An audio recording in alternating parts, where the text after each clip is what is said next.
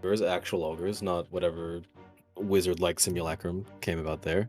Maybe we'll find out more. Hmm. Anyway, welcome to Babylon, baby. This is a game about betrayal, about history, and more importantly, about me trying to put on a David Attenborough voice while I talk about this made-up fantasy land I've created. This is a 3-shot that will be lasting from now until, I believe, the 15th? Wow. Sorry, the 13th is when the last session is. That's so soon. Oh my gosh. 2 weeks until Thren goes on a flight. Yay! Anyway, yeah. Whenever you guys are ready, if you guys are ready, we can get started. I'm ready. Yeah. Rip it in rare and ready to go.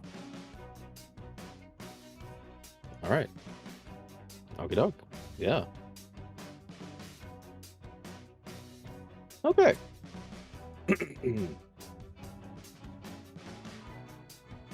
Since the discovery of the heavens, we have known our world to be intricately linked with other realities. They are reflections of our existence, parallel planes that echo not just our planet, but our universe as well. Where once they may have shared the same point of creation billions of years ago, these vast domains follow drastically different laws, their foundations built upon aspects of our own. And while we may safely rebuff the geocentric view that our planet lies at the center of this multiverse, there are many that believe it is our plane of existence upon which all others stem.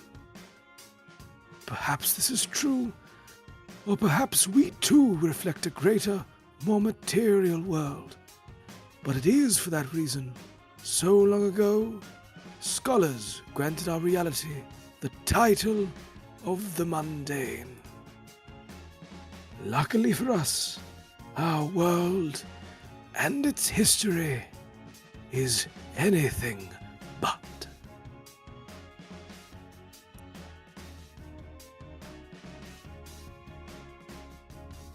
In the state of Vandeleur, a tour guide appears in front of a crowded group.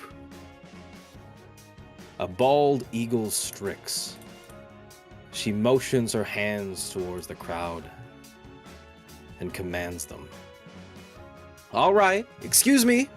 Yes, over here, hi. As I understand, you've all come a long way to get here. So I'll make my introduction as brief as possible. Welcome to the Edith Adams Museum of World History.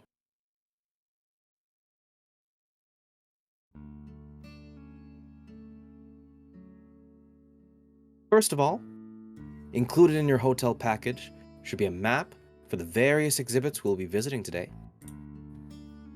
If you've misplaced your map or require another copy, there will be maps available for purchase in the museum lobby station.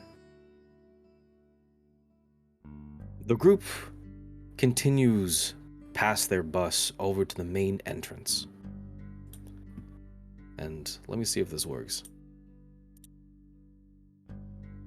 Can you see the stuff? Nope, don't have tokens. Oh, no? Yeah, don't have no tokens with vision on this scene. Oh, there we Oh, go. now we can. There we go. Yeah. Sweet. All right. It's a lot of steps. A lot of steps. Secondly, there are no bathrooms on the Edith's ground. If you require the use of a bathroom, you may break from the group with one of our appointed staff and return to the tram to use the facilities there. This leads to our next condition. At no point should you be anywhere other than the tram or the group. A very specific route has been charted to ensure that your journey through the Edith is an educational and immersive experience, and it can be dangerous to wander off on your own. Lastly, there will be fixed points during the tour where you'll be allowed to touch the exhibits, such as the rock pools and the presidential handshaking photo experience. Please do not touch the exhibits otherwise. While, yes, the majority of the exhibits we have on display are replicas, there are a few that are, in fact, original and very old. I can guarantee you now, you will not be able to tell the difference, nor do we ask you to. So, with that out of the way, do we have any questions before we begin? A hand shoots up. Yes, what would you like to know, sir? Woman China Lee. Yes, my dad wants to know, where are we? Oh, this is the Edith Adams Museum of World History, Norumbega's largest collection of historical relics in the form of an interactive park where, Yes, we know that. Where is this in Norumbega? oh, right. Welcome to Norumbega's capital city. Welcome to Fort Halcyon.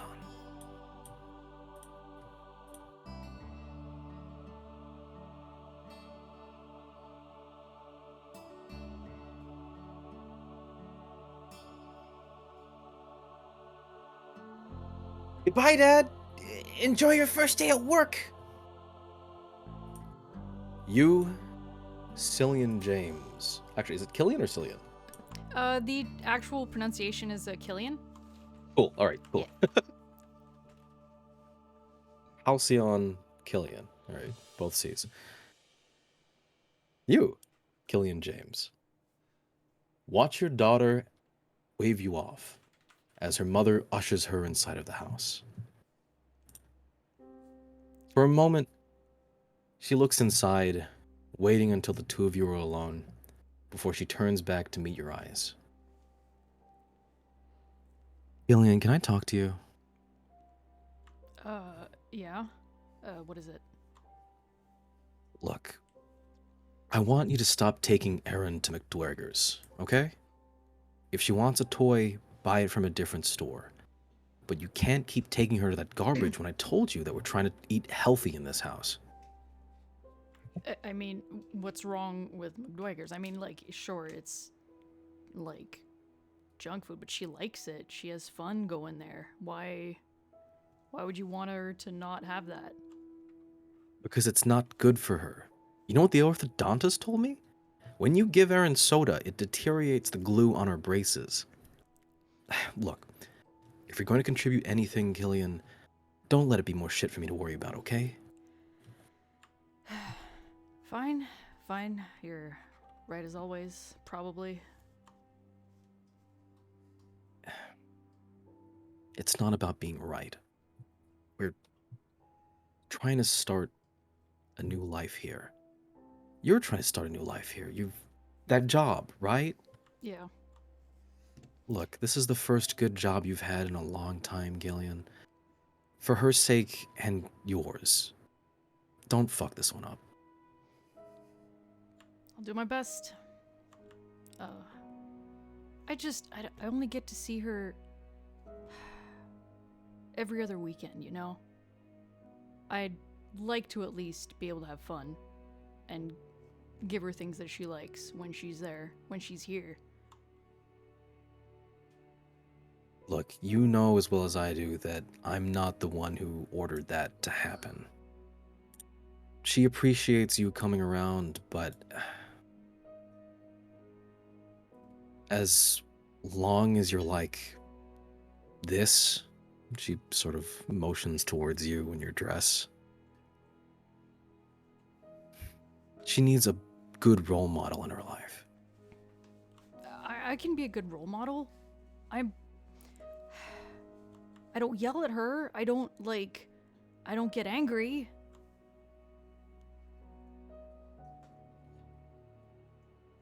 Gillian, you should take care of yourself first, before you start thinking about others. It needs to start with you, okay? Something here needs to change. And, well, I can't help you with that. Not anymore. Yeah.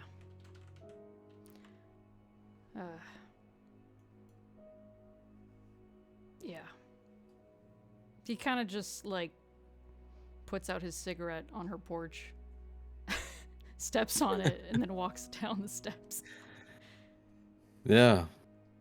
You don't see her reaction when you leave, but you can picture it in your head. It's very easy to. It's the same face that she's had ever since. Well, ever since you split. Hopping in your car, you take one last look at the house, looking to get a glimpse of your daughter and, well, leave.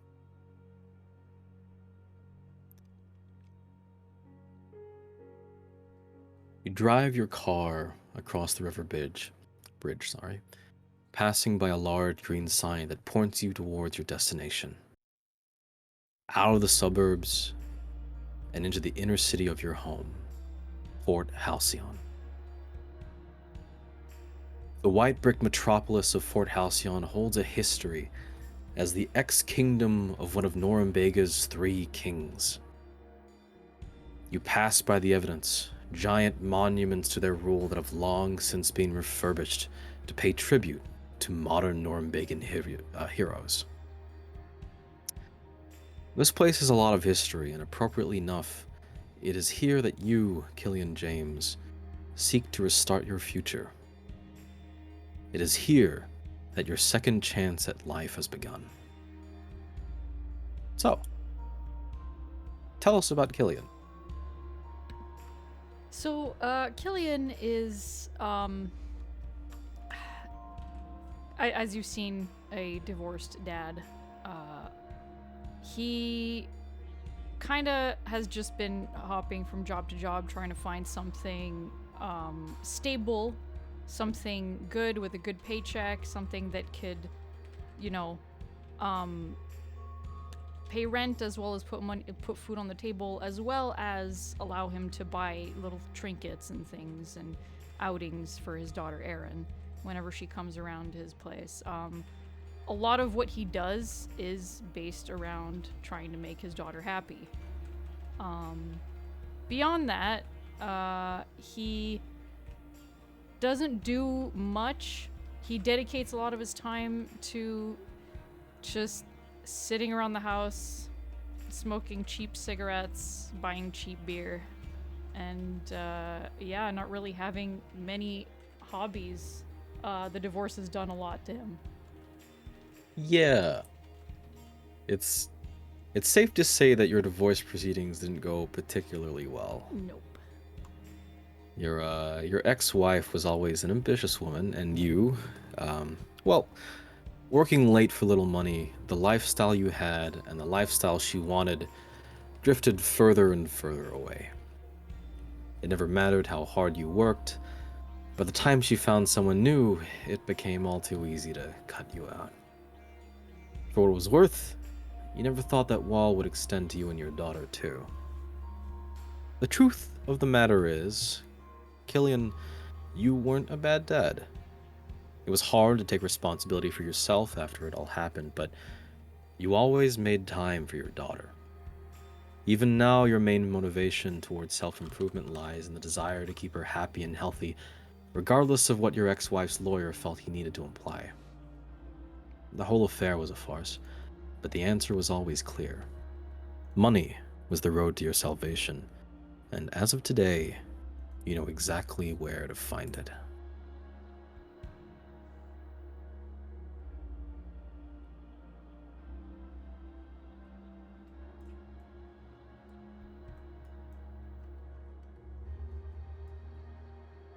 You arrive right on time at the Edith Adams Museum of World History. Driving past the public entrance, you look out the window to scope the museum building in full, a beautiful structure built in the late Third Era, known once as the Nemanique Palace. Now it stands as a modern fortress of the mortal record, containing a collection within rivaling the largest museums in the world. The road takes you down beneath the palace building, where the staff parking awaits you. With your own copy of the keys, you open one of the many back door entrances and step inside.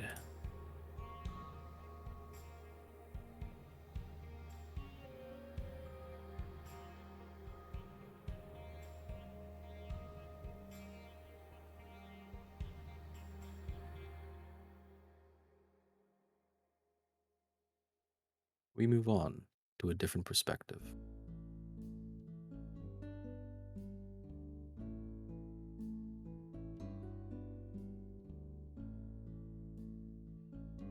Right now, you are a silent being.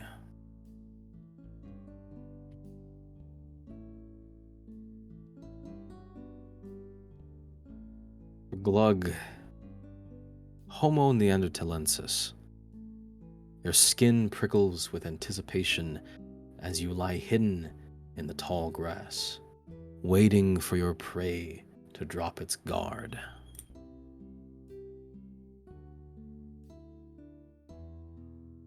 A few feet ahead, a terror bird waits by one of the fake holes you've dug out, looking for a rabbit that won't come. It thumps its feet against the ground, attempting to spook whatever's inside. It cocks its head and waits. What do you do? Yeah, just peeking out from some of the brush of like the hills and rocks, waiting for it to be at complete unawares. So as it digs its head, little steps towards, just to get within like a slighter range. And what's it called? Letting things like the wind and it having its head dug underground, giving it no chances to know he's approaching, but being very slow as he does. All right. Give me a stealth check. Yeah.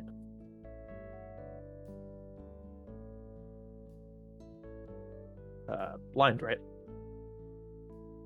Yeah.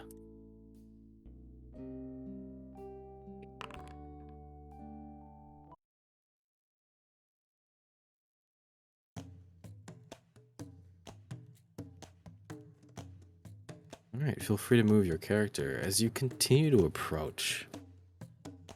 The axe beak seems to hold no desire to perceive the world beyond the small hunting hole it has made for itself.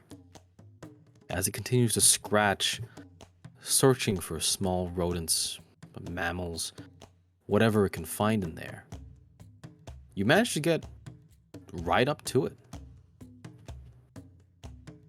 Yeah. And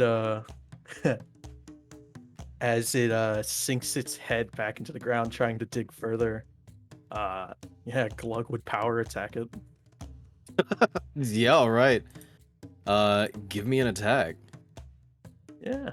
With his lance in hand, he goes straight for the guarded around its neck.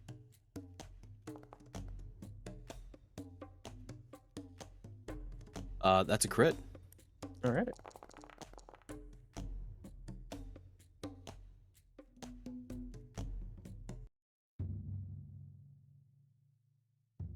$72. With a single strike, you pierce its neck,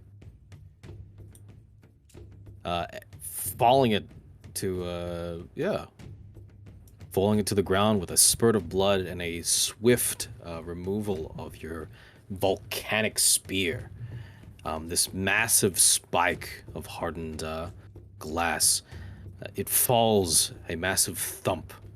A very brutal but silent takedown. Yeah. You hold. And as he draws in closer, pulling out his lance, he just begins drinking from the neck of the creature. Yeah. It's warm. Yeah, very irony. You can taste that the meat here is fresh, unspoiled. It'll make a wonderful dinner, breakfast. It's a huge bird, and it is good for a solid 3-4 meals for you. Yeah. Holding up your, yeah. with your spike in your hand, bloodied volcanic glass reflecting upon your face. For a moment, it feels like a good time to yell out and revel in your hunt. But do you? He does not. You keep it to yourself. After all, the others are here. You stifle a grunt and choose instead to begin carving into the bird.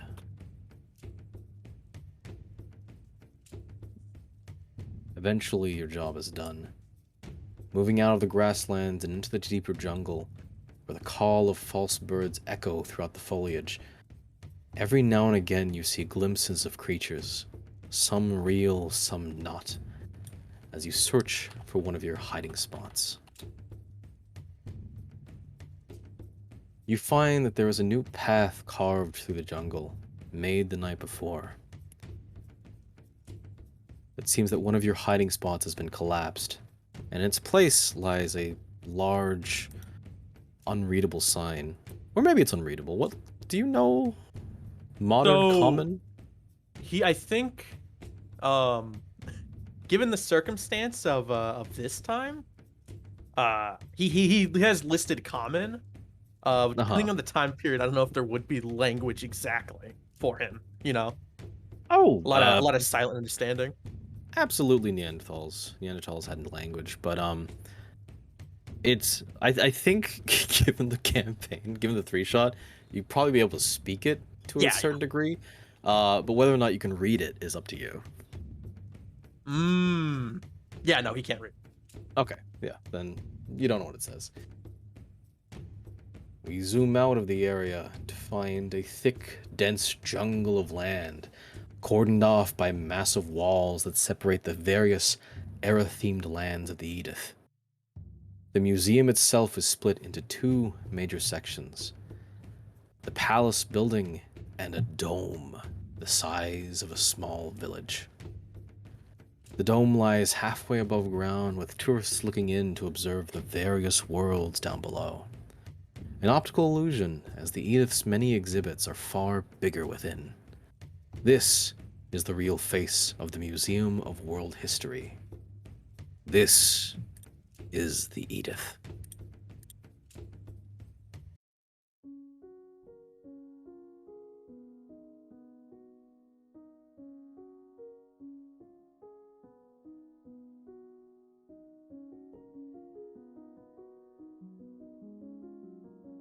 Ah, Mr. James.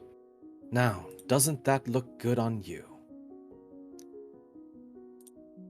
For Killian James, you exit the staff break room with a new uniform.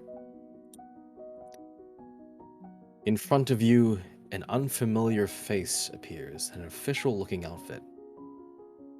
She holds out a hand to shake yours and smiles.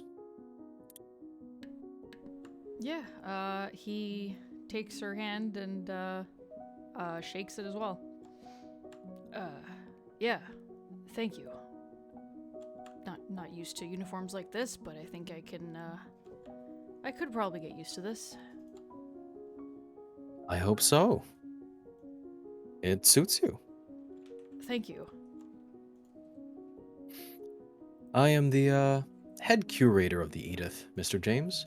My name is Smith McIntosh, but you can just call me Ms. Mac. Upon normal circumstances, the head of security would be the one to show you around, but I've taken a personal interest in you, Mr. James. Oh, Oh, yes. Your reputation precedes you amongst our security team. An exceptional marksman, quite the work history, too. This is a very demanding job, Mr. James, but rarely do we find someone as qualified as you taking an interest in our museum.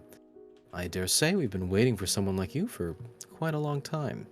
I just had to see you for myself. thank you, ma'am. Miss Mac. I mean, I assume that there won't be too much need of, he kind of, like, puts his hand on the holster. Given that it is a museum, right? There's not going to be too much of a need for it. Hopefully not. It is difficult to ascertain her expression when she says that, given that there isn't much of an expression to begin with. But her leaves seem to move with her mood, and they rustle a little as she turns towards the rest of the museum and begins walking down it. Yeah, he follows her. Not quite next to her, but like kind of like just diagonal behind her. Yeah. She begins walking, Killian, you through the halls of the palace building. The building itself is beautifully maintained with its third-era architecture intact. Large portraits and royal busts reveal the once regal origins of the building.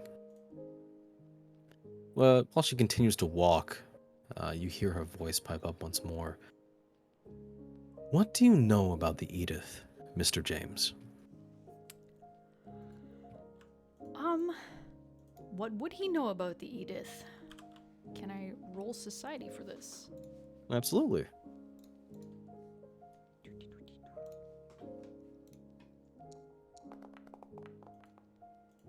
You know quite a bit, actually.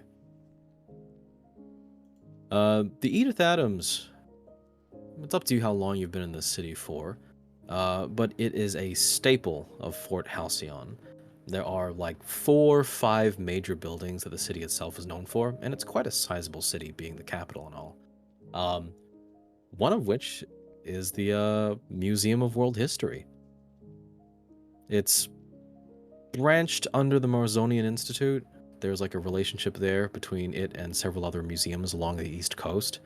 But this one has the largest collection, not just in Norumbega, but the world. It's very impressive. Yeah. He nods.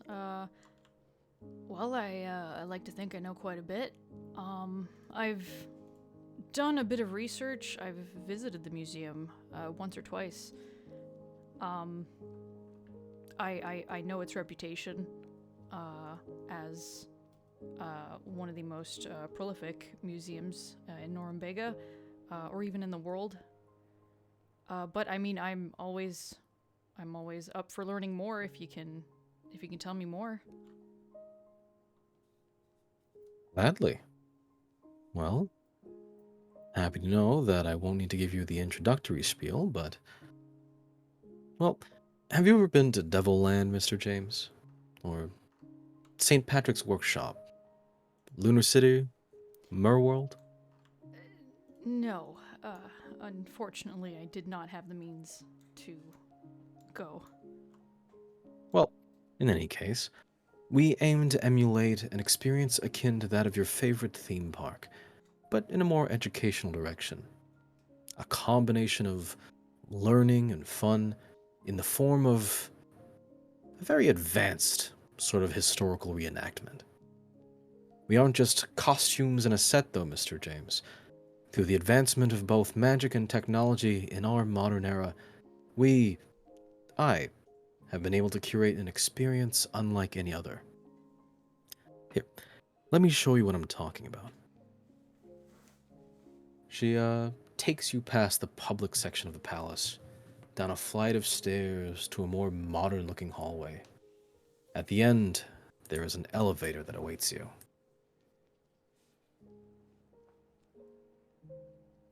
Upon entering, you can see immediately that the other 3 walls of the elevator are made of reinforced glass, giving you an unadulterated view of the dome ahead. This is the true face of the Edith, Mr. James. This is my life's work, to preserve and present the lives of the millions that came before me.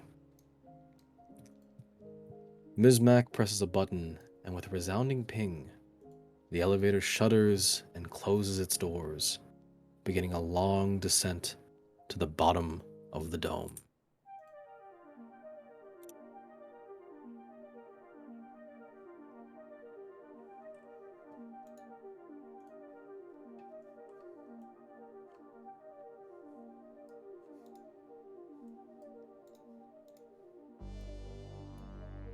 As the lift moves down, you can see the entirety of the Edith. 8 segmented parks, each one with dozens of sectioned areas dedicated to various moments in time. From art galleries to war zones, ancient tombs and modern technology. The history of the world fractured and frozen in time. There are 8 exhibitions within the Edith, each one representing an era in the mortal record, each one a simulated world. They are comprised of hundreds of individual exhibits, many of them original relics of their period, many more replicas. But, of course, to help complete the illusion, we fill in the gaps, building entire parks to house these exhibits in their purest form. Impressive, isn't it? Quite. He kind of doesn't seem to know what to say, because upon seeing all this is all relatively new to him. And it's very impressive to look at. Best is yet to come. The elevator reaches the bottom and swings forward, traveling towards a central tower in the middle of the Edith. Beside you, you see tram lines delivering visitors to and from the various worlds. Exhibitions flash past you as you speed by. A coliseum full of statues, a zoo of ancient beasts, even a small hamlet with regular people. Did you see them? Fear not, Mr. James. The people here are automatons, robotic actors, the shining stars of the Edith, each one hand-built to preserve the illusion of the history they represent. At this point, even I don't know which ones are automatons and which ones are animals or even statues, but that's the point. We seek to recreate history here, and it is your job to maintain its peace. Right. Well, I've not heard much about anything going, I guess, haywire with the automatons. I'm assuming this is something that is pretty well kept under control. Of course. All right. I suppose I'm just wondering if should there be any malfunctions with the automatons, is there some sort of like kill switch? Automatons, for the most part, have their own individual wants, needs. They are not a collective. I see. Okay, so Should- they're not under any form of control by like a computer or other machinery or anything like that. No, nothing so controlling. Okay. Should you receive trouble from an individual, well, and she motions towards her gun. Right. Of course. The elevator halts, reaching the base of the tower, and begins to climb. It's a quick ascension, and in a matter of moments, it finally rests, releasing its doors to a circular room surrounded by windows, with a central desk covered in heavy screens, monitoring the entirety of the museum. At last, our destination. Welcome to the Panopticon, Mr. James. As long as you're here, both you and the museum are in safe hands. Now, your job is simple enough. Maintain peace and order within the museum. You've read the manual, so you should know the general rules regarding maintenance and security here. With that said, you have 3 items at your disposal that will come in handy. Those keys on your uniform will grant you access to almost every corner of the museum. No other person in this building owns a key set like yours, including and especially the exhibits, so keep it safe. The gun you requested of us, I'm not sure how familiar you are with it, but it is as deadly as it is antique. A harmonica pistol of exceptional quality. Should you encounter danger, it is best to keep this by your side. And third, she reaches into her pocket and hands you a tram whistle. You may use this once an hour. More than that, and you'll run the risk of getting on the tram's nerves. Should you require any items, food, drink, potions, and the like, blow this whistle and a tram should arrive, no matter where you are. With that said, do you have any questions? Yes. Given the size of the facility, I am a little bit. I don't question my ability to, I guess, maintain the peace here. I am simply surprised at the decision to have only one night guard. Well, we have quite a robust security team,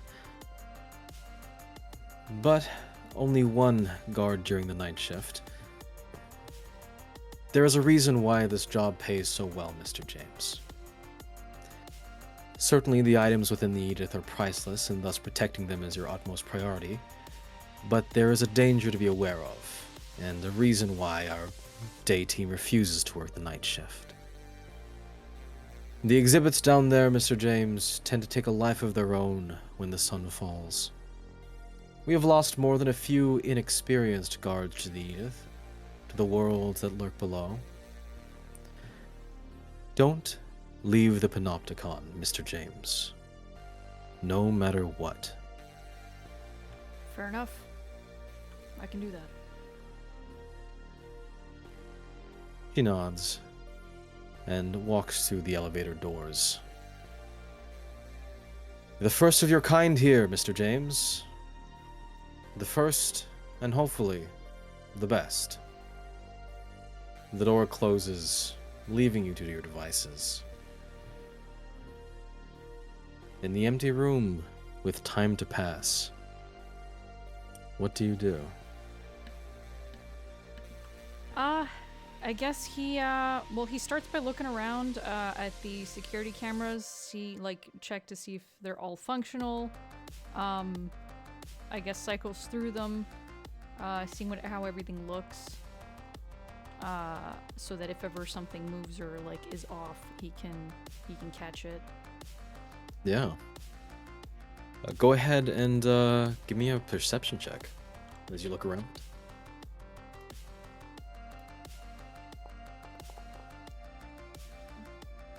Yeah. You get a good gauge of the facilities at your disposal. The monitors in question seem to be pointed at very specific parts of the park with the heaviest people traffic. Many of the exhibits themselves, while you can switch to cameras viewing on them, that's not particularly why they're there. For most of the day shift who utilize all of the equipment here, their focus on making sure that most of the people that come in here are on their best behavior, rather than the exhibits. It seems that they are automated to run, to behave. Okay. I guess next. Aside from, Sorry. aside from that, it is a fairly standard office. There are several desks, one of which has been cleaned out for you. There is a tiny little doll sitting on your desk. However, at least for now, it is inactive.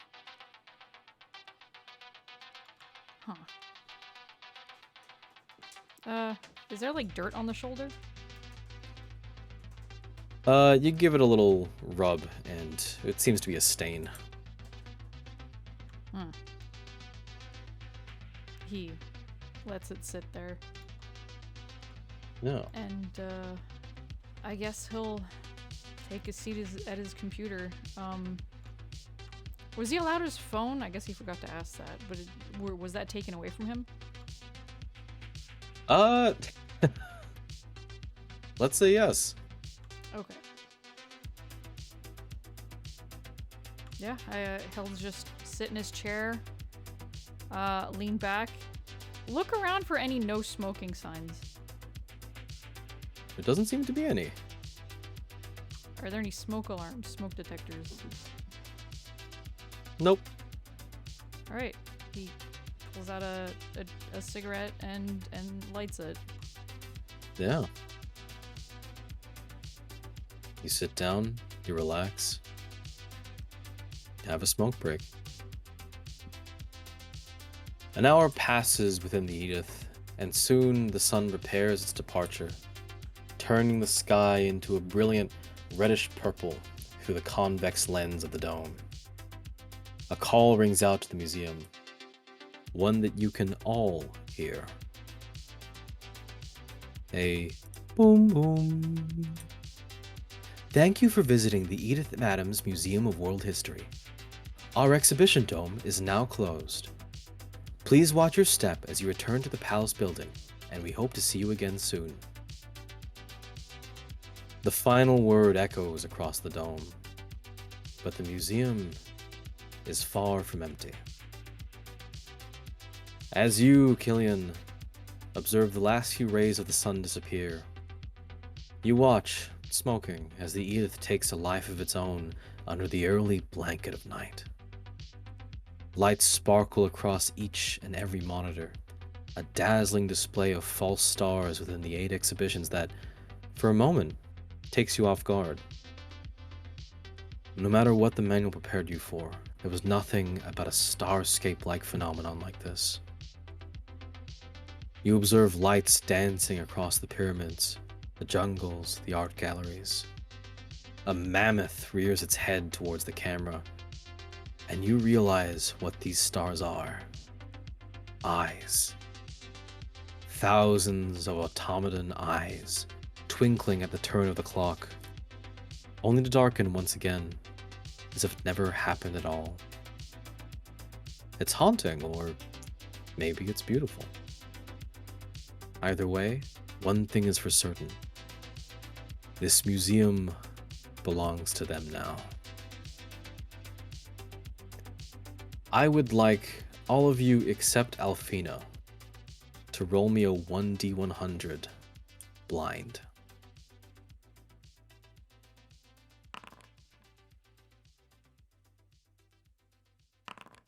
The person with the lowest roll is the traitor.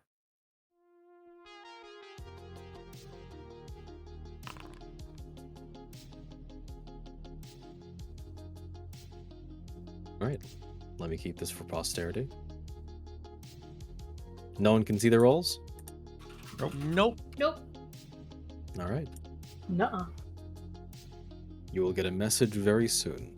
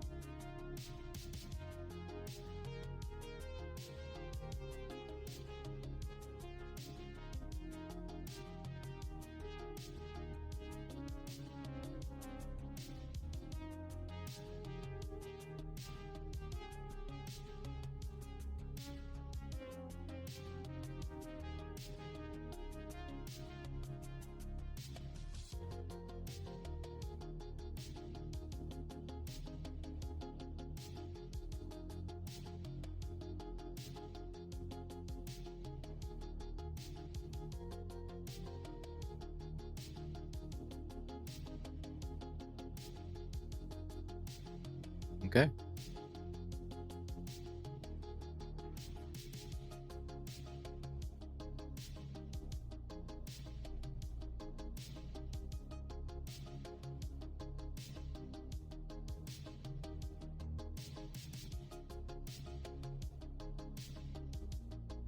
Your roles have been handed out.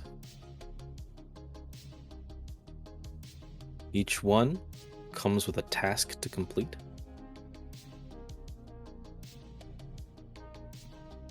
Three of you are safe. One of you is an imposter. With that in mind, unless anyone has any questions, we can continue.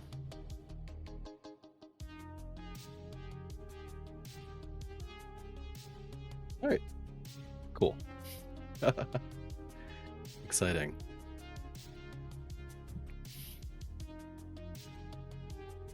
Welcome to the Advent Era. 0E. The Advent Era is our longest era to date, known by many as the Forgotten Millennium. Within this mysterious era lie the peak of our oldest empires, the rise of religion itself, and the great migrations of our many peoples. But through the turbulent wrath of our makers, the mortal record of our world, of the Advent Era, was destroyed by a corrupt pantheon of gods. We know not their names, nor their faces. In fact, all that remains of our history as a people in this time lies in ruins and relics. But what we do know of our distant past takes place even before the Advent. Deep beneath the earth, where the undercountries lie, our written history can be found in a time known as the Primordian. You flick through your museum guide as the monitors remain still in the eye of the Panopticon. Though there are lights in the distance, sounds that echo across the dome, the screens stacked upon one another on the center desk only reveal empty halls, silent statues, and otherwise uneventful footage. You click through the various camera displays, passing the time by reading the manual. It's full of pictures, including monuments you visited with your daughter, Erin. You begin to reminisce when suddenly the Panopticon goes dark.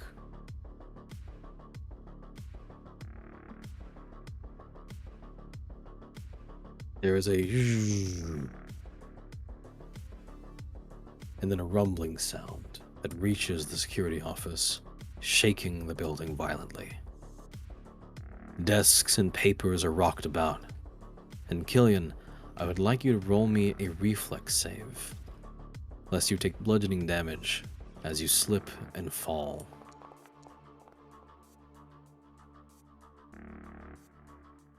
You're quick to catch yourself as a group of other items, including the doll, are knocked onto the ground. And then, as quick as it came, the monitors power back on. A flashing back and forth with images of static interlaced with a series of strange eyes. The shaking stops, and you are left in the dark. Only the ambient glow of the monitors guiding your way. What the hell? Does he have a flashlight or a torch on him? You do. He takes it and turns it on and starts trying to scope the area out. Yeah. Using the perception check from before, you give the room another look around. Even here, you can see evidence of the museum's vast collection. Small antiques sitting atop desks, jars, plates, and the like, while statues and plants adorn the room. Something new catches your eye, however, as you look around and see a note stuck on the back wall of the security office, taped in front of a door. And it was not there before, was it?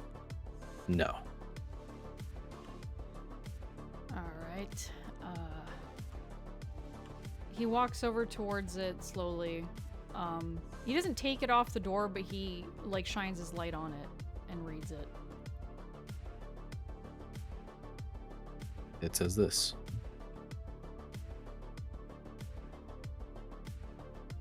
Oh, for posterity's sake. Cillian James. Behind this door lies the ticket to your survival. Protect them for as long as they protect you. Trust no one. Good luck.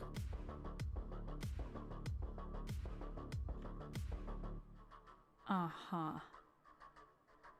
I don't remember reading this in the manual.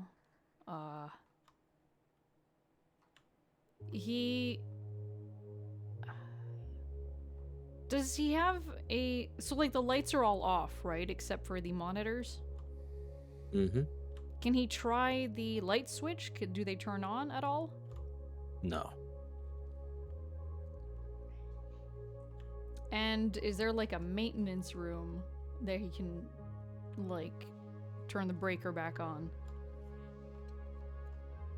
The only door, other than the elevator door, which does not seem to work anymore, is the one that the note was upon.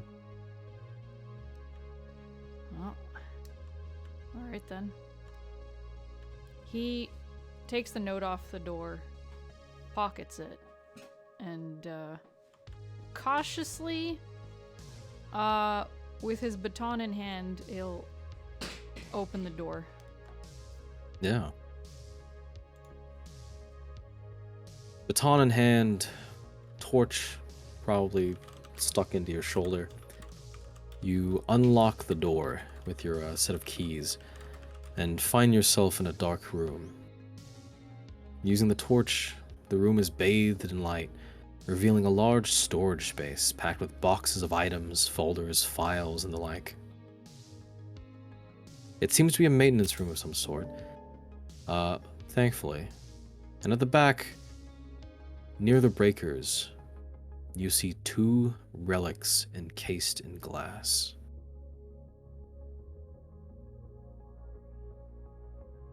The first is a large marble statue. And the second, an equally impressive sarcophagus. Looking down, some very obvious scratch marks reveal that they were likely moved here as recently as this afternoon.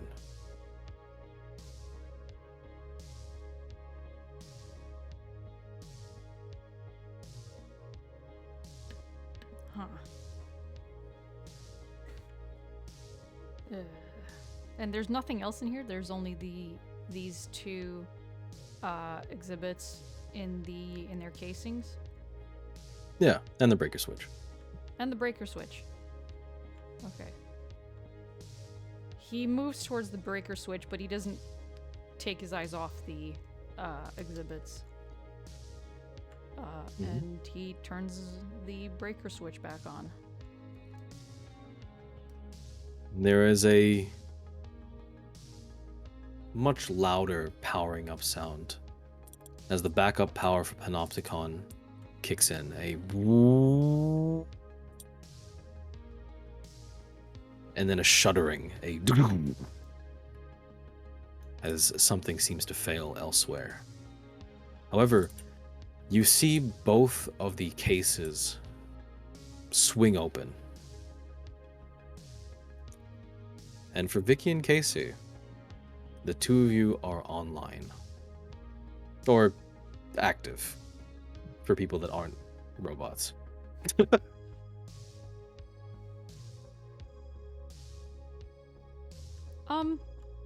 Real quick, as soon as Killian sees the doors swing open, he like moves to go close them again. Yeah. You go close them. Give me a strength, an athletics check. Can they be competing? Sure. Yeah. Athletics? Okay. Oh, that's gonna be good. That's pretty good. Oh, that is really good.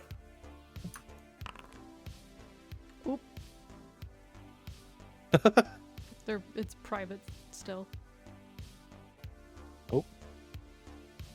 Yeah, you might want to reroll that. You go to close the door, and you see the marble statue hold up a hand to close against you. And there's a surprising moment there, as you don't really expect it to move before you're able to very quickly shut it. But even as you do, the statue behind continues to move.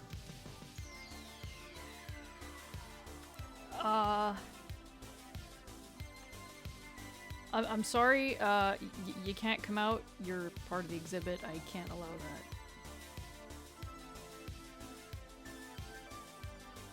that. Casey waddles out from where they were kept in the glass and just calls back to reply to Killian. Oh, have no fear. We will not harm you. He like Yes. swings around to like look at the other exhibit. No, I'm not worried about being harmed myself. I'm worried about any damage being done to you. This is my job. I'm here to keep you guys safe.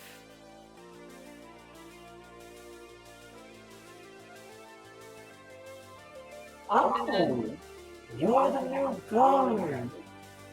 Yeah. Exquisite. Yeah. He looks back at Vicky. What is Vicky, the angel, the headless angel, what is she doing? She's attacking the door. Yeah, you see a shadowy umbra sort of swirl around one of the disconnected hands of the statue, and grasping an forked bipod? Yeah, part of her feats is that she can physically hide it within her body. Wow, It yeah. just comes out. A long weapon appears from within her shadow, and she stabs into the glass, shattering it. Whoa, okay. He backs up. Didn't need to break the casing. I hope it doesn't come out of my paycheck. Alright. She walks down and then she waves, Hi. putting away the weapon.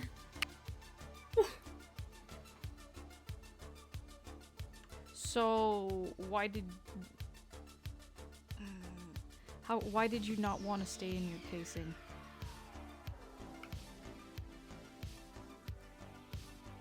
Why, you are not safe here. Very much not safe. I was hired to keep watch over the museum. Why is it that I am not safe exactly?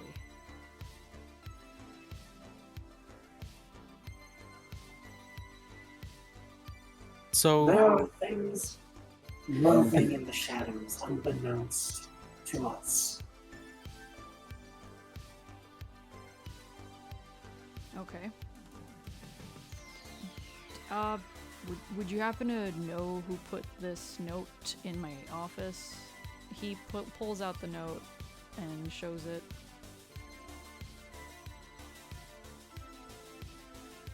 yeah. The two of you, Vicky sort of perceives the note, but Casey, you see directly what is written on the note.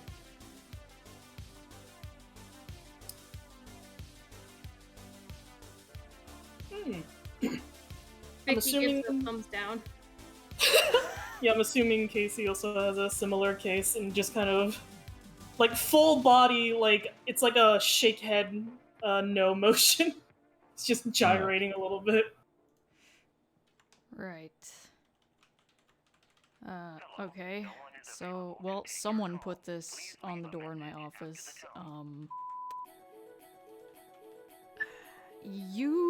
I guess you seem to know a bit more than I do. All I have to go off of is this. It says that I need to protect you, and clearly that is my job, that is what I'm hired to do. But it also says to not trust anybody. You see where I'm coming from here. I'm a little bit on edge. As you should be. Okay. So, alright. Well, first things first, breaker seems to have shut down. I guess we should probably try to power that back on. That switch did nothing. He points to the one that he tried to turn on. Yeah, the lights still don't seem to work, and the monitors are now fully shut off. In the back, however, there seems to be a light emanating from the other side of the office. And, looking towards it, the elevator is now once again active. Huh. Hold on. Stay here for a minute, please. He walks back into the office, and I guess he tries a little, like, some of the buttons on the keyboards or, like, the computers to see if they turn back on. And if nothing happens, he'll go to the elevator door. You, fiddle around with the computer parts, but they are non-functional. The computers aren't working, the monitors now are no longer working. However, there's a light coming from the elevator door panel, and pressing it, the doors slide open.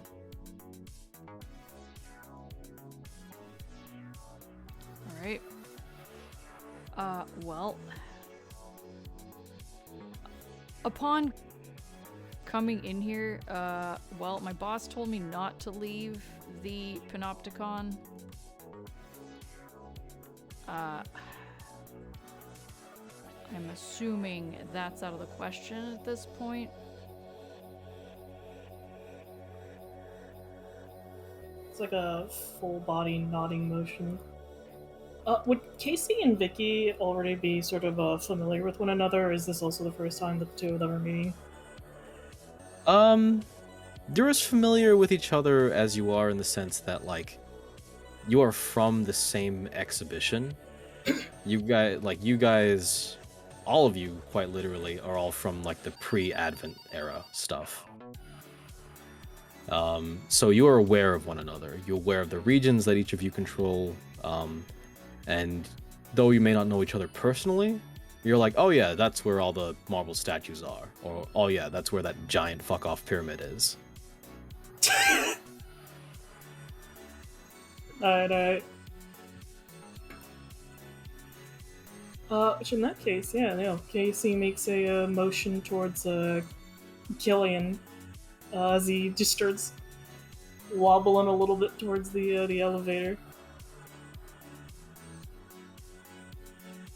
Yeah, and like Vicky takes out a shield from her other hand to show that she isn't as offensive intended, and goes also in the elevator. Yeah. The two of you shuffle forward. It is a strange sight to see, a sarcophagus and a marble statue moving on their own. But as you've mentioned, you've been here before. There are stranger sights. The two of you enter the elevator along with Killian, and it weighs down a little heavy. Unsurprisingly, you are quite easily several hundred pounds each. Normally, it would go over the capacity of any regular elevator. Like, it would just fucking not work. But this is a museum, and they are used to lifting heavy stuff. Killian walks into the elevator, and the moment Casey and Vicky do, there's like that very alarming, like, sort of like jolt. Yeah. You're a little worried, but it seems to hold it fine. It probably won't be able to hold any more than that, though. You look down over at the buttons inside the elevator door, and unsurprisingly, all of them except for the ground floor of the Panopticon are locked. At least until morning arrives. Alright, well, I guess that's our destination. Just stay close, please. He pushes the button to close the doors and head down to the ground floor. Yeah. The trio of you travel down the length of Panopticon until eventually, with a ding that echoes throughout, the doors open. You see nearby tram tracks, noting that the trams themselves are returned to the palace at night. There is in the general distance, several gates that you could see from where you're standing. In fact, you could have seen them when you're up at the tower as well, but you get a good view of them considering how tall they are, looking over the trees and various walls of the exhibits. The closest one, of course, is that of the Advent Era.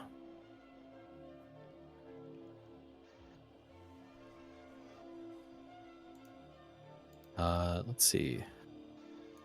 Yeah. But with that said, what are you planning to achieve at the moment? Does he have a handy dandy map on him? Yeah, it's all part of your little manual you got there. It's got a map of the whole museum. I guess he'll try to see where the nearest maintenance room would be, if there is one on this floor. Yeah. You note that the, closest maintenance room, is over by the second era exhibition. Nearby a place known as the Witchword Monument.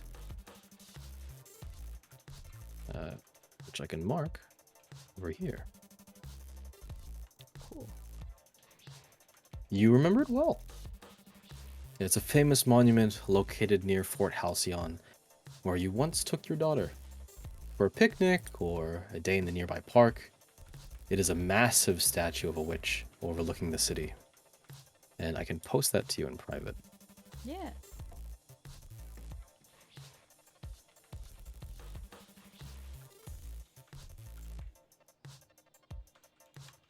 Cool.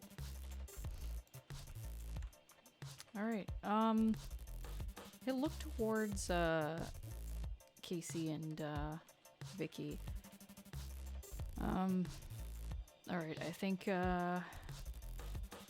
well, as said, the first destination would be to the maintenance room to try to get everything powered back on.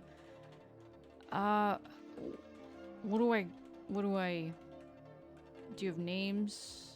I'm Killian. I'm just trying to figure out what to address you as.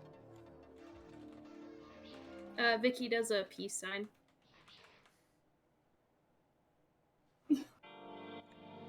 Casey jiggles a little bit, just. Oh! That's what I was forgetting. I am Arakesico, custodian to the remains of the strongest blade of ancient Zalmara. But do call me Casey. And this is Vicky.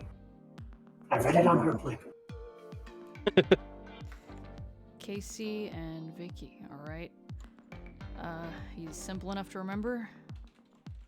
Alright, so we're gonna be heading to the maintenance room over here by Witchword statue. Any objections to that?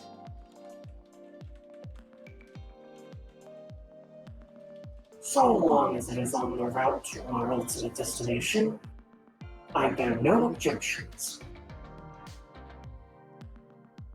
Yeah, Vicky does a thumbs up. You see that her shoulders try to do the gesture for nodding, but she doesn't have a head.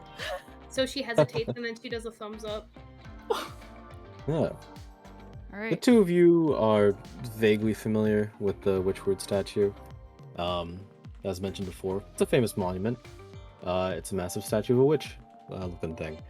And as far as you know, it's in the secondary exhibition.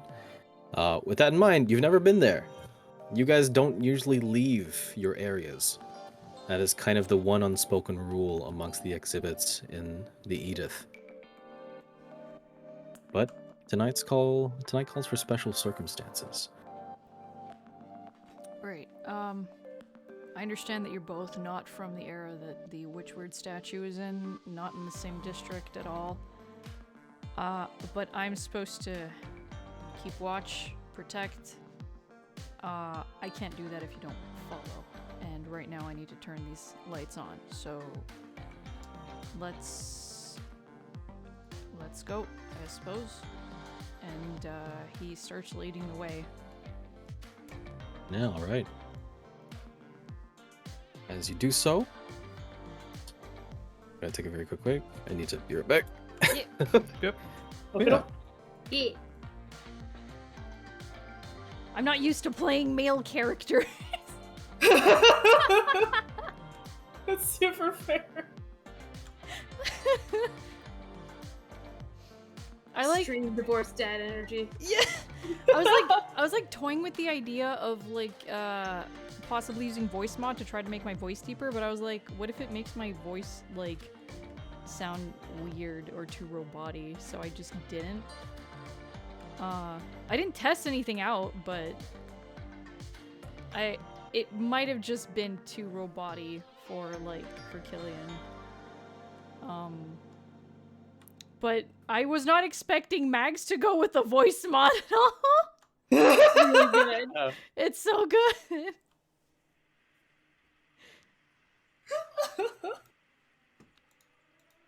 Lawyer back. Welcome back. Welcome back. Welcome back. It's cause when we were discussing stuff, Gatsumi together, he made a remark of, "Oh, Casey's probably from the general same location that Jack was from," and I was like, "I know what I can do. I got 3 weeks left on this. Time is perfect." Yeah. Fuck, they're both not Konrasu, but yes, Konrasu. Both very Maybe strange. Ratsu. Yeah, like the Zalbarans seem to have done some funky stuff with orbs and filling them with magic and souls. Fun times. Yeah. Alright, we all good to go? Yeah. Raise Yeah. him. Yeah. Yeah. Sweet. Okay. See if we can get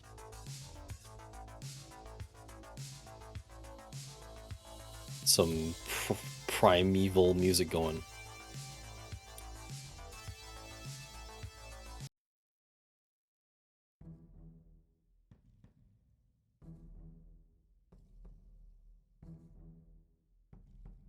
In the earliest eras, following the lost millennium, religious texts sprung about to explain the collective origin of our distinctly diverse peoples.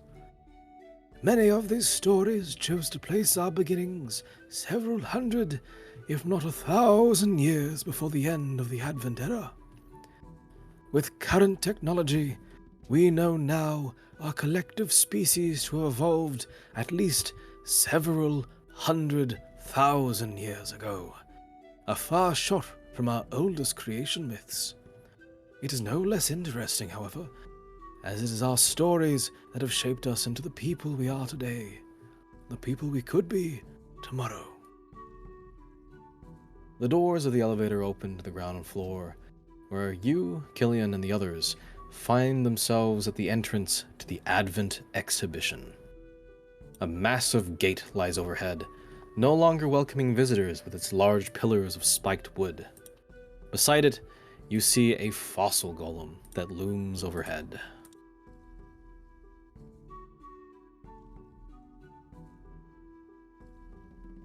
Thankfully, all is not lost, as next to the gate is a very clear security door, which you can open quite easily.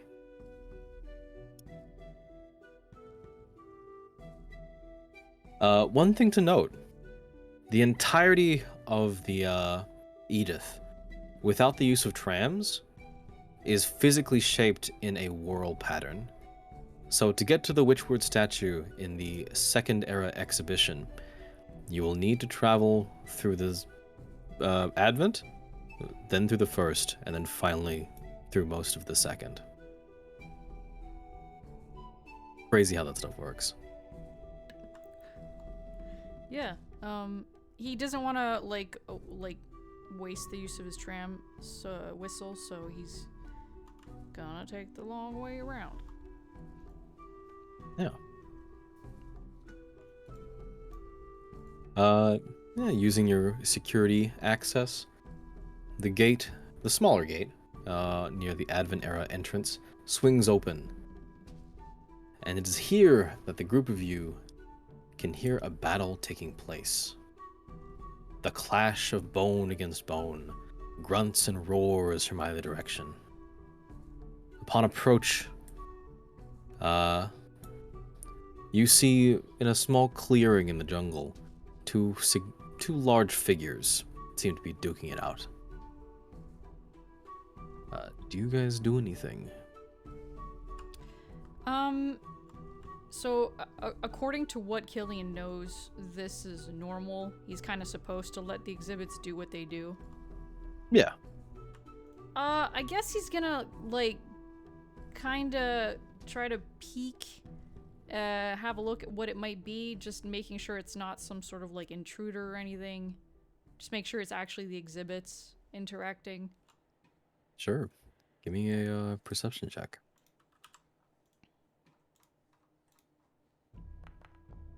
I'm re-rolling that. All right. Okay. You try to do your best to hide yourself and get a closer look at the circumstances, like, as best as you can. But it seems there's no way to actually see who's fighting who without revealing yourself in the process. It's a bit of a gamble. I'm just gonna let that one sit. And he kind of like beckons the other two to follow him. Kind of just go around and try not to be caught. Yeah, no problem.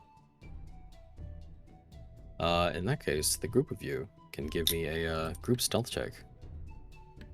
I believe I have something for that. Oh, hell yeah. If I actually took it.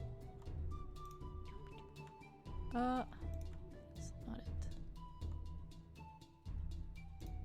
Yeah, quiet allies. Oh shit. Hey. Okay. Whoever has the lowest stealth modifier, you're the one that's going to be rolling. What do you guys have? My stealth modifier is extremely high. Okay, mine's plus 16. I got a 15. Okay, and you? All right. Oh boy.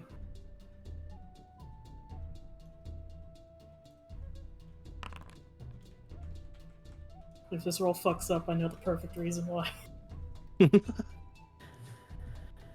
You begin moving as a group through the foliage. The Advent exhibition by its nature is rather small, and crowding around the brush, trying to avoid the view of the whatever seems to be going down. Casey, you step a little too far out, and it is there that you catch the attention of what seems to be taking place. A massive body is thrown in your direction, and lands on the ground next to you with a large thump as electronics sort of spill out. And it is here that, Casey, you notice a massive dinosaur looking in your direction.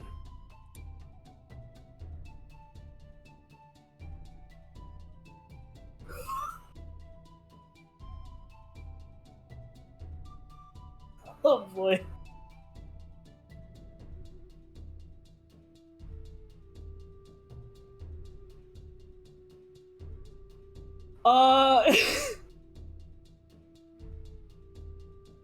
Casey fucking stances up.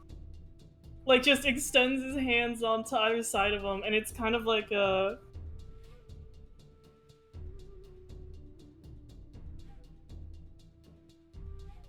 I want to say he, like, just as a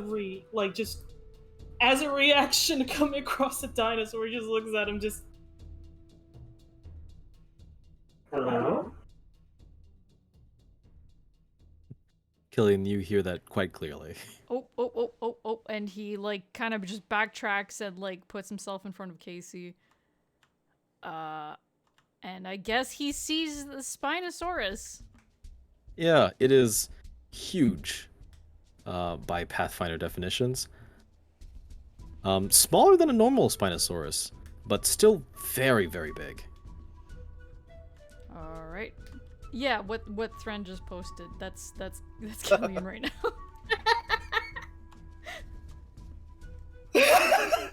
Stretch your arms out between Casey and this dinosaur.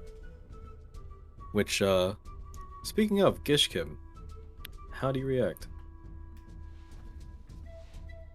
Yeah, well, seeing that the threat's been taken care of, and that his target is here, I'm going to very slowly approach, not really throwing up any threat indicators, just kind of watching the group as he slowly paces closer.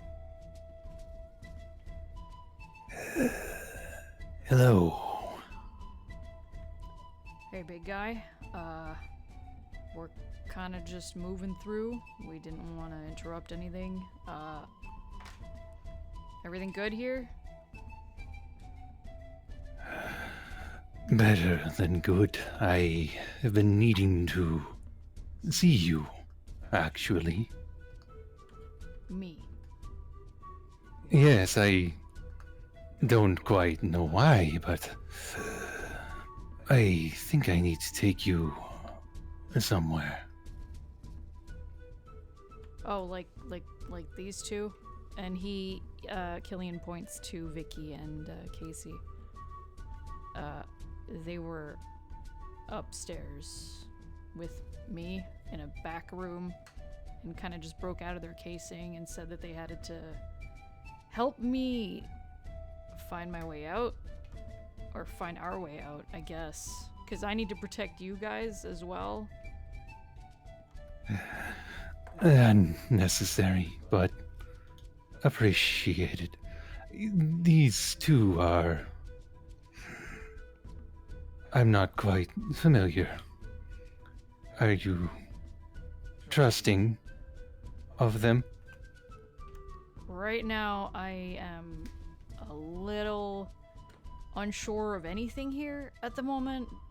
This was meant to be just a normal night guard job. Didn't expect the exhibits to come out of their cases and tell me that I need to get out in order to not die. So, a little on edge. But I don't really have a choice. So, my name's Killian. This here's Casey. That's Vicky. And do you have a name? I am known by many among the Brotherhood, but to you, humanoids, Gishkim will suffice. I am a child of the deepest blue. Alright, Gishkim. Yeah, we are going to the maintenance room.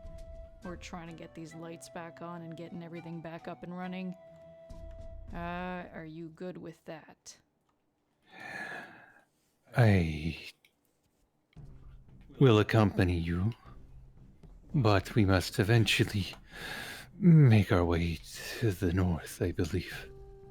The 7th era. What's up there? Salvation. Salvation. Yes. Okay. Alright. He kind of just, like, shakes his head, like, what the fuck? Kind of look on his face. He's like, alright, maintenance room, then to salvation, I guess. And he beckons to all three of them so that they can head onward. Yeah. Much less convincing in the words of a dinosaur. Though you all seem to have the collective same goal in mind. You gonna say something, Mags? Yeah, no, as Gishkin joins the party, and we learn that, yeah, no, our goals align. Casey's hands just, like, fly up into the air, and they just start doing this, like, really joyful, like, prayer dance. It's kind of like watching a turtle, like, gyrate, like those fucking specific gifs, but it's, like, more graceful. It is very specifically prayer, because everything's coming up Millhouse. Oh yeah. You watch as Casey does a jaunty little dance, a prayer specifically, and the group of you move on. You see that the Era Gallery is available along the perimeter of the Advent exhibition. But most of the grounds, just due to the nature of the era, a lot of history was missing during Zero E. But we have a lot more information of what happened before. Not just the time of the dinosaurs, but the time of the ancient Zalbarans, the ancient Arcadians, and so on and so forth. Most of the grounds are taken up by this pre-Advent era, a time known as the Primordian. And it is here that you will find the gate to your next exhibit, or exhibition rather, the start of modern history, a time known as the Empiric Era, or 1E. Before we get there though, the jungles of the first exhibition are densely packed, and walking through them is going to require a survival check. Yeah. Yep. Though you, yeah. You did well encountering this dude, in the sense that you didn't do that great, avoiding his notice. It might not go as well the second time you're caught by something.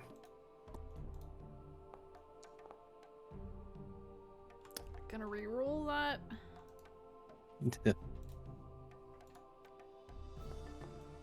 Okay, I'll take it.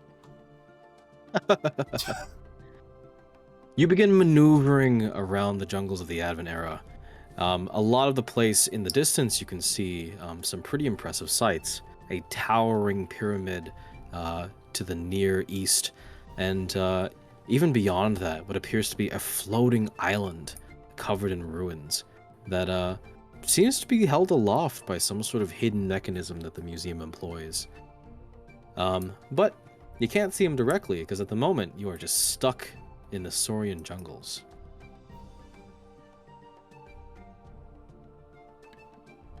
Who among you has the highest perception? Me? Oh, yes. Both Killian and Vicky. Plus 19? Yeah. Yeah. Damn. You both notice collectively that you are being tailed by something as you maneuver through the jungles. It is held a fair distance away, but your finagling around, your inability to find your way out, seems to have caught their attention. And despite what the music seems to imply, it might not be a good situation. Alright. We're being followed. I think we need to... Well, it'll be a bit easier for you and Vicky to hide, but Gishkin, try to camouflage in some leaves, I guess. I don't really need you to tell me how to hide in my own home. Ah, right. Sorry, just trying to do my job. Do what you gotta do. Making sure that Vicky and Casey hide. I guess he's gonna wait for them to hide before he does anything. Okay. In that case, you guys can give me individual stealth checks this time, because this is not moving. Mm.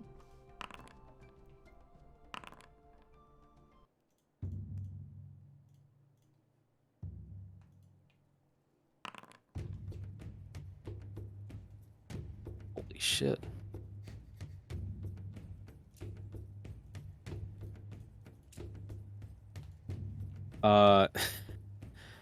Yeah, it's a good thing you checked, or rather you waited, Killian, as you see Casey and Vicky just standing out like sore thumbs. I like to picture what happened is that, like, when told to hide, Vicky just went, like, stock still in a statue pose. Like, that would be the way to get away from it. Just in the middle of a jungle. Casey like shuffled into a bush like that was like 3 feet away, but he can't squat down. Vicky, you're a statue, but in this area you can't. You're not. All right. he kind of just lets it slide, and instead of like hiding himself, he like turns around to face whatever it is following them. He draws his gun. And Oh, wow. yeah. Mhm. And stands at the ready. Yeah. You wait for your pursuer to reveal themselves. Gishkim is gone. You cannot see him. Swimming through the jungle as freely as water.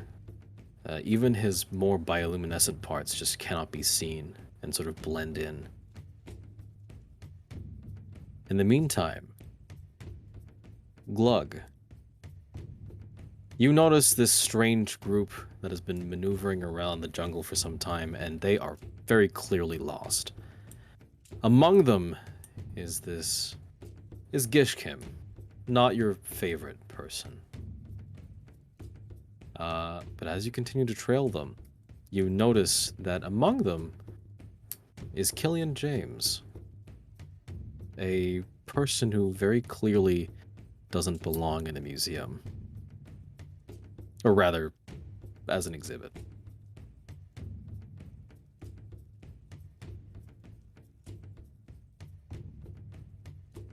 Yeah, just from the treetops looking ahead, judging their next moves as they tuck into two of them failed, Vicky and Casey. Yep. Yeah, so he's just keeping an eye out amongst the 4 of them, seeing if they make any moves backwards or forwards. Yeah. Lying in wait on a tree trunk. Give me a stealth check. All right.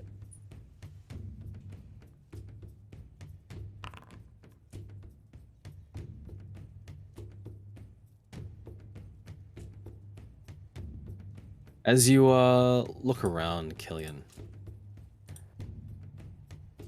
the movement in the bushes in the general jungle has stopped completely. However,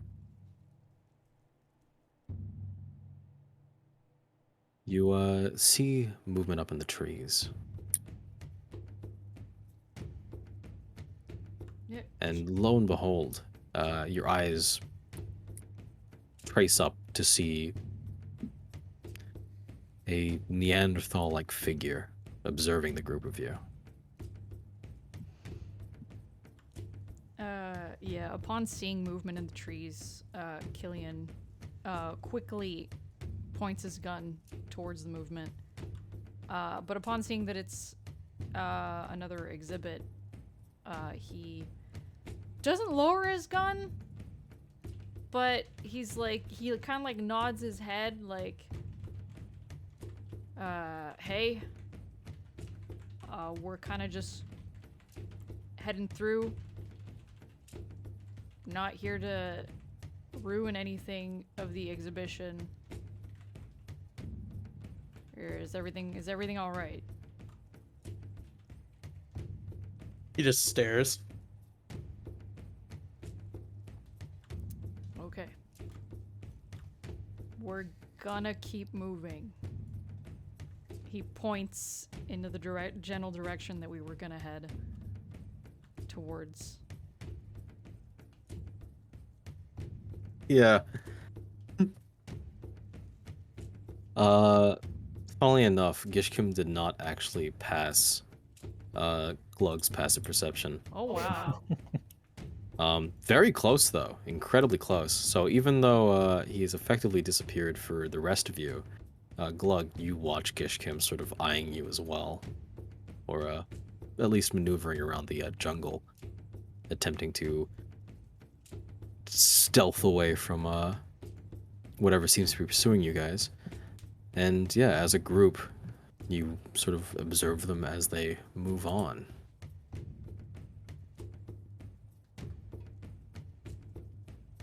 Do you follow?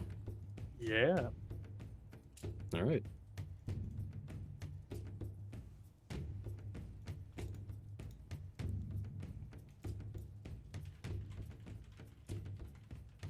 I feel like at this point, if Glug continues to follow, Killian kind of can probably tell because he's on high alert.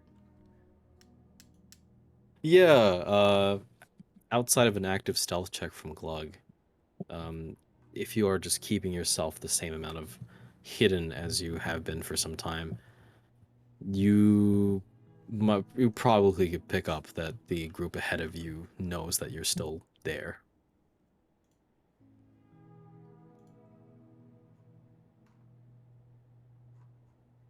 Yeah, just sort of tracking them just all the way through, seeing where they're going at the through the forest. If something Yeah. arises or whatnot. Just yeah, very what's it called? On watch. Trying to see what they do. Trying to see if they're fucking trying to pull something. Yeah. Your journey as a group and Glug take you to the center of the exhibition, a place known as the Court of Antiquity. It is here that the four main regions of the area split. The jungle of Soria behind you, the floating ruins of Dianos, the pyramid of Osage, and the Thulian North.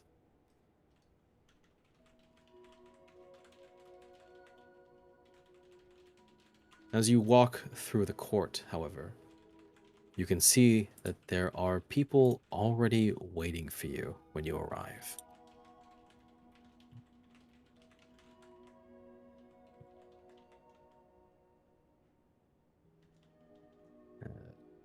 Let me take you. Nope.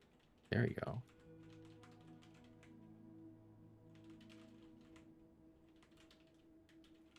You guys can see? Yep. Yeah.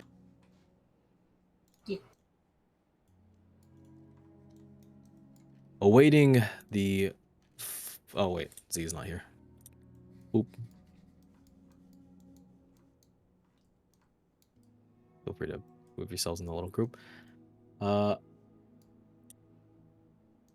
Awaiting the four of you. You see a peculiar looking statue at the front, surrounded by four other representatives of the court sitting idly.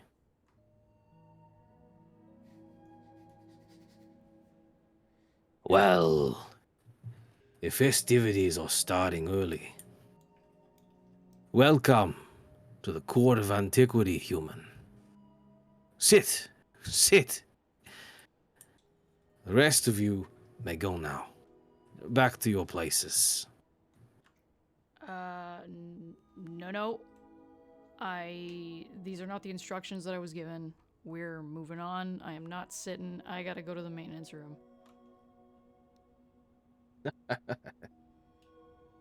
Human, there is no need to worry about a maintenance room or anything else that your little living heart desires.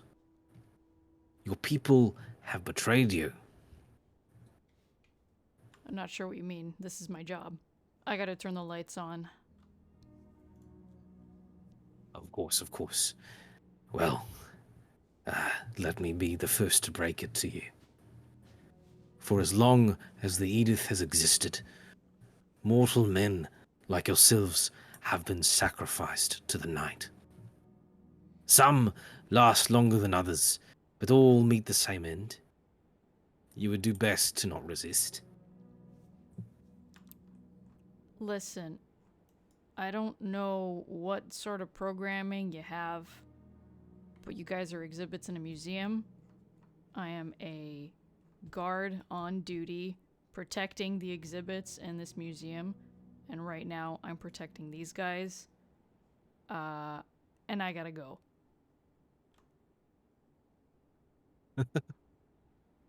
He rattles his head a little bit and looks towards the other 4 members of the court. You see to his right a automaton resembling the Arcadian Medusas of old. She watches the group of you idly, with a stare that seems to unnerve you somewhat. More human than you would expect out of a robot. Over to the far left, you see the massive skeleton of a Tyrannosaurus, which, despite its bone-like nature, seems to be moving much like the Spinosaurus by your side. The first to speak amongst the group is a Sphinx. Not a real Sphinx per se, an artificial one, whose jaw drops like a puppet and talks aloud. There's no need to continue this. The 4 of you down there, kill the human.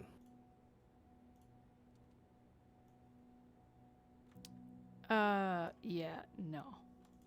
We're gonna go now.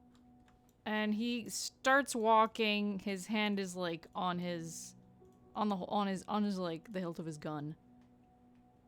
And he's like, if you guys are coming with me, that'd be ideal. We gotta keep moving. There is a smack of a club from the man nearby. Similar to the guy following you, but much larger and much less evolved. He grunts and says, You are members of Advent Court. Why do you not kill the human?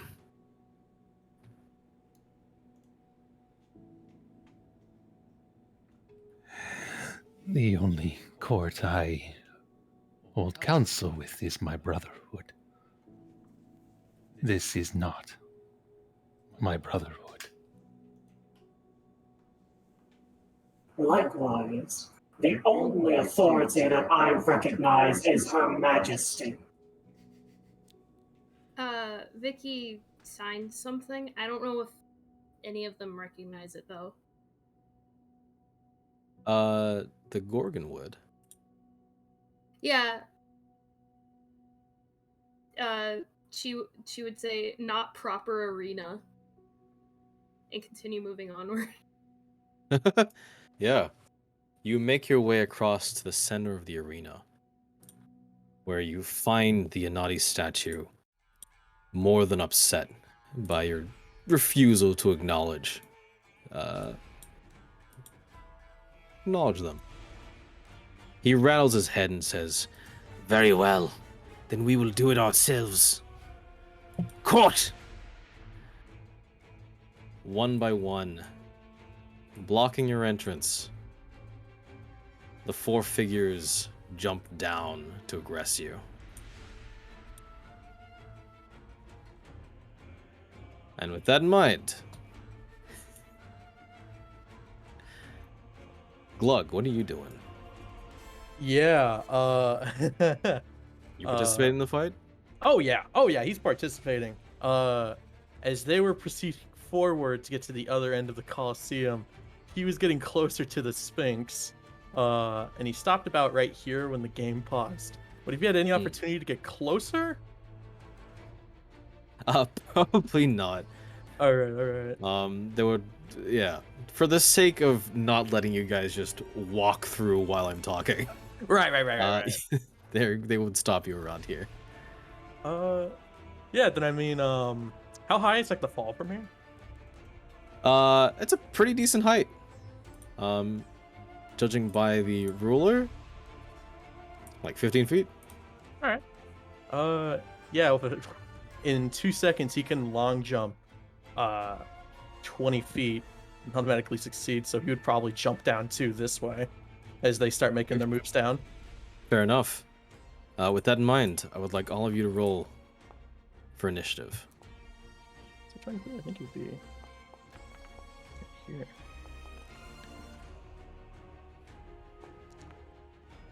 Excited to see what you guys have in store. God damn it. Top of the turn order, Glug. You're the first to act. Yeah. With the weird winged beast in gold before him, yeah, Glug is in active hunt procedure. Would we have our weapons drawn, or would I have to spend an action to draw my weapon real fast? I think you're the only one other than Killian that would have their weapons drawn. Alrighty.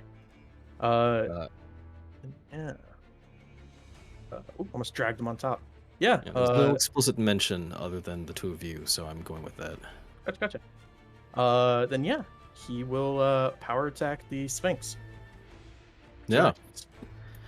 You watch, the group of you watch, as Glug jumps down, your pursuer, wielding a weapon that appears to be a giant volcanic spike as he spears into the Sphinx.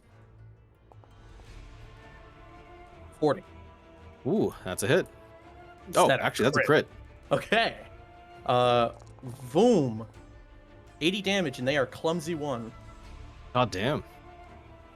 A significant hit in their direction as they are impaled, and yeah, you're used to encountering the automatons of your exhibition. Not quite an automaton, but just as falsely bodied. You see parts of wood and metal break off. Alrighty. And thanks to his 6th level feat, he can make another attack at map 5 instead of map 2 from power attacking. So he will make another strike against the Sphinx. All right, their AC is lower now. God damn, 37. that's a crit. Alrighty. Oh, Jesus Christ. 51. Oh my god. Oh, oh my God. In one massive swing, you impale them almost to death as a wing breaks off. More pieces of them shatter. There is a cry out from the Sphinx as she calls and says, Neanderthal! Cease this immediately! Yeah. He just has his spear driven in, just completely stone-faced. All right, Vicky. Yeah. I'm just double checking what the range is on a. What's the range on a spear? If it has reach, it would be 10 feet. If it's a regular melee weapon with no reach, it's 5 feet, so around you. Okay. So, whoop. But if it has reach, you can go boom. I'll post a size chart just in case. No, I'm good. I was just because I don't usually use melee weapons. Okay. Yeah. Alright, fine. Yeah, so 5 feet adjacent around you, so a little square. Let's see. So going to go over here. Going to spend one action to take the spear out of her other hand, and she already had the shield out, so she's just going to raise it. Okie doke. Gishkin. Yeah. Oh boy, okay. Yeah, swaying his tail and the big mast on his back, he's going to go ahead and call upon his oldest gods and summon up a wall of water. Yeah, no problem. Actually, I think. Vicky, I need you to give me a. Wait a second. Wait, I what? think you're. I mean, I don't advise, bro. Never mind. We're just talking about this in the other server. God damn it. Fuck yeah. All right. Who are you aiming at? Oh, I'm not aiming at anyone. This is a wall of water. It is going 60 feet right here. It's 60 feet long, 10 feet high, and 5 feet thick. Yeah. The creature that travels is going to have to swim through. Holy shit. Okay. Yeah, he's literally blocked by it. He is too big to not have to swim through that. And with his other action, he's going to go ahead and just skadoodle right in front of Are you quickened? Killian. No, it's only 2 actions. The That is no, 3 it's actions. 3 You're right. actions. Fuck, you're right. Yeah, I didn't yeah. realize. My bad. Your back, right bioluminescence glows as magic sprouts from the Colosseum ground and water appears in a massive wall. What does your magic look like specifically? Raindrops, actually. Just a Oh, lot yeah. of water moisture starts pouring off the body, and then as soon as it hits the ground, it just dissipates into nothing. Awesome. It is the upright man's turn. Homo erectus. He is not going to be able to maneuver without swimming as well.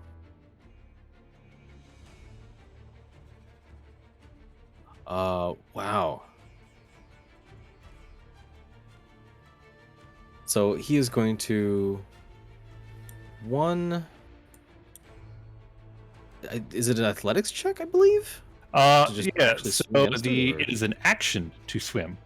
Oh, I It is see. a full action. You need to succeed at the action without attempting. Blah, blah, blah. Oh, and you can't split fucking movement either. So he has to move, swim, and then move up to Vicky. Assuming he can get through, yeah. So he needs to make a check. That is, what is the check actually?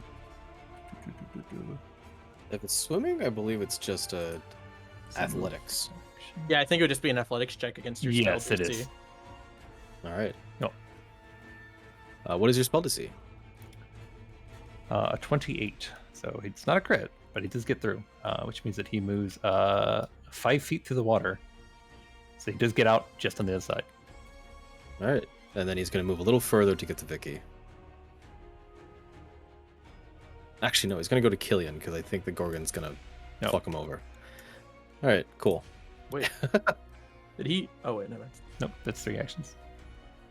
I hope that would still hit him. So he's going to get in a position where it can't. All right, sweet. All right. I think that would incur an attack of opportunity. Because if he popped that on this end and then moved, if he was right here. Here and then swimming through. Okay, and okay. then here. Yeah. Yeah, I'm just trying to find a route where he doesn't have to roll. Okay. It is the Gorgon's turn. It's going to make it a problem for everyone. So within 30 feet, Wow, I literally don't think. You know what? Okay. She's going to maneuver over here. And it's going to focus gaze on Killian. Give me a fortitude save.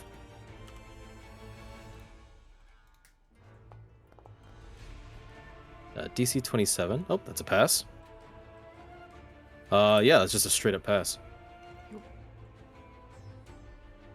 In that case, they're going to use their last action to take out a short bow behind them.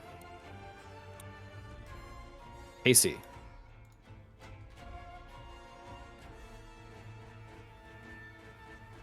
He will slap his hands down onto himself, and he opens up as sand starts to spill out. He's manifesting the Eidolon. The group of you watch. Where are you placing it? As the sand around him swirls, the massive figure of a skeletal-headed mummy appears. Muscular and fully grown, she stands at a titanic height, as large as a horse. Yeah, I'll put her right here. And as an action from manifesting the Eidolon, Casey can't do anything, so that's 3. So I think she will move over. She will take a step. That's the end of Casey's turn. Okay. You will need to roll me a DC 27 fortitude save. Oh, beans. Alright.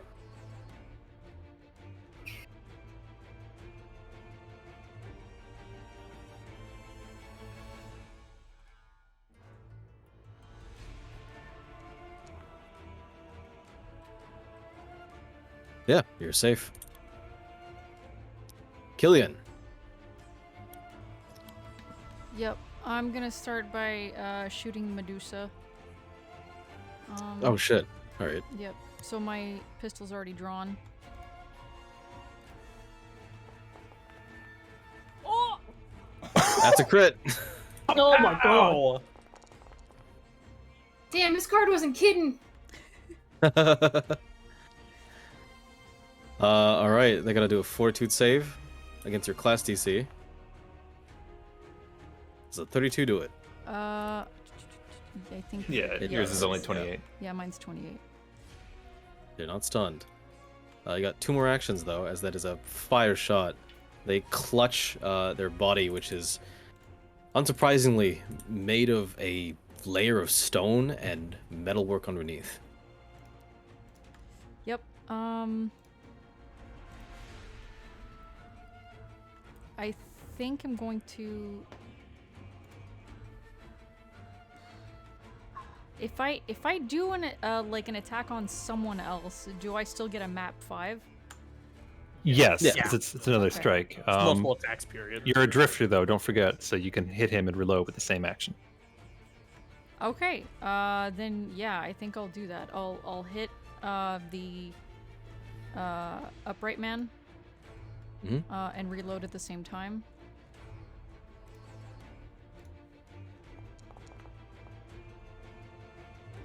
That's a hit. That's a hit. Mm-hmm. You strike the upright man, and with the same swift movement, reload your gun. Got 1 more action. Yep. And for my last action, I'm going to try to shoot Medusa again. Yeah, no worries. I have a hero point because we are at 9 p.m. now. Mm-hmm.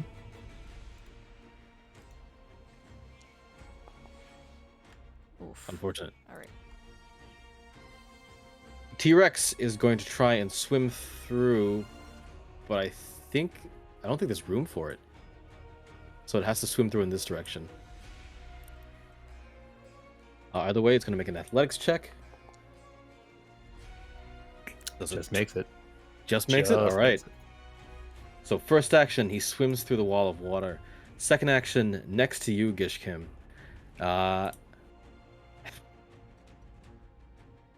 He is going to skewer you with one of his ribs. Closing down on this smaller dinosaur. Gonna roll that. Okay. It's not gonna do it. Failure. You take 20 piercing damage, but you're too big to be impaled. With its last action, it is going to chomp at you with its jaws. Oof, yeah, that's a crit. You take 62 damage as it bites into you. From within, you hear it echo, "Inferior." The Sphinx is going to... oh god, it can't reach you. Oh my god. Alright, it's going to use its first action to pounce against Glug. Is that a stride or a step? Stride. Oh, attack of opportunity. Because they had moved within my reach. Oh my god, you're right. You have a fucking... you have a reach weapon. Go ahead. Jesus, okay. Oh my god. It pounces, and like the man lion of old, you reach down and hold up your spear aloft, preparing to catch it with your spike. A swift move that impales the Sphinx upon it. You rip the volcanic spike out of the creature, and it is dead. Alrighty. Yeah. And he's gonna stamp on over its body on his start of the turn for one action, a stride towards the Medusa. Do I Okay. gotta make a check for the gaze? Only when you end its turn. Okay. Yeah, and with my remaining two actions, I'm going to power attack. Okay, That was almost. that's a hit. 31. Alrighty. Oh, Jesus fucking Christ. 34. Glug tearing You up. punish the Medusa as your spike goes through its other shoulder. It screeches out, its snakes moving in tandem. All right, give me a Fortitude save, DC 27. Got it. That's a crit. You are totally fine. Jesus Christ! Who is this fucking guy? Vicky. Yeah, Vicky is going to... Actually, doesn't even have to move. Going to lunge. So that extends her range by 5 feet. And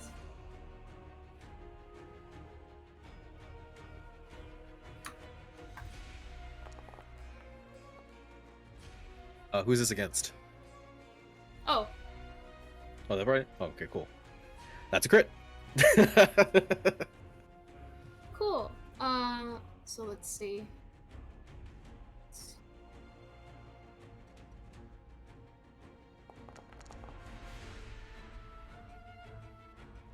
Yeah, you punish the upright man with your bipod, sorry, as it sneaks out of your umbral form and stabs into him.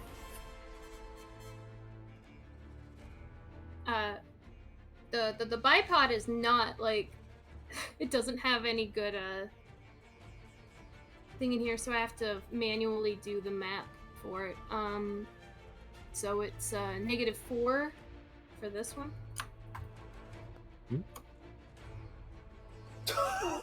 That's a crit. And -8.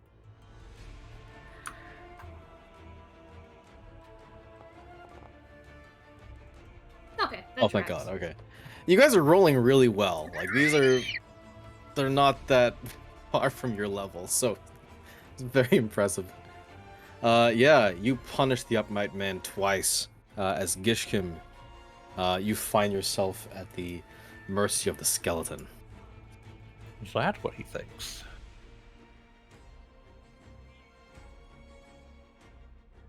I don't think so. I'm going to make a jaw strike against this man. Okay. You bite into his bones.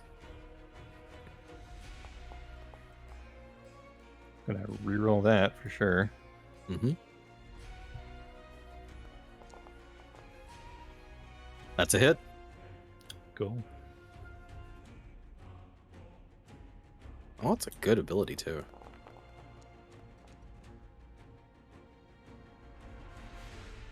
Oh yeah. You chomp into it. Only to find that your piercing, wait, is that piercing damage? What type of damage is that? It's piercing, yes. Okay, yeah. It is actually a little bit, resistant to it.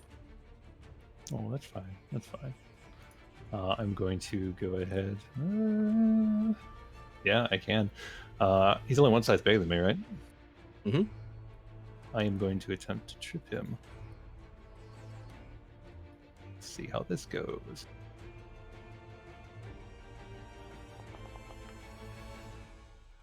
Really well. That's a crit success. As a skeleton, his reflex save is fucking miserable. And you see this massive king of dinosaurs fall and take bludgeoning damage, which he is not resistant to. As he's on the ground, he's gonna put a foot on his head.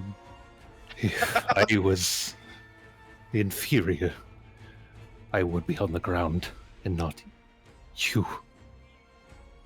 God damn. The upright man. Ooh. What's he gonna do?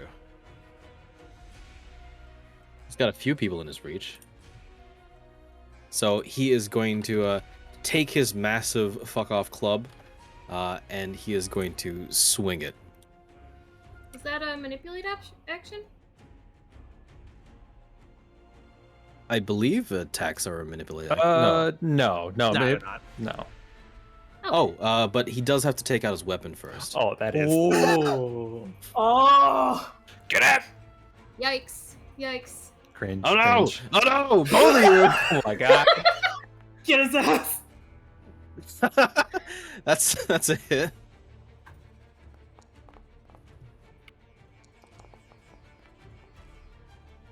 That's a crit.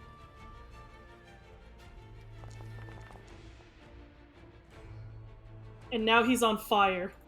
He's on fire. Oh my god. Okay, let me Oh my god! burning down. Jesus Christ. Before he can take out his great club, both Vicky and Sobek Neferu punish him justly, and he is a smoldering, burning automaton on the ground. It is the Medusa's turn. Her snakes hiss towards the incredibly determined Glug. All right. Give me a. Actually, let me see when the petrifying gaze is immune. Let's start with the Medusa's turn. Okay, yeah. Give me a Fortitude save, DC 27. Sure thing. Ooh, that has incapacitation. Mm-hmm. So if it's lower than I am, I'd get 1 degree of success higher. You would. That's the crit success anyway. So that's. Holy shit. Oh my god. Yeah, seeing that her gaze is ineffective against you as you stare her down, she gets nervous and is going to attempt to drive her fangs into you. Alrighty, that is it. All right.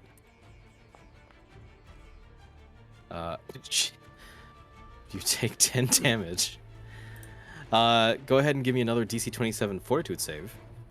as poison begins to snake through your neck. Your neck's too fucking thick! It doesn't go through! Who is this guy? This man's skin is like leather.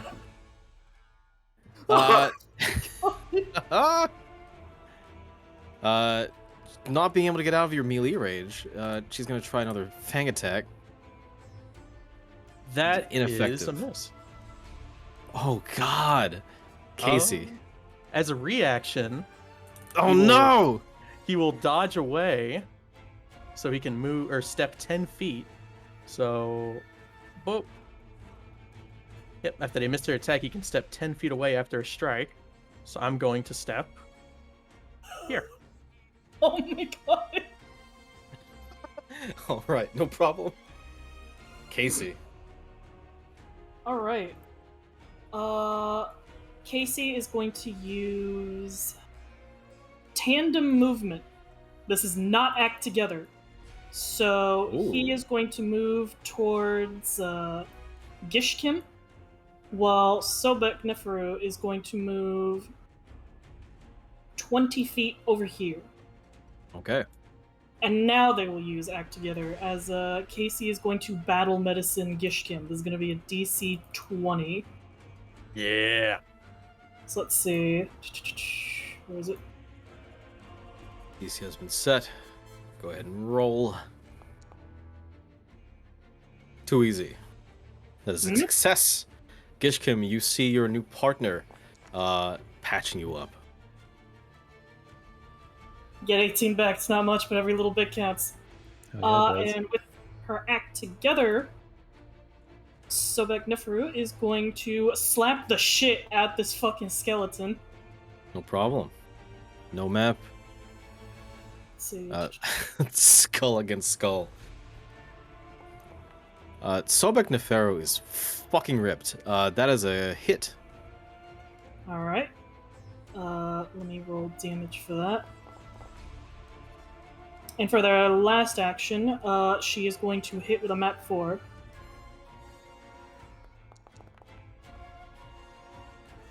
That is also a hit. Alright. However, as a passive action, she can just do damage again. Oh my god.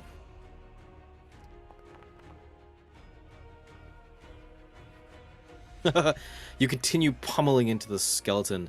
However, with your slashing and fire, it is actually pretty immune to most of that. Or not immune, but resistant. So rather than all that damage, I believe it only takes...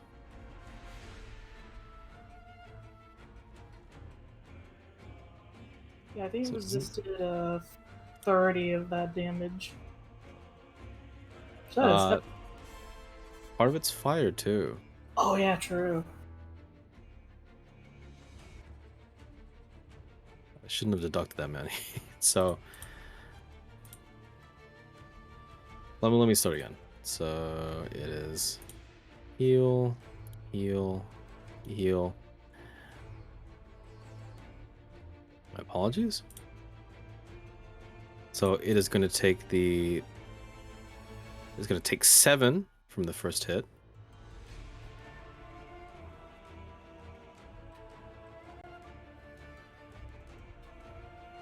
Another 7 from the second hit. And the last attack, it takes 6. Still a good amount of damage. The skeleton is just too sturdy against the blade, the fiery blade of Sobek Neferu. Ilian. Okay,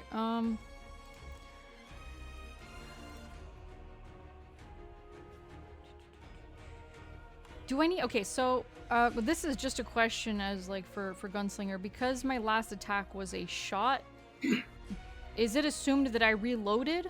Or do I have to reload at No. the beginning of my turn? Yeah, you have to reload, and I think because you're using a side pistol, you got to do capacity, which just means you spend an interact to get to the next bullet. So Okay. technically a reload in that case. In that case, I'm going to running reload. Okay. And I'm going to run towards Medusa. All right. And I have a speed of 30 feet, and I think that just makes it. Oh, that's plenty. Yeah, I'm gonna put myself there. Actually, I'm gonna put myself up there.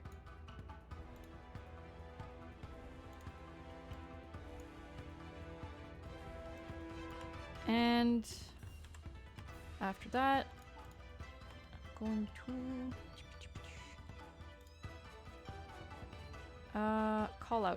called shot.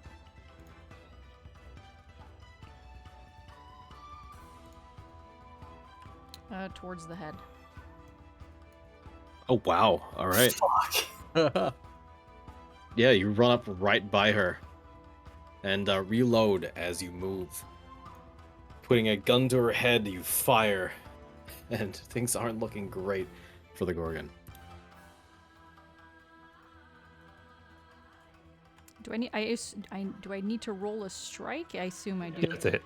Yeah. It's a ranged weapon strike, so I think there's a penalty if you're that close. I do not have volley. No, that's just with volley. Yeah. The only Oh, penalty shit, you take okay. from range strikes up close is attack of opportunity. That's a hit. Oh! Just hits. A pop to the head, and they are stupefied too, until the end of your next turn. Cool. That is my turn. Yeah. Leading it up for the Neanderthal behind you. You pop the Medusa in the head. Give me a DC 27 Fortitude save. They're still staring. But they are stupefied. Actually, can you concentrate when you're stupefied? I don't think so, actually. Hold on. I assume I needed to do the saving throw as well because I'm looking at her. Well, it's a concentrate action. It just says you take status penalty equal to intelligence, okay, wisdom, or yeah, and then you can't do spells without rolling a flat check. Yep, no worries. Yeah. You are totally fine. It's arcane. It has the arcane tag, but I don't think it's a spell. The Tyrannosaurus is going to stand up. Fuck you guys. With its man. first action. Yeah. Go ahead and strike. I believe it is this still at map? Because this is the No, it's round- a reaction, so it's free. Oh. Yep, Oh, doesn't you're get that right. number. Yeah, it says right there. That's a hit. Alright. Okie doke. So it is going to take 4 damage from that.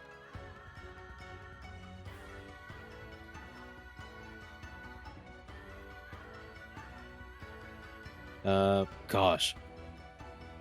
It is going to jaw strike Sobek Nefero. Pop beans. That makes it. All right. She takes 25. Alright. And you are automatically grabbed.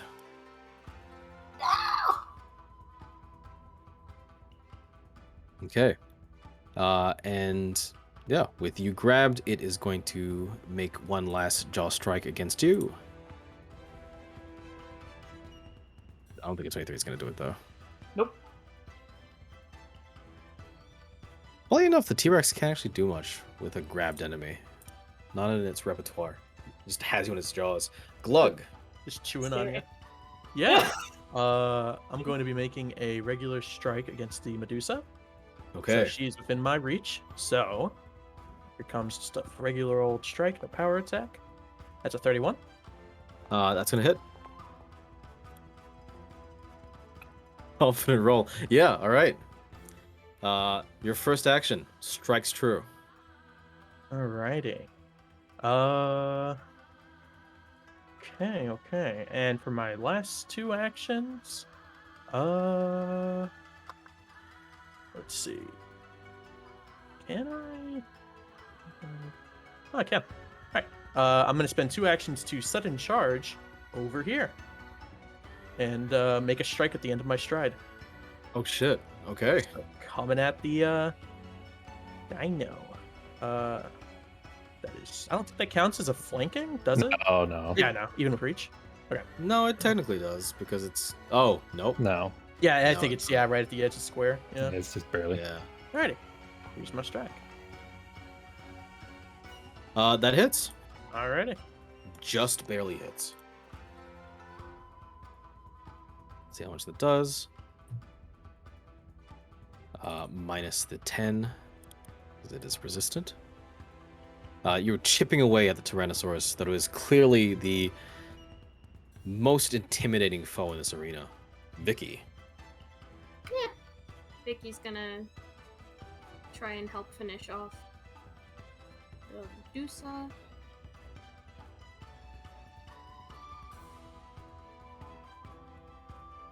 Please, biped.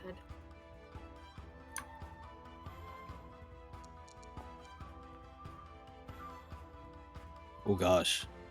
Are you flanking? No. That is a hit. Okay.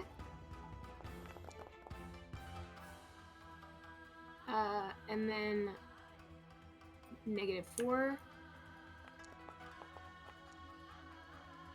That's also a hit. With one final stab, you pierce the Medusa as it slides down your bipod. Forcing it to the ground, the two of you see its mechanical pieces strewn across the Colosseum floor. And at last, there's only one enemy left. Yeah. Vicky looks a bit disappointed, and then she raises up her shield. Native to the Colosseum, you are their angel. And, yeah. You observe the others. Gishkim. The T-Rex Yeah. is standing at its full height once again. He's a big bitch. That's cool. I'm gonna go ahead and use 2 actions to cast a heal on him. Oh, fuck. Oh, no. Oh, God. So he needs to give me a basic fortitude saving throw, which will be pretty good. I'm sure. That's fine. This is Fortitude's, perhaps his best trait. All right. You know what? That's fine too. All right. Well, that's fine. Because this big bitch, I got a tail.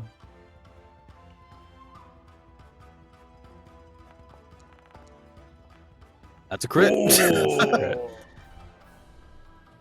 Let's fucking go.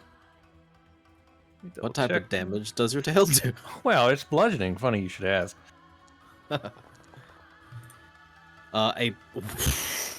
Jesus. A massive strike that causes bones to scatter across the floor. It is not immune to any of that. It roars out in a perceived pain that you were very quick to capitalize upon. Is that the end of your turn? That is it. That is 2 actions and 1 action attack. All right. Casey, Sobek Neferu is grabbed. Oh, I don't fucking think so. With Act Together, Casey is going to cast onto this T-Rex Phantasmal Killer. Oh no. Oh god. I don't know if it's Will's great. It's not. That's a success. Alright. Oh, sorry, that is a failure. It's 86 mental damage. They are frightened too. 26. And with Act Together, Sobek is going to try to just fucking punch her way out of this. So let's see.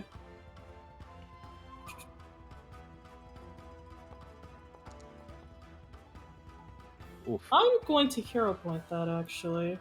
Okay, is this an escape action? Or are they literally attacking? This will be an escape action, I think, yeah, actually. Okay. So let's do.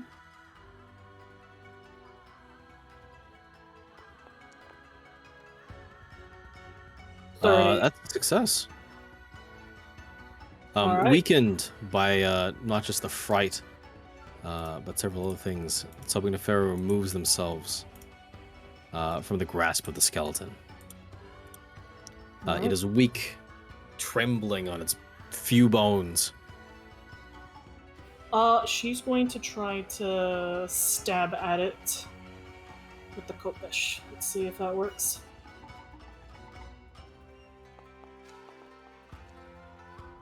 Beans. Unfortunately, not. Mm-mm. And I believe that is all my actions. Killian. Can Killian aim for the fucking Anati up there? Sure, He's gonna do they're that. in sight. They look very nervous. It's only been about like 18 seconds. Yeah, he points to the Anati and he's like, end it right now or I'm shooting. Give me an intimidation check. I'm using incredible improvisation for this. Okay.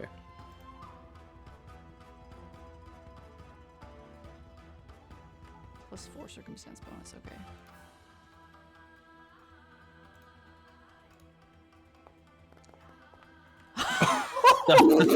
So it's 35 with a net 20. They hold up their arms. The few that they have. All right, all right. We're all friends here. Skeleton, T-Rex, whatever your name is. That's enough. That's enough. The T-Rex, in the midst of fighting, takes a step back and looks exhausted. You've made your point. Whoa. Some security guard you are. Look at the wreck you've done. I mean, we just wanted to go. What is this all about? Is this the usual thing? Is this why the other guards are dead? Did you kill the past ones?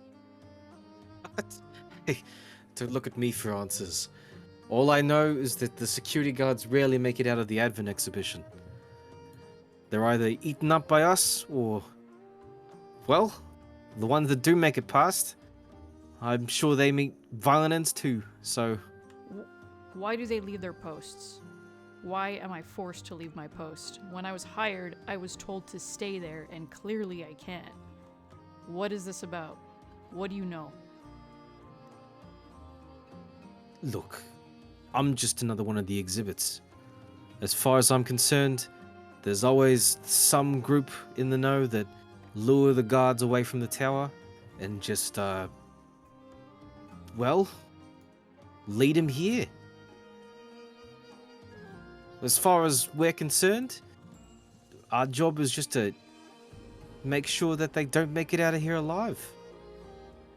Some of them last longer than a night, but most of them don't. That's just the way it's always been. And there's no rhyme or reason for this. You just see a guard, you kill. From our perspective, sure. I don't know if they're looking for the right guard or what, but so far, that's my involvement. I'm just here to have a snack before the day turns over. Okay. Listen, if you know anything, you gotta tell me. I'm just trying to do my job here. I can't do it if people are trying to kill me. I meant to protect you guys. I don't know if that's something you know or are aware of. That is my job. I meant to protect the exhibits. I can't protect you if you're trying to kill me. Give me a diplomacy check. Okay.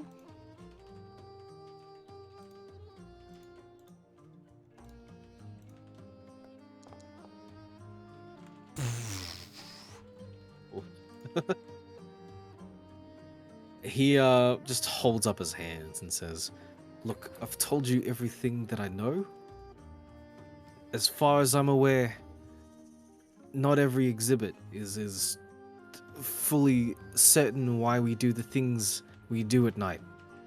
We're given free reign of the place, and for the most part, it's peaceful. But every now and again, a new security guard comes, and that's when we have to do this. And I mean that in the most casual sense of the word. I guess we don't have to kill you guys, but that's just the way it's always been. There's always some group of folks coming in, taking the guard out, and we kill them. Alright. Okay. So there's someone behind it. Fine. I'll just find out who it is. Right now I gotta get some lights on. Stay where you are, please. Don't come after us. Look, if you want my expert opinion, you are very clearly the most capable guard that has come here in a long time, so I'm not getting in your way. Alright. See ya. And he kind of is...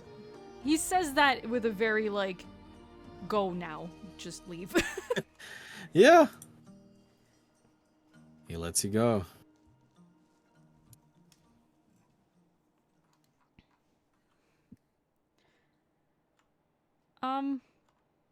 As soon as the Yanati and the, like, T-Rex leave, Killian is gonna turn to the rest of the group.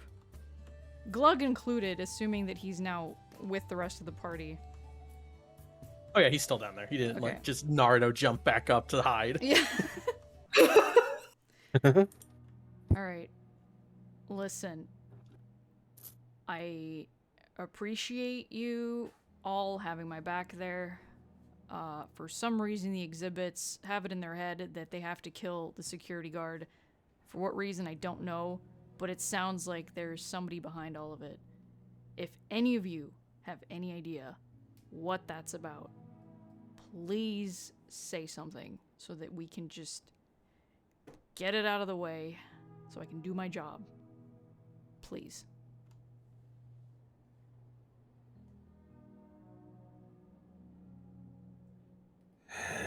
I'm afraid that information is not available to me, or I believe many of these others. Indeed, it is not. Valiant Killian, I told you that you were not safe, did I not? Yes, you did mention that. But I'm trying to find the why. I'm just a night guard. I'm here to protect the exhibits. Why are the exhibits trying to kill me?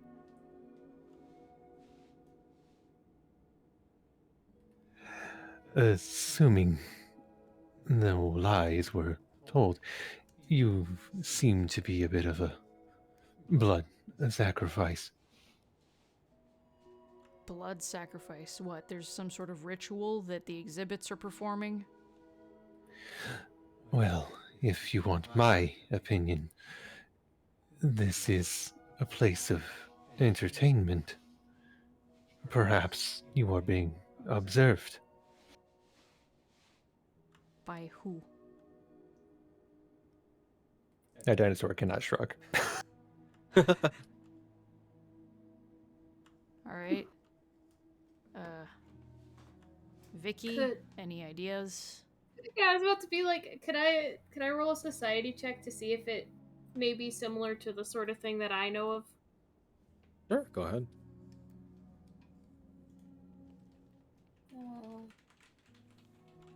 Oh, or actually, can I use it with my lore? Ooh, what is your lore? Warfare. No. Okay.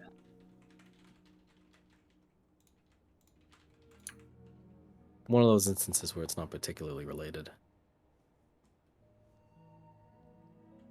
Gosh, you think about it. The circumstances in which Killian is here do not seem to pertain to any sort of blood sport or entertainment. The court's interpretation is very liberal at best, and just seems to be their own sort of made-up perception of why Killian and the other security guards go missing. You kind of have the why. The security guards go missing because people kill them. But the why to the why, that's anyone's best guess, including the exhibits, and especially yourselves. Yeah, Vicky very crudely, or she tries to sign out as best as she can. I don't think they know what they're doing. All right. He looks to Glug now, who's not really said anything. And, what about you, big guy? Didn't really say anything, not much of a talker. Kind of just been following us ever since gosh knows when. I assume you can speak and you can understand me. Yes. Awesome, great. Any idea what's going on here? Anything that could help? The inner instincts of the exhibits. None of Glug's idea. Glug wanders these lands, finding a way out. You're trying to get out.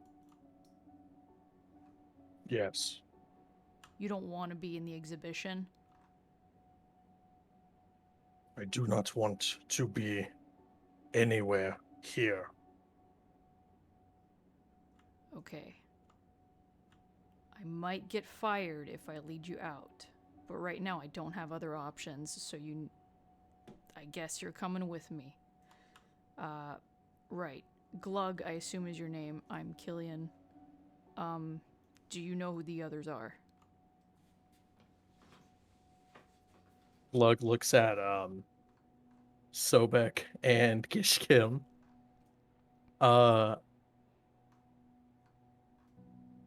Would he really? I mean, honestly. I think probably like through glances and such. Like he's seen them, but he's never approached. Yeah, you've wandered around the exhibition quite extensively. Folks like Gishkim are perhaps the closest because they're in your active territory, while the others, you've probably seen once or twice, but they don't really track in your memory. Like they're not people you choose to remember because they're not super important to your exterior goal. I am familiar with their presence. For who or what they wish to do, I do not know. All right. Well, right now, we're going to the maintenance room. So, I think we've kind of wasted enough time here. Let's keep moving, and hopefully no other exhibit wants to kill me. He puts away his gun in his holster, rubs his forehead, and starts moving. Yeah. Following the gate that you saw in the distance, you eventually reach the entrance to the first era, the exhibition of. The gate is in a totally different design. And on either side, you see long bearded dragons, one representing the sun and the other the stars. About at this point, about another hour has passed since you're leaving the Panopticon. And using your security keys, you unlock the door and enter through. Ah, the Empiric Era, also known as the First of Eras, within which history was restarted by the first Emperor of Shangri-La, beginning at the day of his bloodied coronation at the downfall of the gods. This beloved regent, known as the Imperator King Girugames, liberated mortality and began history anew. This would be thenceforth marked as the first day of the first year in this first era. You find yourselves amidst a calm and peaceful valley. It was here in the valleys of Shangri-La that the first races were liberated. Elves, dwarves, humans, and halflings, all folk alike were known to have lifespans that extended centuries. But at the first era, they were shortened drastically. A common saying of this time asserted that those who now lived shortest must have sacrificed the most against the gods of old.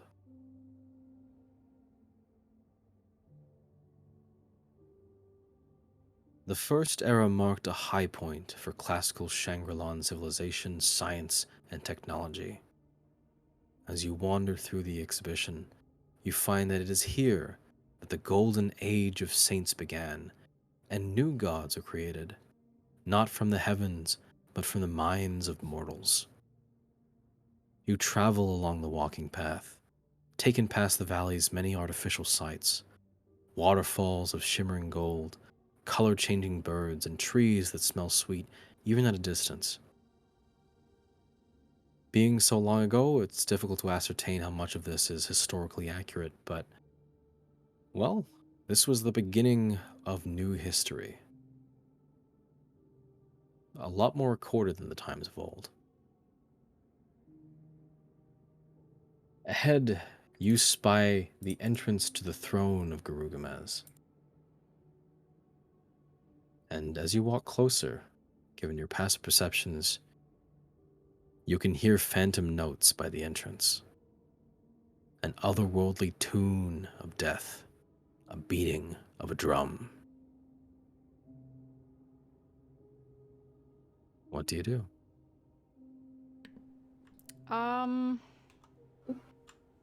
Does the drum sound far off? It gets closer the closer you approach the throne, but it's a pretty one-way track here. Okay. Does there appear to be, well, anyone sitting on the throne? The throne itself is housed by what looks like to be a large golden exhibition room. You can't see the throne proper yet, but at the entrance you see what looks to be a spectral figure.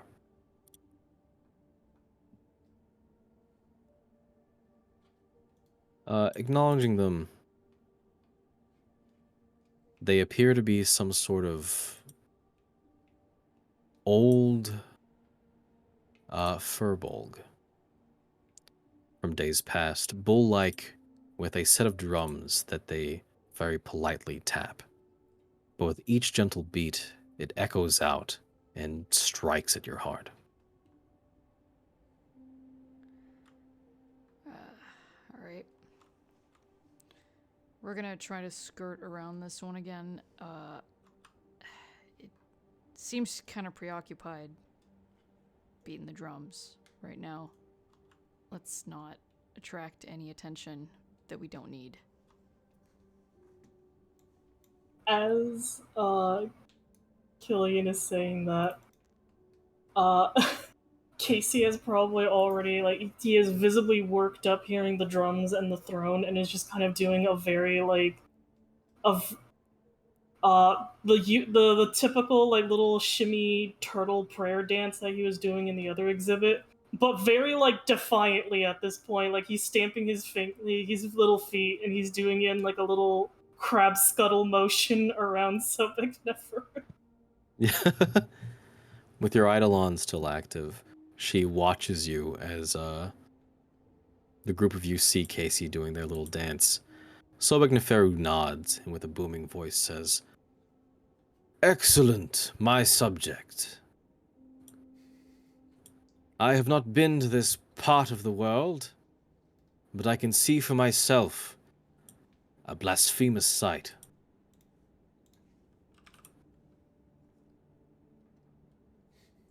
Oh, rest assured, Your Majesty, I accept no substitutes.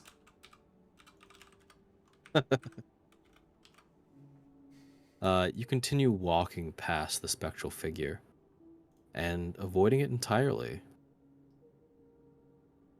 They don't appear to disturb you.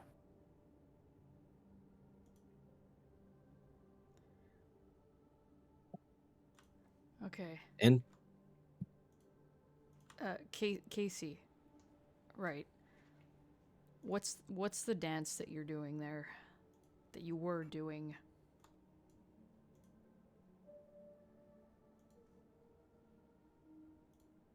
It is a dance to honor the highest of royalty, of course, Dale Gilligan.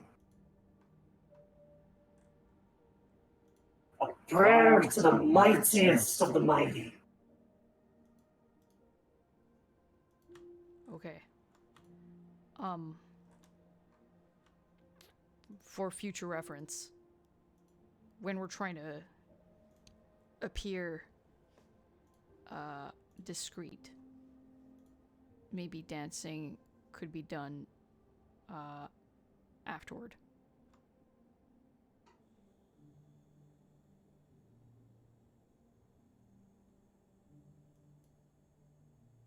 He doesn't have a face, but he just like stares at you. All right, good talk. Let's go. hard to ascertain their expression as you move on into the little housing area for the throne. Lo and behold, you see for yourself the throne room of Emperor Garugamaz of Shangri-La, complete with a plaque. Upon the throne proper, you can see a massive statue made of soapstone.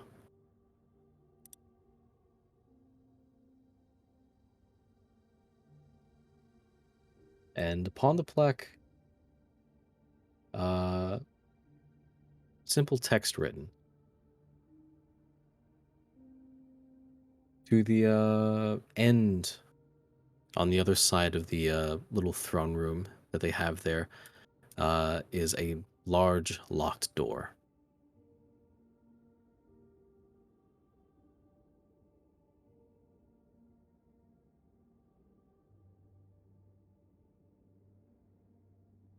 Does there appear to be any sort of like keyhole or anything to unlock the door? Looking around in all the obvious places, there does seem to be a keyhole. Are there any? Is there? Okay. Well, okay. First, is the keyhole? Does it seem to fit any of the keys that I have on my person?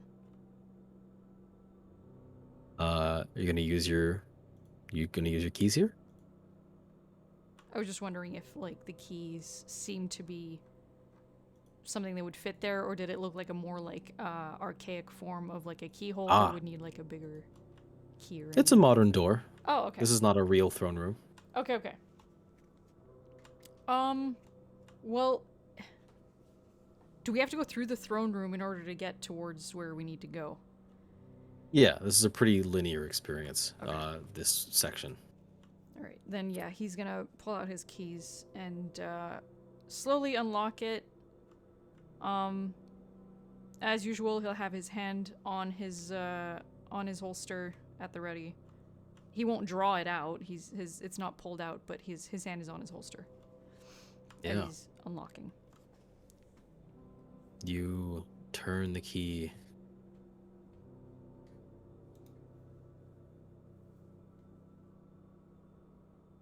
And clicks. The door is unlocked, and it swings wide open.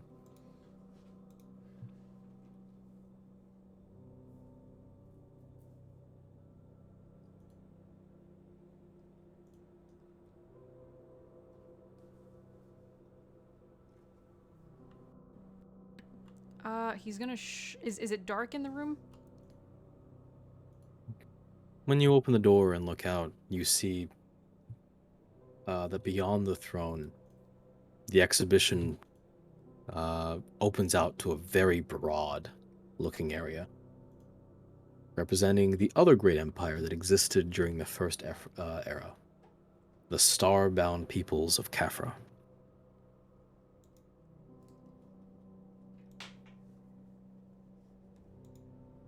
Okay. He will slowly walk in. He'll shine his light around, see if he can catch anything out of place or any movement. Okay, give me a perception check. You hear a crack behind you. When you turn around, you see Vicky having struck the statue of Grugames with her weapon. Rather out in the open, you see it crack and the head crumble down to the ground. Hey, what are you doing? Vicky, what are you doing?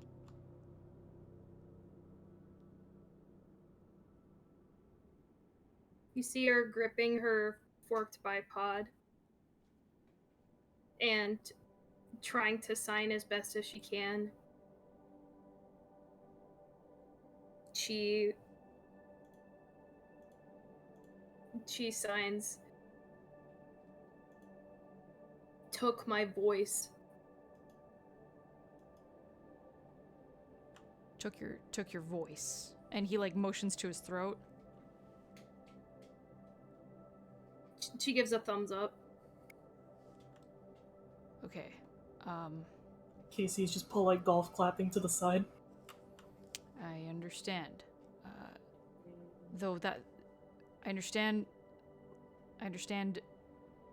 your pain and your annoyance. Though that was just a statue, Vicky. It was not moving. Was it? Now he's not so sure anymore. Vicky points to herself and then signs, "Represents something greater." Okay. Oh boy. All right. He's just very concerned for whether or not this is going to reflect on his paycheck at this point. And he just keeps moving. Yeah. With your perception, you see ahead of you the Khafran observatories. The Empiric era is known for its two largest kingdoms, that of Shangri-La and that of Khafra.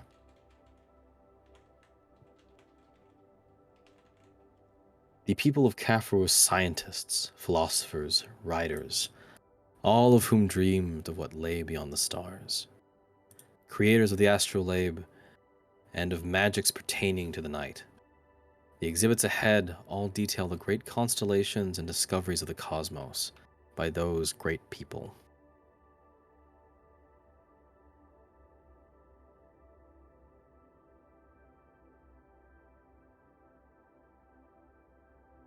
By the end of the era, over 1,000 separate gods existed at that time.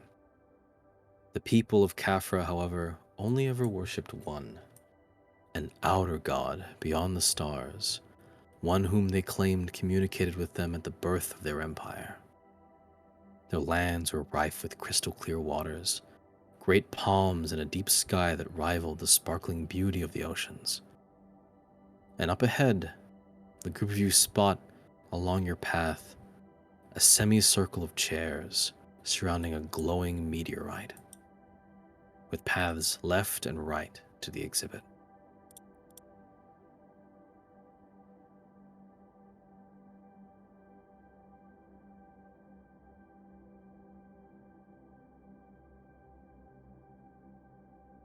What do you do?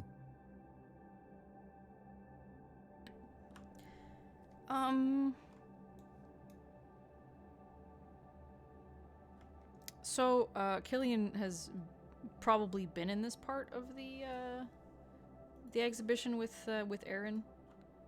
Even if you hadn't, it's in the manual. Okay.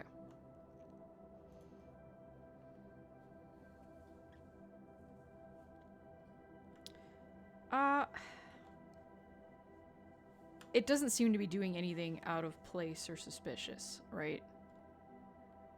No. Okay.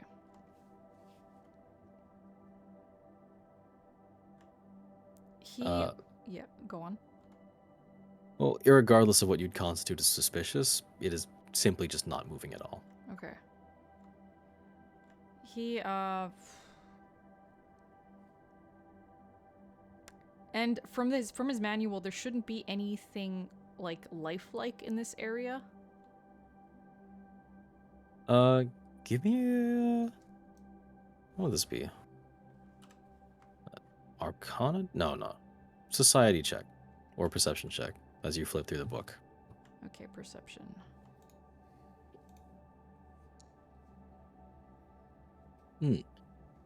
Strangely enough, as you flip through the book, there are parts of the exhibit that don't really match up with the manual proper. But they do mention the Catherine Jewel. They don't mention any living exhibits in this part. Alright. I don't think anything is a threat here. Let's just keep moving. Unless you have anything you need to do here. Glug, you mentioned wanting to leave. Have you been here before? Is this a nice place for you? So just to get like a visual of the room, this Catherine Jewel, like, there are paths to walk around it, or do you have to go past it? Like, what's up? There are paths on either side that move around the meteorite in a circle. The exhibit itself is a series of chairs that look directly towards the meteorite. Hmm.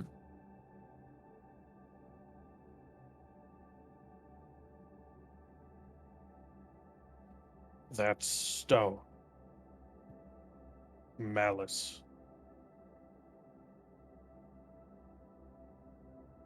Wary one should be approaching the stone. Finding path around it, away from it, important. Alright, I think we'll take your word for it, Glug. Let's... Wide berth. Give it a wide berth. Let's go around. All right. Give it a wide berth. And sure enough, the closer you get to the meteorite, the more you feel a strange, sinking feeling in your chest. It pulsates with a malevolent energy. If a soul beyond the cosmos is trapped within, it wishes for something rather peculiar, almost evil. But the draw is too distant for it to grasp its hands into you. Part of you wonders how the exhibit managed to lose its casing, since something like that seems rather obvious for an item this dangerous. But moving past it, the influence fades away, and the group of you are able to avoid the hazard without any trouble.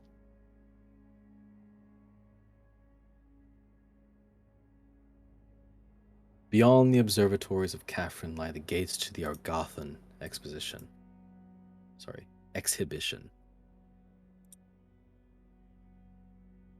Here, a giant crown lies at the top, with symbols of the Grand King carved into the gate.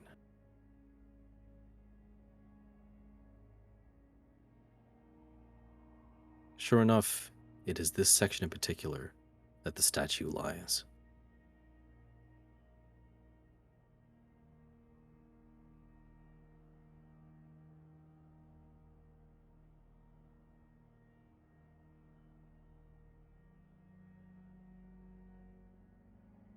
Okay. And as you pass through, sure enough, there's a little security door that you can unlock. And before we move on, I'm going to take another quick little break. Yep. All right, I'll be back. Step away. Yeah, I'll be right back too. Yeah.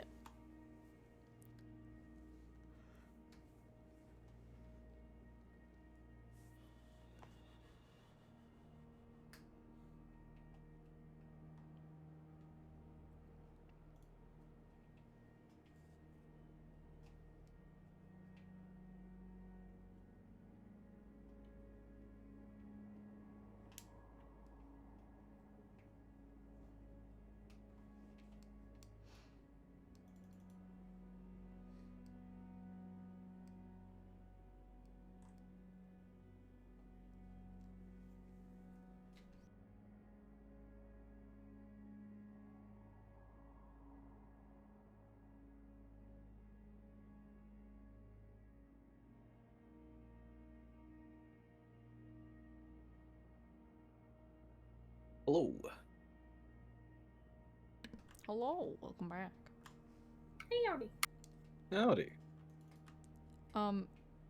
In character, I'm like Killian is kind of like wary of everyone right now. Yeah. Out of character, because I know that there's a traitor, I don't know who it might be. I'm not really able to determine if someone is more suspicious than someone else right now. Yeah. All according to plan.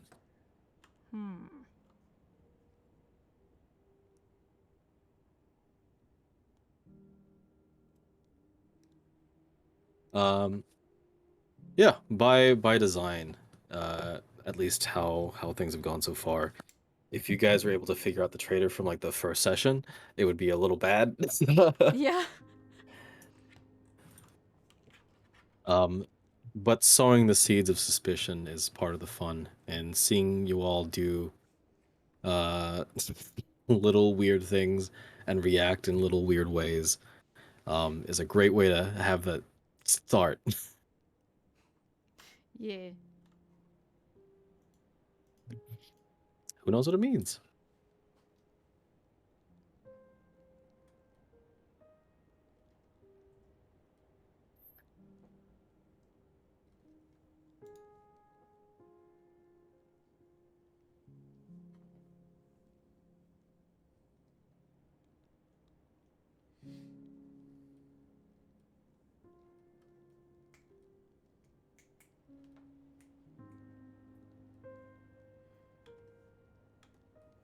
Hello.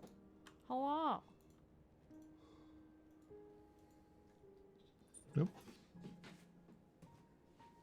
Fighter's funny as shit.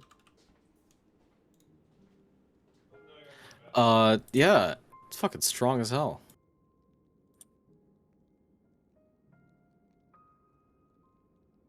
Bear back. 1 second. Yep.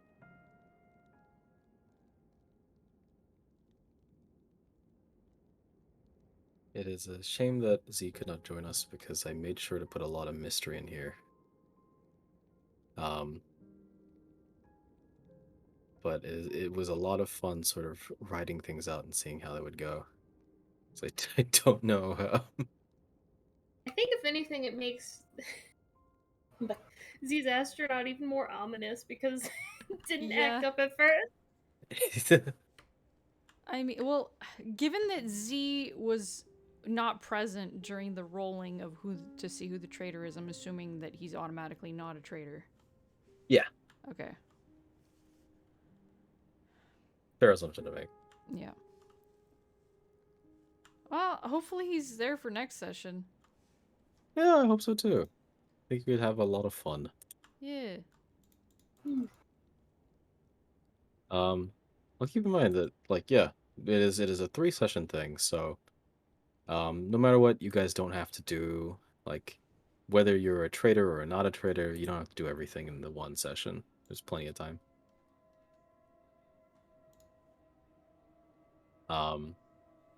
Since everyone has tasks of some sort, they aren't limited to just doing them all right now. Which for some people, they have stuff that literally can't be done right now. So, good to keep in mind.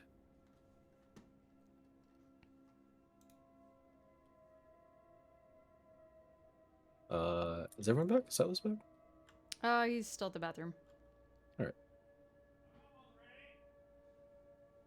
Present just eating some pizza. Yeah.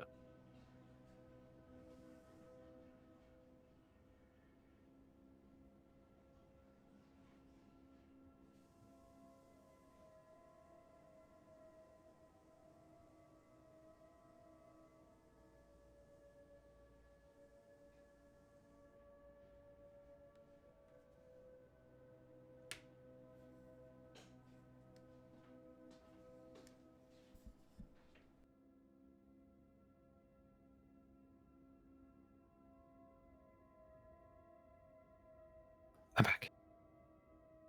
Welcome back.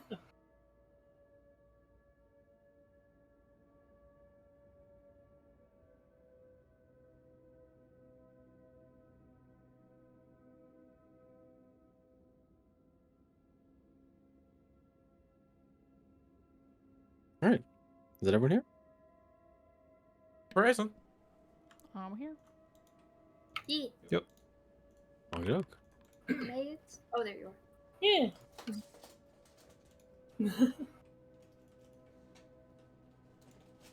You walk into the room.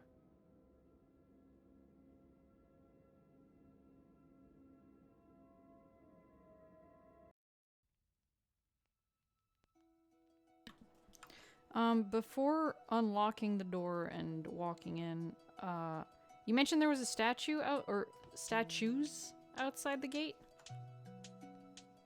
Sort of. There are symbols of the Grand King carved across the gate.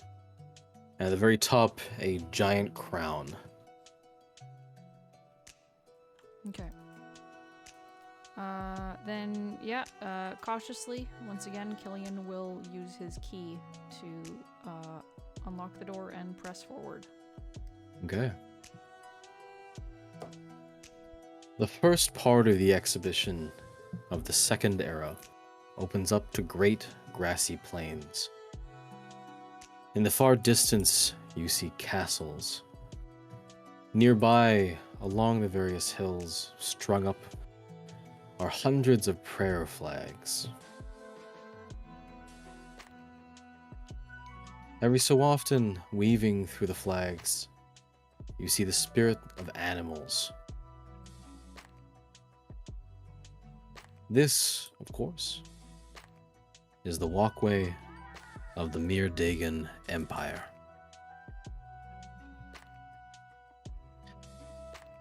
The Mirdagan Empire, the largest contiguous land empire in history.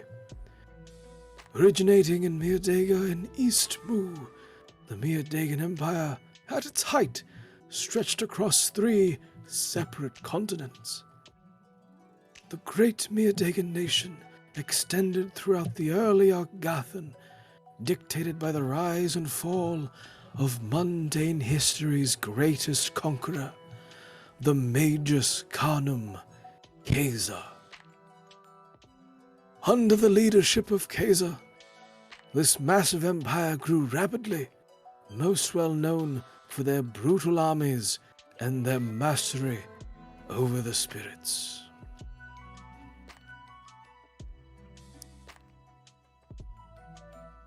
You begin walking through the grasslands, seeing what almost appear like hallucinations, weaving through the various hills and plains. The grasses grow tall, and I would like all of you to roll me a will save.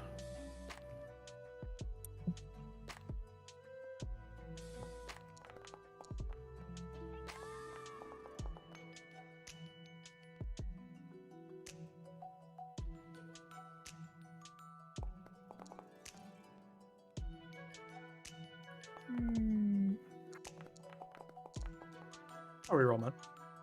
Okay. Yeah, I think I'll reroll mine too. Would only the summoner roll for this, or do I Yeah. have to roll for? Should have Alright. rolled.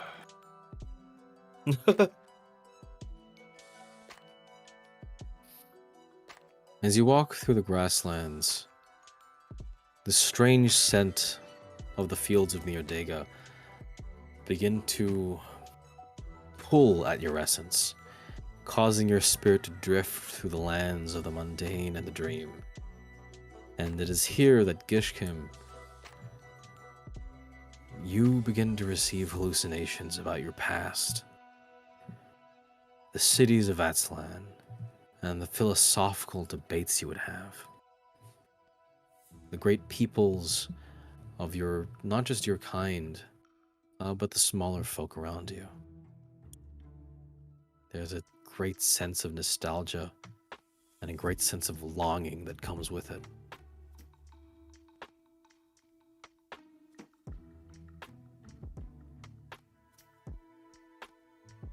Yeah. In your sadness, you find yourself a little clumsy. At least for now. At the end of the fields, you see a much brighter spirit watching you from the distance.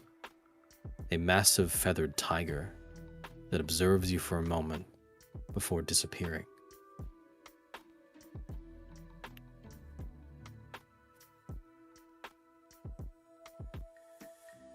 Eventually, the group of you reach the castles ahead, finding yourselves in a large set piece constructed of several famous cities of the time.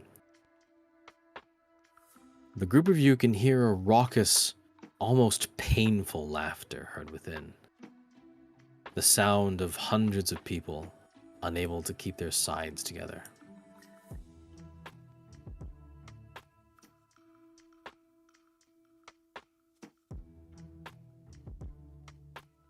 As you walk through,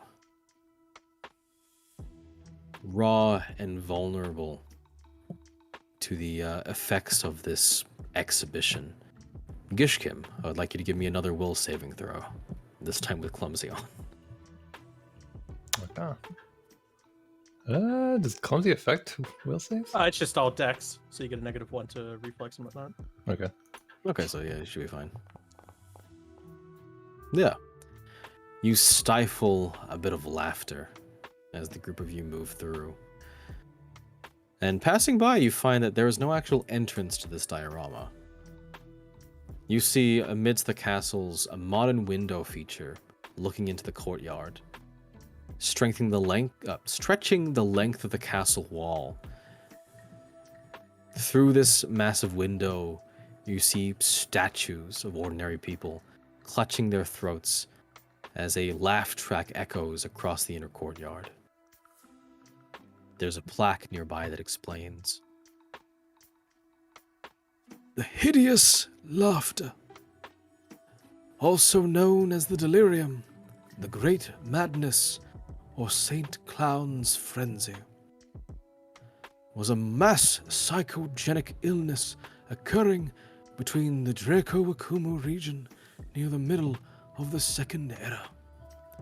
It is the most fatal pandemic recorded in human history, causing the death of hundreds of millions of people across Uerika, Kumaria, Mu, and North Dracorum, peaking in Uerika from 107 to 113 2E. We know now, of course, that the hideous laughter was caused by the influence of a powerful and demonic archfey known as the Pumpkin King. But by the time it ended, a third of the population of the Wernicke continent was wiped out by the pandemic.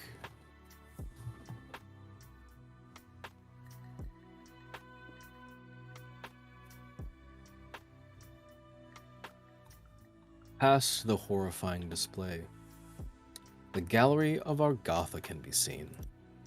A comprehensive history of the era told across hallways of relics and paintings.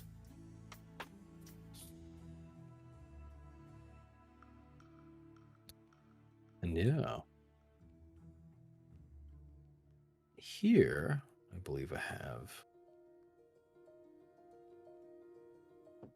a thing.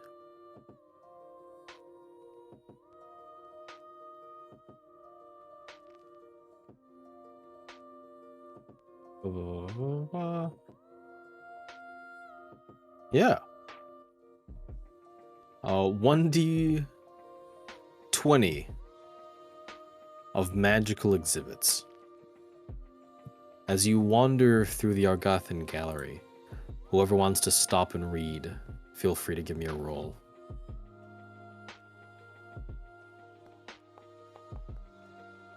Ooh. What You, did they roll for? 1d20. Oh.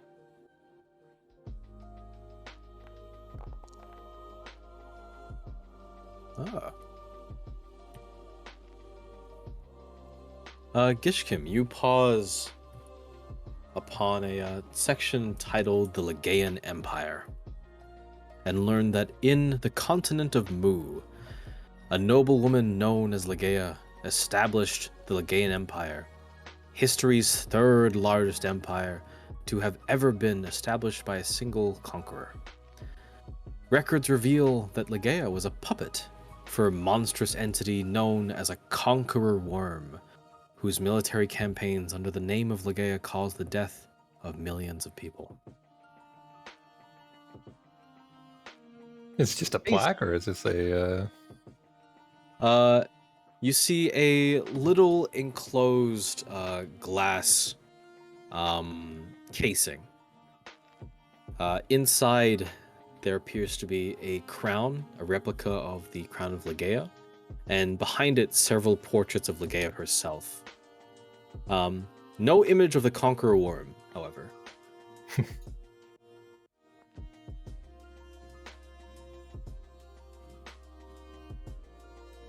Casey, you come across a small exhibit full of various coins, all in a large sack. Each one seems to be a different type of coin, and the plaque reads, "In Aryavarta, the 500 Guild is established and officially divides itself from the Rakshasa Sultanate. It was described by Wernicans as the richest guild to trade with." And Vicky, you come across what appears to be a encased sort of orb, sort of like a snow globe, effectively, with frost surrounding the exterior. And it reads, "At the end of the era, the white moon Dia experiences an elemental eclipse that plunges the world into the lunar ice age. The blizzard born of ocean, the demiplane of water, establish a kingdom in the continent of Anthul, and the spectral undead grow in numbers across the warmer parts of the world."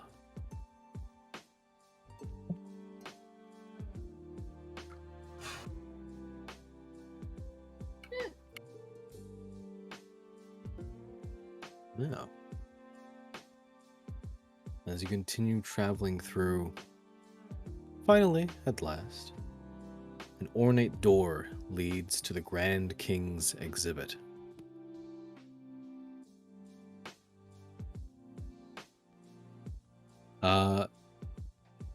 Undeniably the most famous figure during the Argothan era. Passing through, you find yourselves in a courtroom, behind which your exit lies.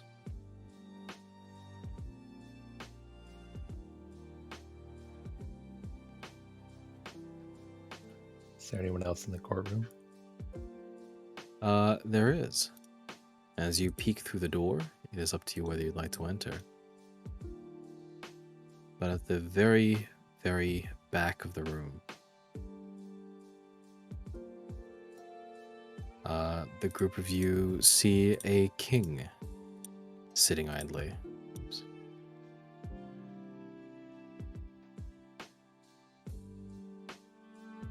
He has yet to notice you.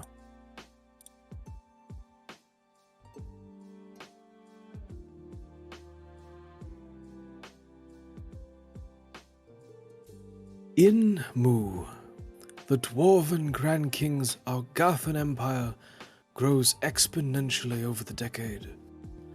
They become a global leader in gold production and reach their territorial and economic height under the reign of the second Grand King, Prosburn II of Olgatha, the wealthiest individual of the medieval times, and according to various sources, as history's ever.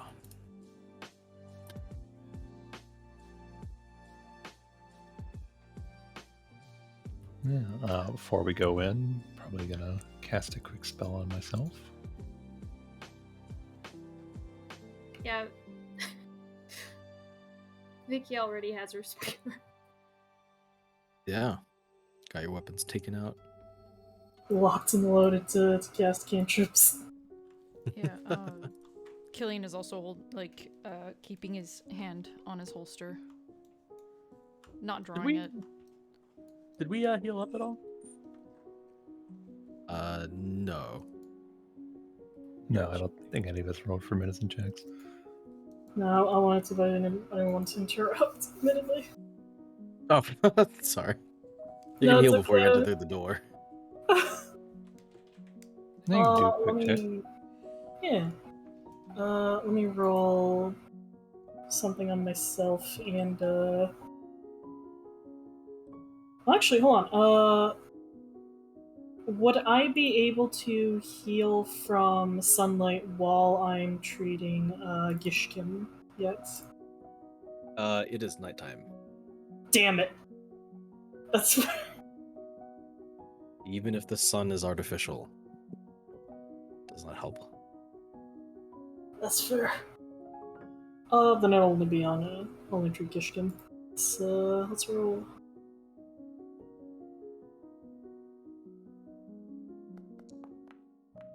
No problem. Oof. Got to get fucking juiced. 26 worth of juice.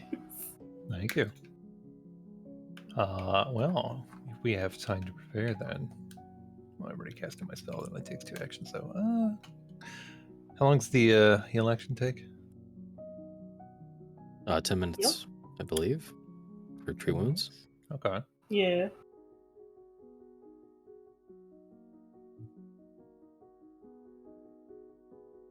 Alright. No, I'm good. You walk through and find an automaton depicting Grand King Prosper II awaiting you. He does not lift himself from his throne, but calls out, his voice echoing across the long hallway. Visitors, you're out of your era.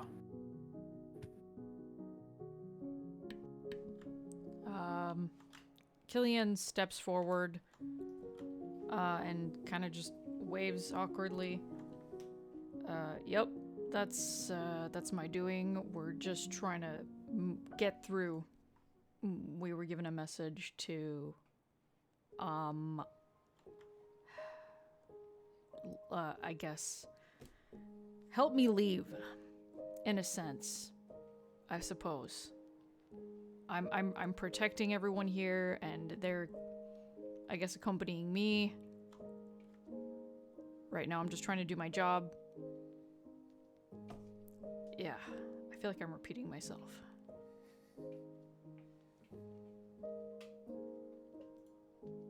You have found yourself in a precarious position, Mr. Killian, James. Mr. Killian James. To the rest of you, you have brought the human into my realm. It seems of your own volition. They're kind of following me around. Very well. And you are not aware of your circumstances here, Mr. Killian James. I think I have an idea. I'm trying to figure out why, though. What is the issue that you all have with me and the other previous night guards? It is not an issue so broad. Rather, it is the failure of the other night guards to meet our expectations that has caused their dismal fate. We are not looking to hunt down so indiscriminately, but rather it is important that we find one person in particular. Right. And what expectations are those? Just for my own, curiosity, I guess? It is hard to ascertain. We are simply automatons, relics after all. Only the benefactor knows whether or not you are worthy. However, such things need not be decided by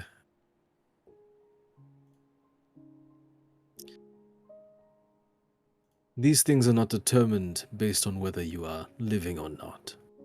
And as it so happens, when it comes to the gods that we encounter, it is much easier to take them when they are dead.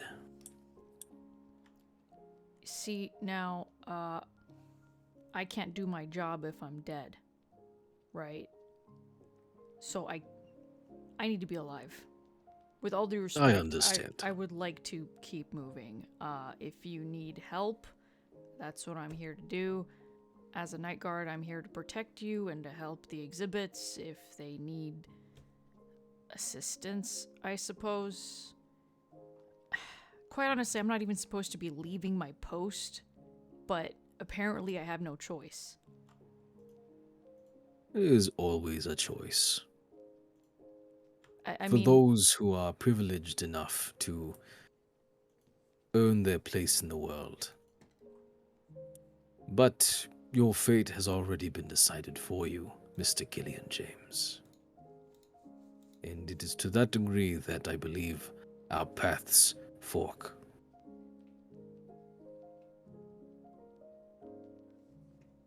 But so, fork, you mean like you're going one way, I'm going the other way? it need not be that way. You are effectively relieved of your duty, in the sense that you are required for a much more important purpose. I understand, however, the trials and tribulations the people of your world go through, the reasons why you take the jobs you do. Human, Mr. Killian James, I am a peaceful man. I am a wealthy man.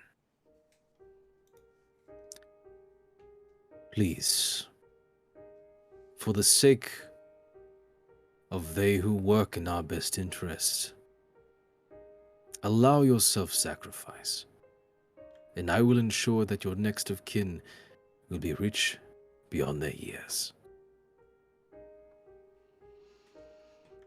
He kind of just stops and sighs really heavily, rustles his hair a bit, pulls out a cigarette, then thinks better of it because he's in the exhibition room, puts it away.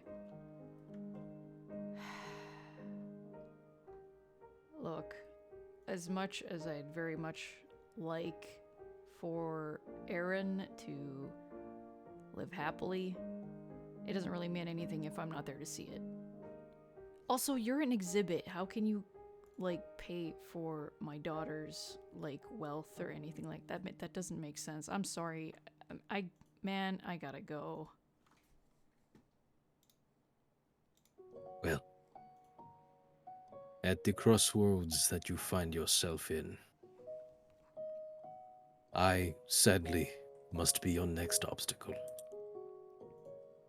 He snaps his fingers, and two doors swing wide open on either side. Out of the first, you see the feathered tiger from earlier. It wanders out and awaits you in the court. Accompanying it is its master, the infamous Magus Conum Keza.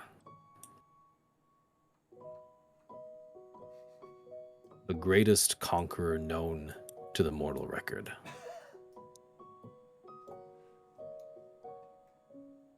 Out of the second door, you see a collection of peasants, overwhelmed by frenzy.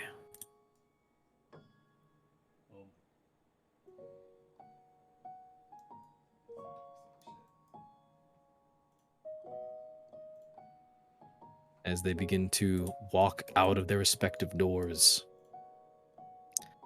the Grand King awaits by his throne.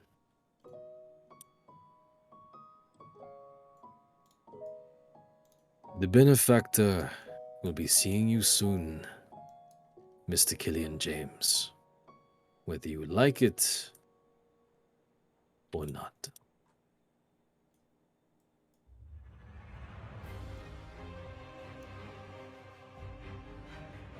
All right. With that, I would like everyone to roll initiative.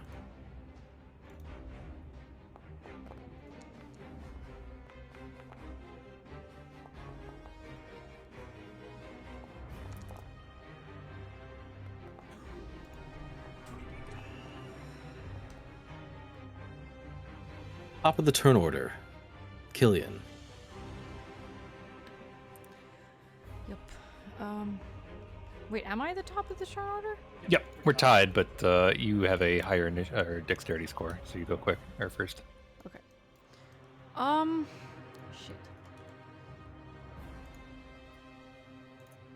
Just trying to figure out what the range is on my, I think it's 60 feet for the The slide pistol, slide Yeah. pistol. 30 feet. 30? Is it 30 foot increment? Yep. Really? Yeah. So you're gonna take penalties if you fire beyond 30 feet. I think it's what is it? Is it -1 or -2 for every increment? Every time you double it, so like 30, 60, 90, so on and so forth, you take a -2 to each one. Okay. Okay.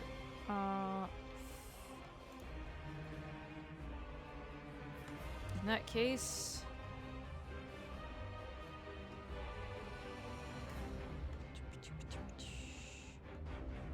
Gonna do Feigns Escape. And he does have a deck of cards on him. Oh shit, yeah. You reach into your pocket and flurry out a deck of cards. All right, and yeah, a sneak action. Go ahead and give me a stealth check. Or actually, No, you're just hidden. I'm just yeah, straight up you're hidden. just straight up hidden. Yeah. You move as you sneak, and then I roll your stealth check in secret. So, does sneaking take a penalty to distance or speed? Yeah, when you sneak, you do half of your speed. So if you move 30, you can sneak 15 feet ahead. Okay.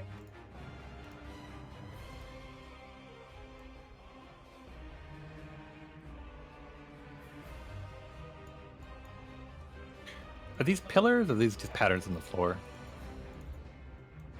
They're patterns. Okay. Good to know. I think it was up here that was 15. Yep.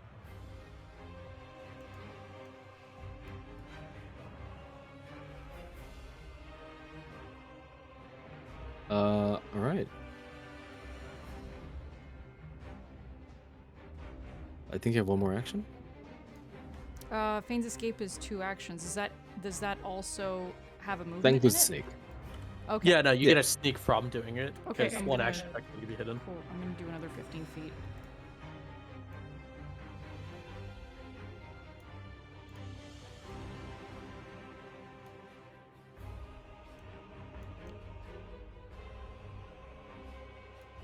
This is briefly hidden. How long are you hidden for? Next round. Like, so when it gets back to them, they are no longer hidden, I think. Because it's Nope. brief. Okay. They can still make checks to try and perceive them, but yeah. Yeah. My mistake. Okay, he's still at the top of the turn order. Gishkim. Yeah, well, forgot about this last time. But on initiative, I have Battle Cry. So as a free action, I can demoralize somebody that I can observe, which I'm going to go ahead and demoralize the world's greatest conqueror. All right. Yeah, go ahead. Where is demoralized? There it is. You gonna let me roll the action? You're just gonna tell me how to do it. There we go. Give me an intimidation check.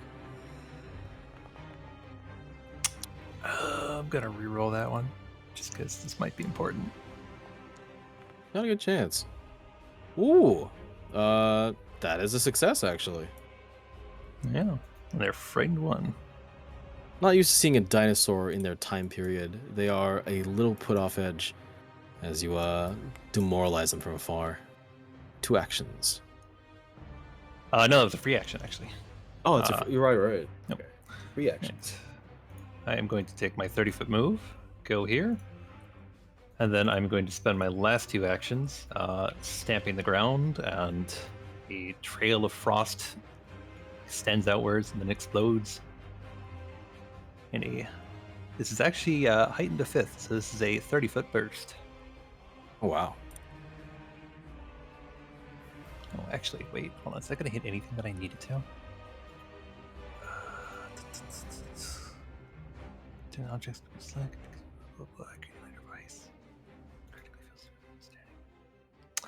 Ooh, actually, I didn't realize. I thought that was a 60-foot. My bad. All right, no, never mind then. We're going to go ahead and use something else. Much better. So this is going to get hooked. Yeah, right there. I'll hit those 4. Oh, shit. All right.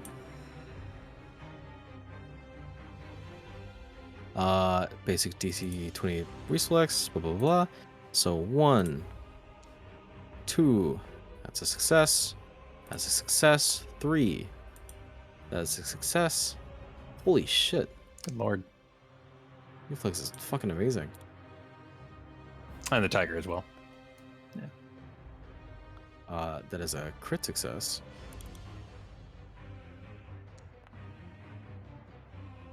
That is a failure. Okay.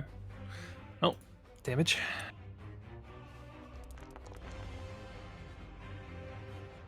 All right.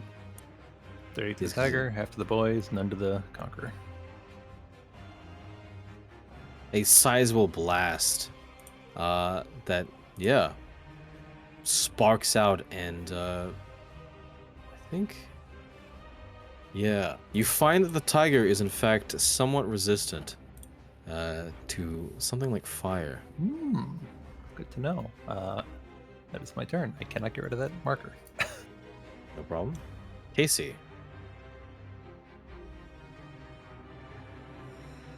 Oh, did you move back, Silas? Did I move back? Oh, fuck. What the hell? Yeah, I just saw your token slide across the ground. Oh, it's probably when I was trying to get rid of the fucking... Control Z. Yeah. It'd be like that. Thank you. With tandem movement, Casey is going to move 30 feet here to Gishkim's side, while Sobek is going to move right up on over yonder.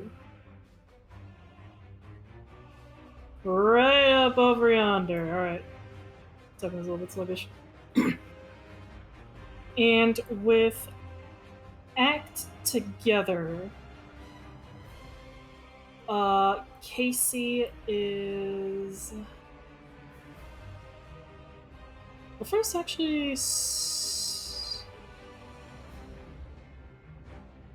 Sobek is going to move right here. And Casey towards the 4 over yonder. The these lads Mm-hmm. is going to... They're going to open themselves up, the sarcophagus, now because since Sobek Nephro is manifested, the remains are empty. And Casey is going to do a fascinating performance, Oh. showing off the glittering gem interior of the sarcophagus meant to house his queen. Oh, good lord. Okay. Gotta crit this. So let's see.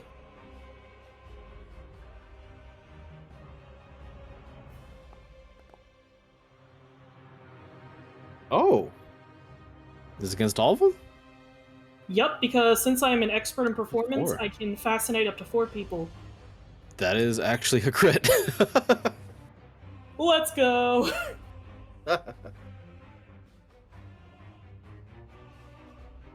And with that, As his final action, Casey is going to slap on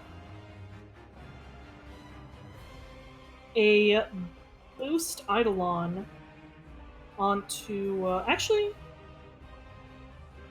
no. They're gonna. Actually, yeah, no boost Eidolon.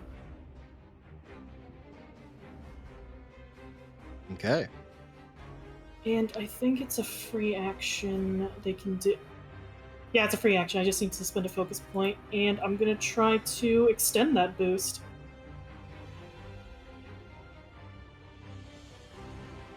So I just gotta roll Colts and just succeed at a standard check. Which I don't remember what that is. Standard DC for level 10. Yeah. I think that's Just, 27. I'll double check. Alright. I think it's 23. 27. 23? Damn, alright. So I got 50-50 on this. Oh, wait, no, yeah, no, 27. I'm sorry. Yeah. I was looking at 7th level. Whoops. But yeah. Just made it! And that's the end of my turn. Problem. Magus the Magus Conum. Keza Conum, the Magus. She is going to first cast haste upon herself. You see magic tightening up the powers of time around her as she has her weapon by her side, a massive spectral great axe. Casting a spell, she drops down into an arcane cascade as a true magus would, and is going to use her hasted action. Oh, actually, it's just strike or stride, isn't it? Yep. Shit. She's gonna stride then. Easy enough.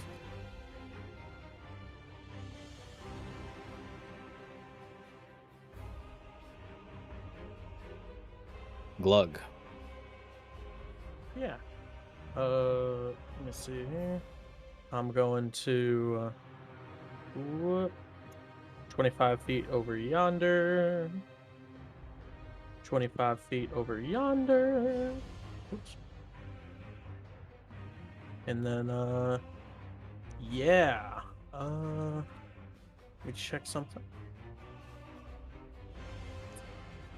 Cannot ready an action because that's 2 actions. Let me just check something.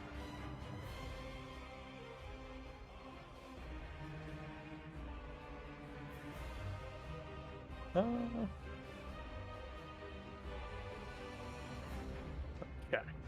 Yeah, I think that's basically it. Yeah. Don't want to move in exactly too far in. Vicky.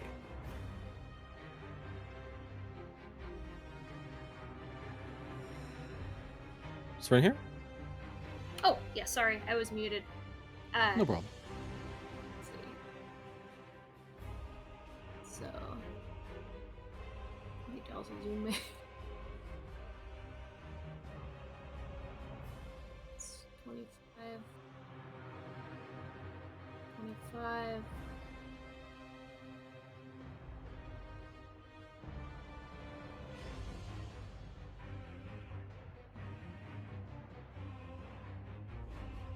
Yeah, going to move all the way there with all of my actions, but because I have quick shield block, just gonna have it raised. But yeah. Alright. The frenzied peasants are up to bat, and they are incredibly fast. I say incredibly fast, they're not actually that fast.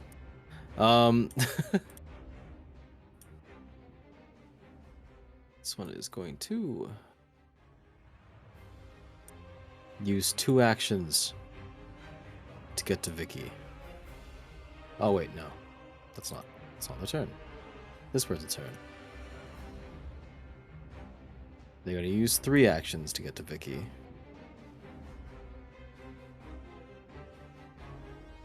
Feathered Tiger.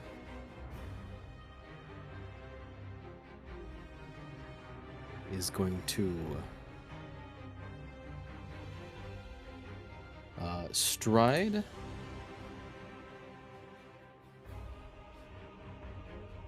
over by Kay's side with one action, and is going to use its next two actions to cast haste on itself.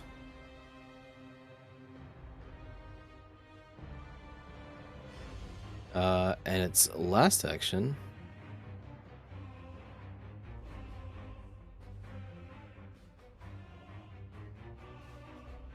to hop down and stride further.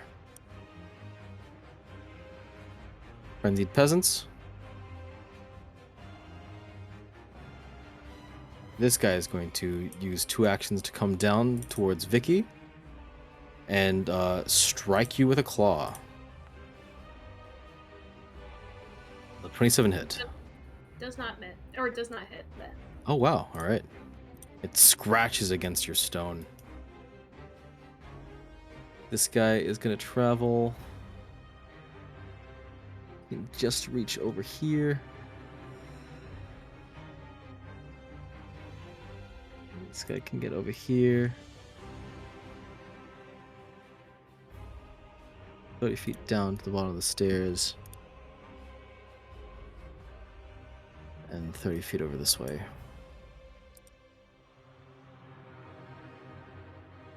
Hillian. Okay.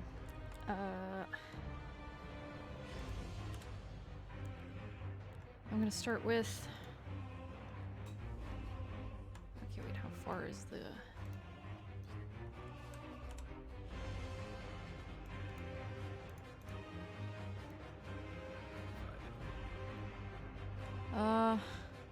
Is that 35 feet or 30 feet? 35 has to hit him. To get to there, that's 30 feet. Okay, but to hit him, it's the 35 feet, I assume. Yeah, his Yeah. square is 35 feet away.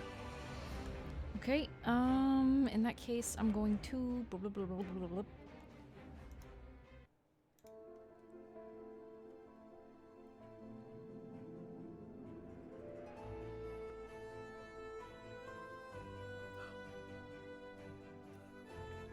Yeah, I'm going to, run towards him. Right here. And do called shot. And I'm going to try to shoot his head. Oh shit, alright. To stupefy.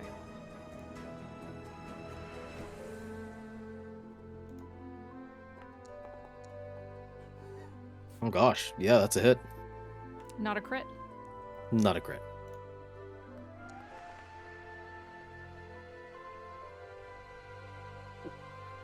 Blast to the head. It is stupefied too.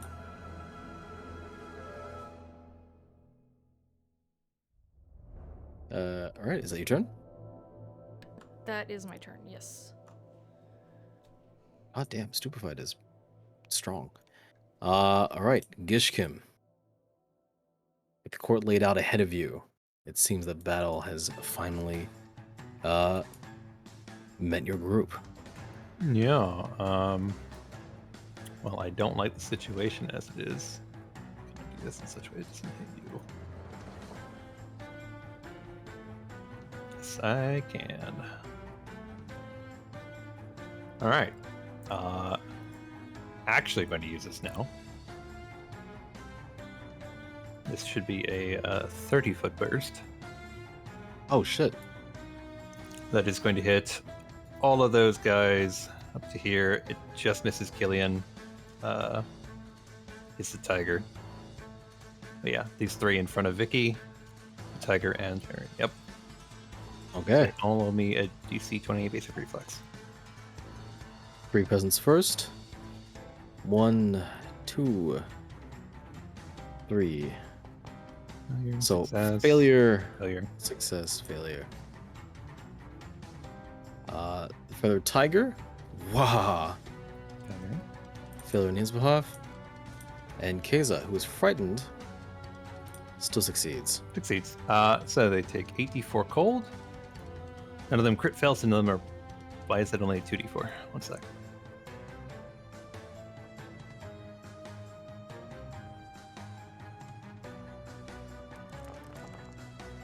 They take 22 cold damage if they failed.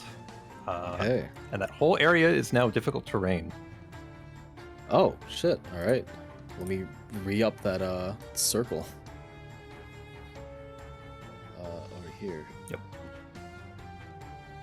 That's- Not great for them. no, it's not. That's what I'm hoping for. The ice comes in quick and fast, slowing down the remaining aggressors in their tracks. Yeah, I'm gonna go ahead and where should I put myself? I'm gonna put myself here.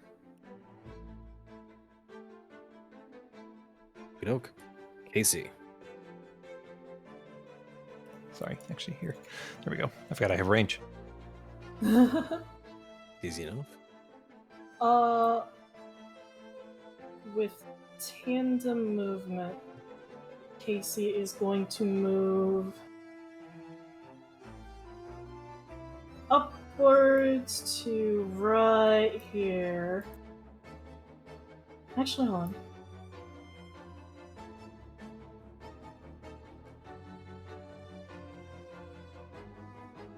They're going to move right on over yonder.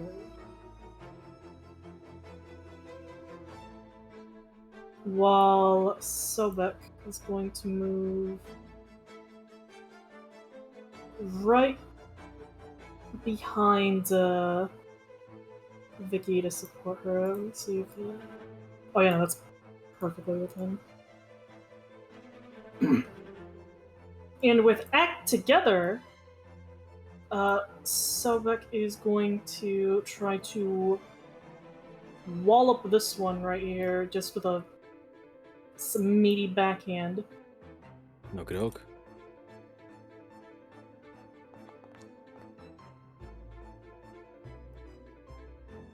It's, Boy. 35. That's a crit. Alright. On this dude? No, the one to his right. Okay.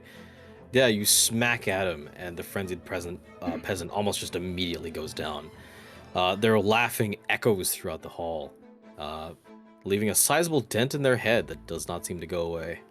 Mhm. And with Casey's Act Together, he is going to look towards Magus Khanum, and he is going to evangelize. Oh my god. Yeah, as he just fucking squares up, raises his hands out, and just calls out to him. Put these aggressions aside and bend the knee. Your flesh is metal and your ambitions artificial and meaningless. But my queen persists after death, in blessed and conquering form. Ask of yourself, face the truth. Whom shall rise victorious? And Aw, damn. diplomacy. Yeah, give me a diplomacy check. Holy fuck. Bruh. Bro. That's a crit. You see the automaton of the Magus Canum, Keza, falters in her belief. With the Grand King, a simulacrum of a once great man behind her, what stands in front is the spectral form of a very real figure that persists to this day. There is a crisis of faith that occurs. You don't know what sort of accord they've struck, but you do know for certain that they are simply false selves imitating the once strong people that existed during this time. striking at the heart of the insecurities. Keza is stupefied for one whole round. Stupefied. Stupefied 2. Yep. Yeah. And with their last action,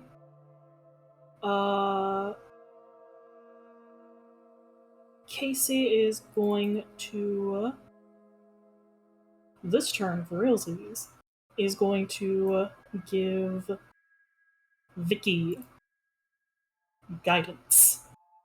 Oh. Thank you.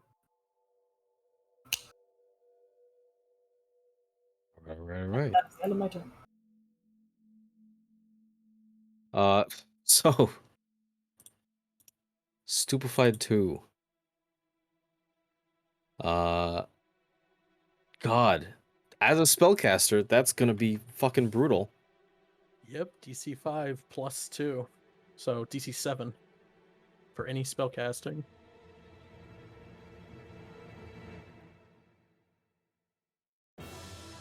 Let's see. 60 feet. It's closest. Alright. Well, they're gonna try anyway. Oh, remember, So- every square is difficult terrain. Not for magic. Uh-oh. In the blink of an eye, you see them transcending their stupefied form and teleporting. They're gonna go over here by the side of their companion. Over here.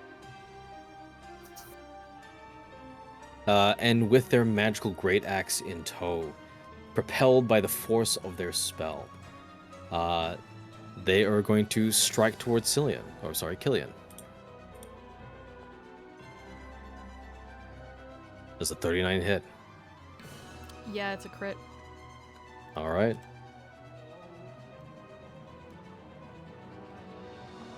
You are struck in the side by this massive great axe. And you are forcefully teleported. In this case, let's see, 5 feet away from its current position. You're here now. Fuck, is it too late to react? React to what? The hit.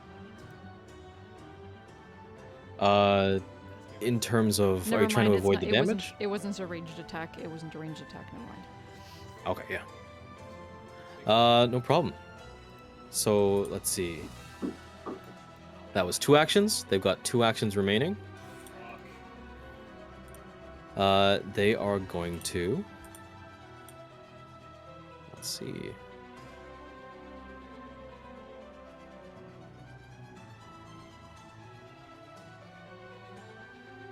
I think it's got to be a strike if one of them is. Okay, yeah. They're going to cast True Strike if they can. What's up? Oh, never mind. That was supposed to be gone. Okay. Because I was hidden up until the end of my last turn, right? Yeah. As soon as your turn began, you weren't able to be hidden Right. anymore. Yeah, as soon as you made the strike, only I have think. three. That's moment. true. Yeah. No problem. They True Strike their Great Axe, and they're going to try again at map 5. That's a 35. That's a 23. 35 hits. 23 does not. All right, not a crit. Nope. Oh. But you take 22 slashing damage from Keizo.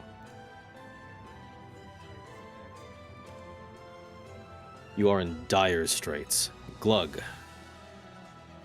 Yeah. All right.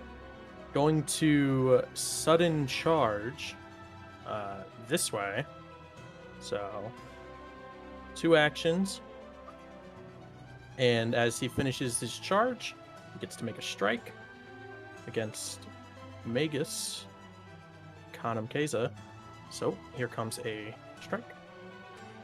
Okie doke. I will hero point that. Alrighty. That's a hit. 35. Alrighty. 23. Ooh. A And then- powerful strike. Yeah, I'll make a. Just double check something. Yeah, I will make another strike. Ah, that was like almost an 18. Damn it. Mm. It stood right on the side. That's my turn. Alright. Vicky. Going to use the guidance. Okay, just making sure that let's select the guy.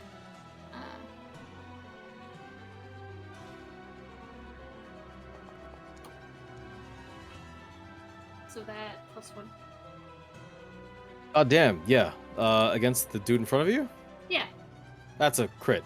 Absolutely a crit. good. Rubs my hands. Yeah, they are clumsied one as you strike into them, tearing their flesh apart with your bipod. Alright. This -4. I'm gonna. That's a hit? point That. Oh, Oh. never mind. You already. Well, I already said that, so I should use it anyway. No, I announced before you said it, so it's fine. Okay. At least from my perspective. Another strike. Still standing. So let's see. Yeah, -8. So.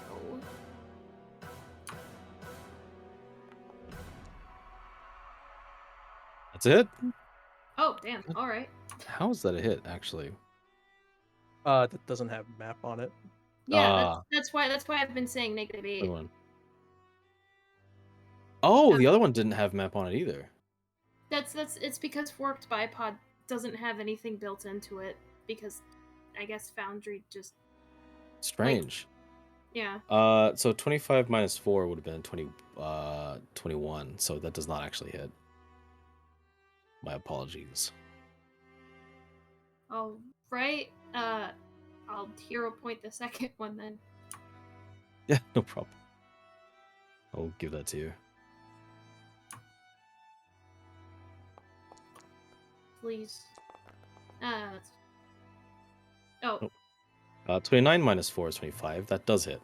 okay.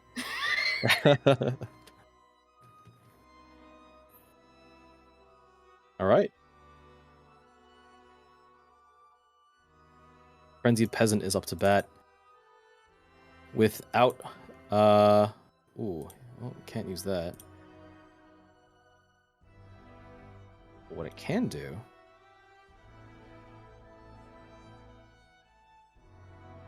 it begins to laugh in your direction.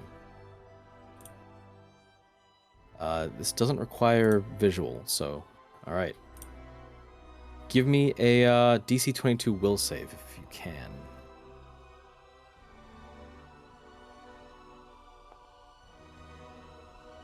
I will hero point that. Alrighty. Oh shit! Wait. What's up? If it's a verbal spell, it has the what's it called? Verbal components, which has it concentrate. And if it's fascinated, it can't use concentrate. Oh my god, you're right. It does have a verbal component. Gosh.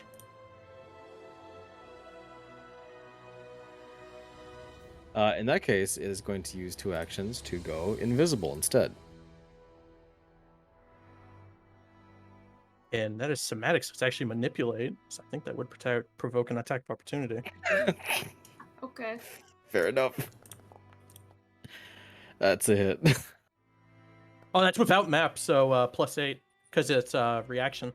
Oh, yes. So 28 plus or is 33 in case that matters. For a crit. Alright, I'm Or, Would that sorry, kill it? 28? She rolled a 25. It had a -8 on it because she was using map 3. But it's a reaction. Ah. Attacks of opportunity don't have map, so it's actually a 33 to hit. 33. 33 is not a crit. Just shy. But doesn't matter. Okay. Owned. He's owned. Fucking got his ass. The feathered tiger is going to do 2 things. First of all, they are going to bond with Magus Khanum.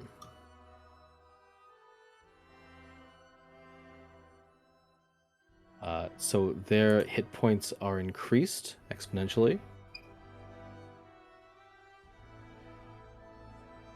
Oh, is that what that is? Okay. And they gain a +2 status bonus, etc. And with their last 2 actions, they are going to make a... You are not close enough for it to do that. So it is instead going to do a feathered charge. Oh, it doesn't need to. It could just literally move and attack you. Yeah, it's going to move and attack you. Does it have 3 actions? Or, They're quickened. It's 2 it's actions to Oh, bond, fuck, and then that's 1 right. action to step. I forgot it's got spellcasting. Oh, that's a critical miss. Very lucky. Cool. Yes. This frenzied peasant is not going to make the same mistake. They're fascinated though, so they cannot do much. They're going to claw strike as best as they can. So that is a 30. That is a 2. 12. That is a total failure. So only one of those hits. Vicky, you take 22 slashing damage. Wait. What was the hit for? The hit was for 30. Oh, okay. I shield block it then. Oh shit! All right, yeah. You raise your shield up to block the strike, and it glances past. This dude is going to do a similar thing, and they're going to all strike towards Gishkim in this case. Once, twice, 3 times. None of those hit. Yeah, none of those hit. Last but not least, the frenzied peasant is going to stride once towards the Doesn't have object to of do their. that. Doesn't have to do that. It can do that, but doesn't have to. Oh, okay. Well, it's gonna strike you. That's a miss though, and so is that. Holy shit! Oh. Oh my god. Does their fascination end upon that? I think. Yeah, I believe their fascination ends once hostile action is taken upon me or allies. So they are free of fascination now. Other way around, I think. When Yeah, this hostile condition actions taken ends if against a them. Oh. creature uses hostile actions against you or any of your allies. So as they Yeah. make strikes against us, yeah, the condition goes away. So they are free of that. All right, Killian.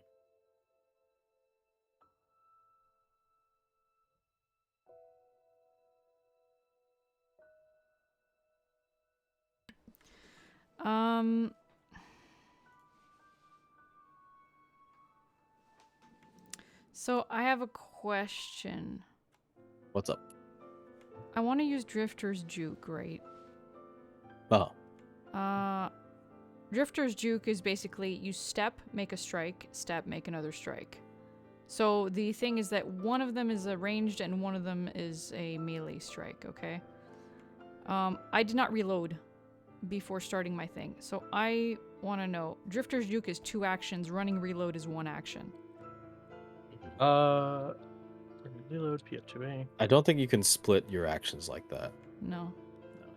I don't think you can do a 2 action skill and have an action between those 2 actions. Yeah, they have to come in sequence. If you want to just get out of there, you can step okay. back 1. So there's no reloading during that ability? You move out, you take a step, make a strike, step, make another strike. One strike must be ranged using your firearm, and the other one must be a melee strike. Oh, I see. You just don't have any. I think you If can it's actually not- pull that off. Oh wait, yeah, I think you can gotta just feel it. reload before you do it. So, yeah, because running reload, you either stride, step, or sneak. You can't step right now because you're in difficult terrain. Yeah. So. Well, I don't think you could step into. You could step out of though. Yeah. Yeah. You can't step into it. So you can actually step back. Yeah. Yeah. You just couldn't go into those blue squares. Okay, so I wouldn't even be able to do that then. No, you should be able to. You can't step in difficult terrain. No. Right, but you can step out of difficult terrain. Right. Yeah. Unless you're planning on following it with the melee first. You could stride over here with running reload. Reload. And then use your drifter's juke to step forward, strike, step, shoot. Thing is, if I stride out, they have an attack of opportunity. Wouldn't they? Oh. No, not all things have an attack of opportunity in Pathfinder. If they're a magus, they might. So it's Yeah, might they be might. significant. Back step. Running reload, which is only one action, and then you can turn around and take a shot. Well, steps also prevent attack of opportunity. Okay. Okay, so back step out of the thingy. That's one action. Then I running reload. I'm gonna move back, not 30 feet because I would not be able to hit them. Up to here-ish. Mm-hmm. Okay, there. And then strike.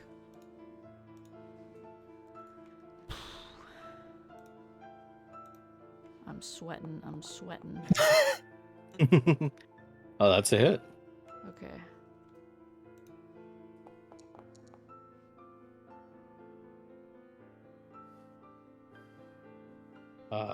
Fires off. However, due to the nature of its being, it is not affected by, or rather, it is resistant to piercing damage.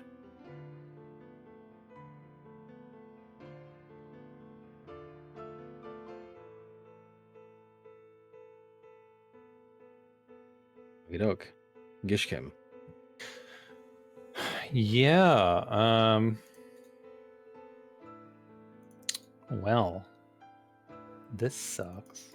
So I think I'm gonna have to break this out.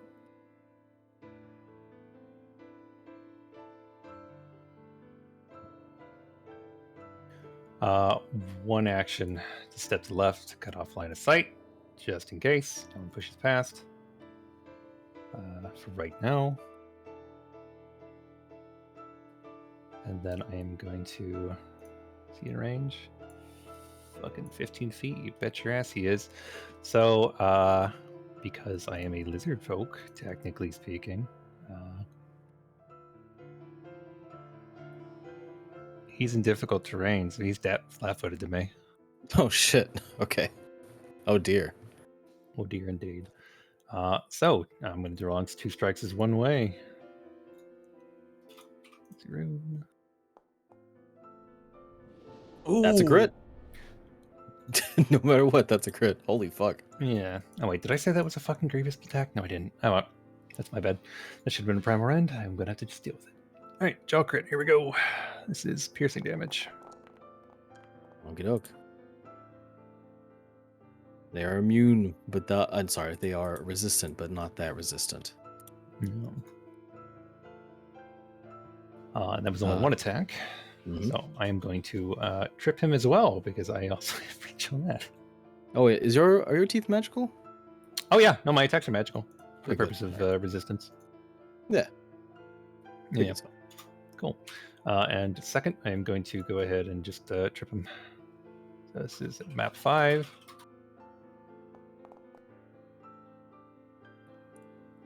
That just succeeds. Okay, he's prone, and that will end my turn. Yeah. Alrighty. Casey. a tight battle ahead. However, you are currently occupied. Okay. Let's see.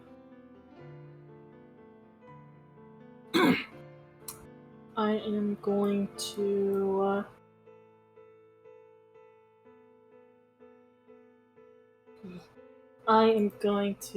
Tandem step.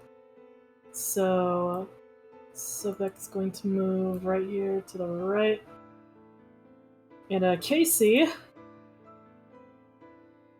gonna get actually hold on. Sobek is going to move right down here. And Casey is going to shove himself into this little space. Okey-doke. And with Act Together, Casey is going to. Hold on a second.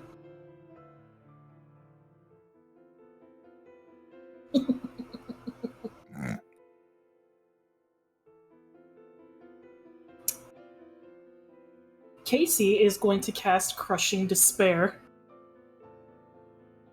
Oh, all right. Walk me Which through is that a- one. It is a 30-foot cone. I'm gonna try to angle it so it catches Keza.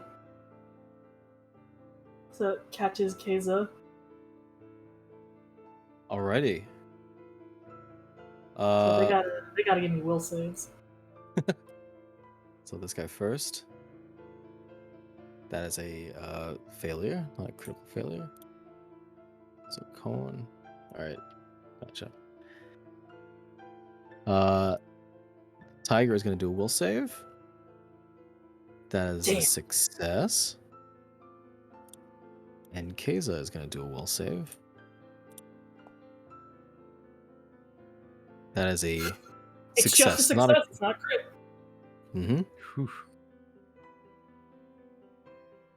So Uh, all of them are slowed for 1 round, except for the peasant who was slowed for a minute, but that's not going to matter in a hot second, hopefully, because Sylvia's going to slap his shit with Act Together.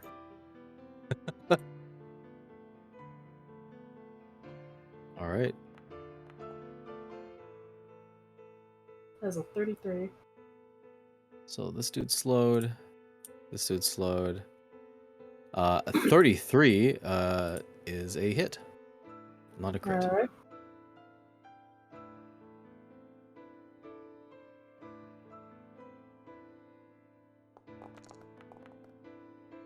Oof. Decent amount of damage as you punish him in their slowed form. Find it more difficult to react.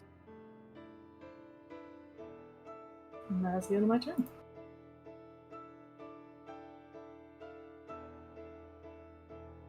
Okay, alright.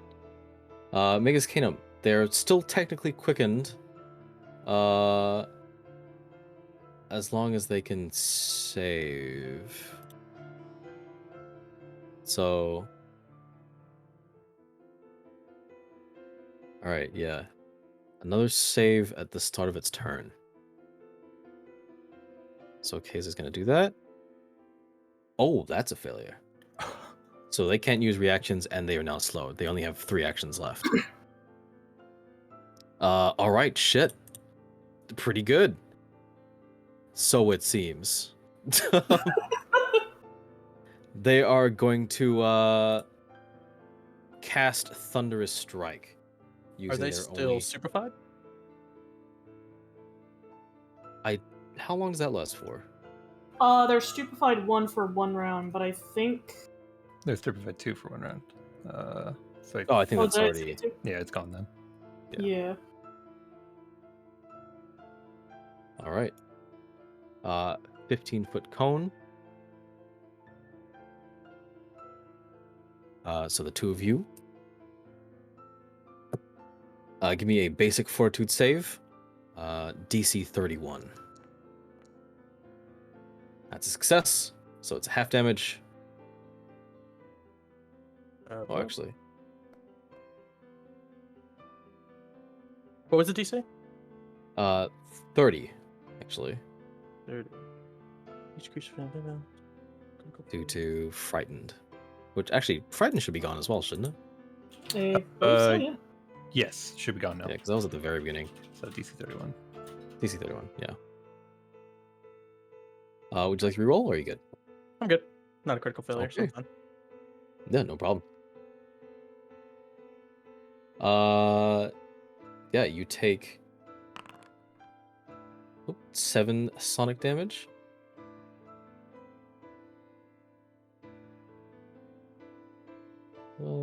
And this is a melee strike.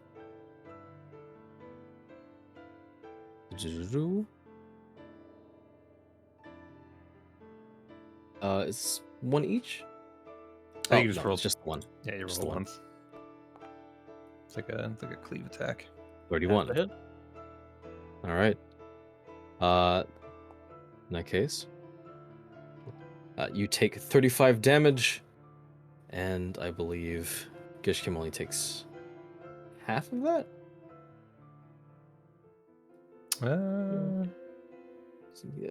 Yes. Yes, because I succeeded. Oh, wait, hold on. Let me see here. I don't think it does. I think it's Oh, wait, just, no. that's just the sonic damage. Yeah, so you just Yeah, take the it's- full damage. Okay. Very cool. Confusing. Very, yeah. They only have 1 action left, though, I believe. No, Thunderous Strike was only 1 action. Fuck yeah. I got 2 actions left.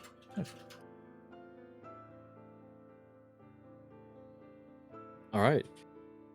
They're going to use their next 2 actions. Oh, no, this isn't Quickened either. So they're going to use Weapon Storm. All right, I'm going to attack of opportunity. Oh, fuck. You're in range. God damn it. Okay.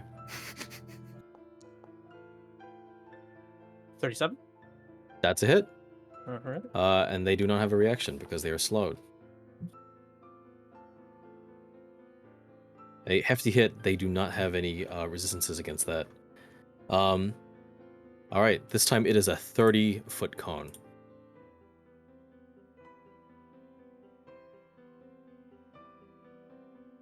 So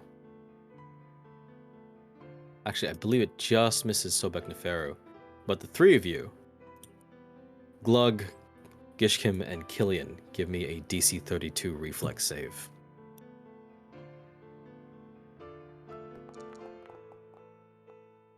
DC 32?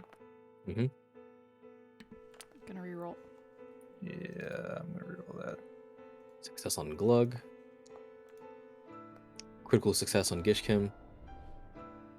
And a failure for Killian. 4 dice of damage to creatures in the air. It's damage at the same time as the weapon. Uses the same die size. So I believe it's just 4d12? I don't think it... Does it count modifiers? No, it's, No, it's just just, more the dice. die. Alright.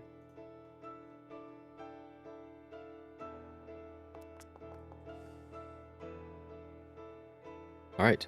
27. Killian, you are almost knocked flat in your ass by Kaze's massive great axe swing, which slams into the ground and reverberates out. However, that is the end of their turn. Glug. Alrighty. So, yeah, let's power attack on Kingdom Keza. So, wada bing. 33. That's a hit. I wish I could use reactions. They literally have shit. They pain. Yeah, and then he's going to make a second strike towards Keza. All right. Yeah, Best time for it. They're strong, but they're vulnerable right now. 29. Miss. Unfortunately. Alright, it's my turn. All right. Oops. Vicky. Yeah. Going to 1 action lunge to attack this first guy over here.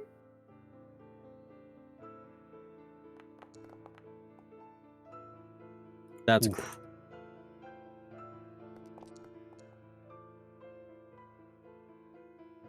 wow. Ooh. He's on his last legs. It is insane. All right. I'm gonna re-roll that. It's almost another 19. That's a hit. Death. Sure enough, fell to the ground without a second thought. With last action. Uh,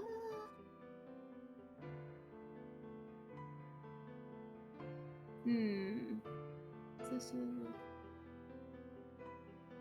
attack deals any damage?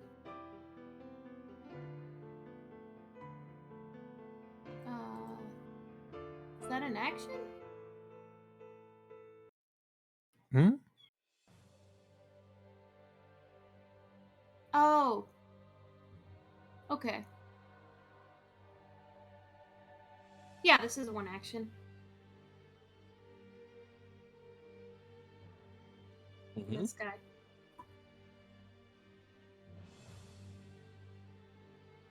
So. It's a solid. That's a hit anyway. Oh, okay. Yeah.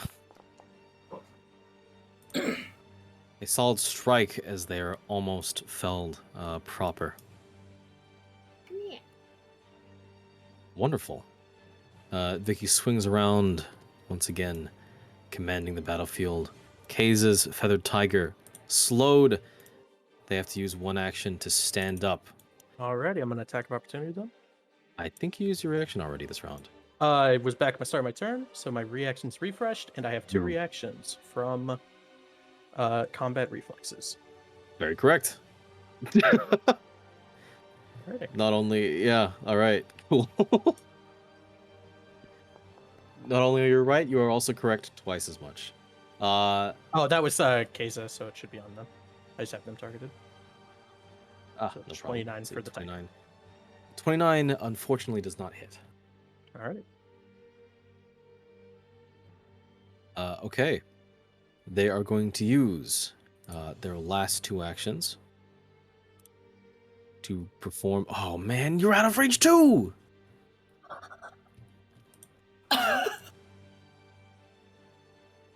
Unfortunate. If only I had an extra stride action. They're going to take a step forward, and They cannot step in the difficult terrain, so that's a stride Oh! for them. and you have another reaction. So I'm not going to do that. I give Glug a little high five with the tip of my tail. Which I actually think that would have. Oh, wait, I don't think I have an opportunity. They are going to jump. That has somatic, which is a manipulate trait. And they're in my reach. Fair enough. You know what? I'll give it to you. Alrighty. Take your attack.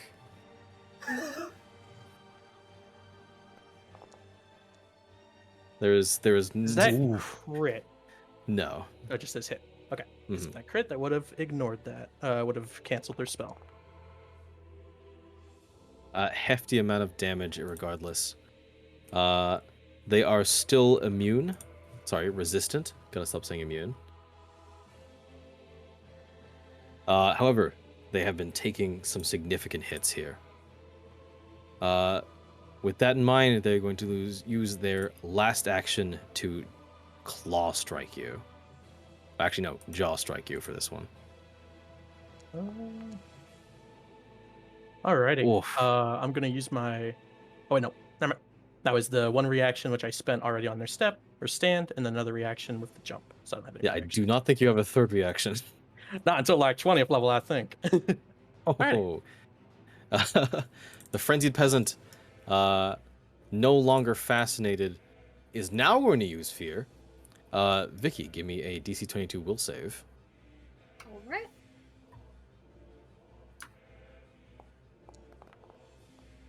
Yeah, no. Fair enough.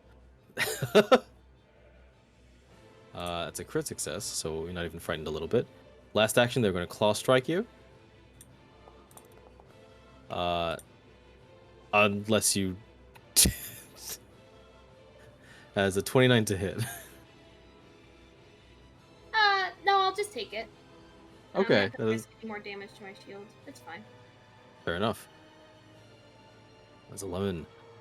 Last but not least, the Forgotten Frenzied Peasant. They are going to chase after you. And with their last 2 actions, they are going to attempt to paralyze Casey. Give me a Oh, DC man. 22. All right. It's a will save, all right. Mm-hmm. That is a crit success. No need to worry. Killian, you are not doing well. No, I am not.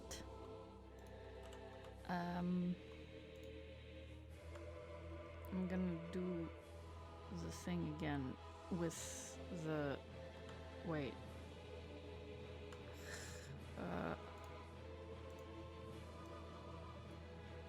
Okay, you're within reach. I'm gonna... reloading is 1 action, right? Yeah, it's one interact. Okay, gonna reload. And then called shot to the head again on a big feather dragon. Okay. Tiger.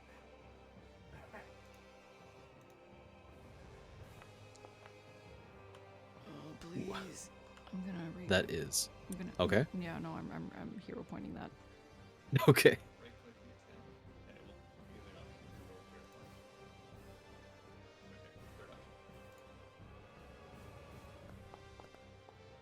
Mother. Unfortunate. It does not hit.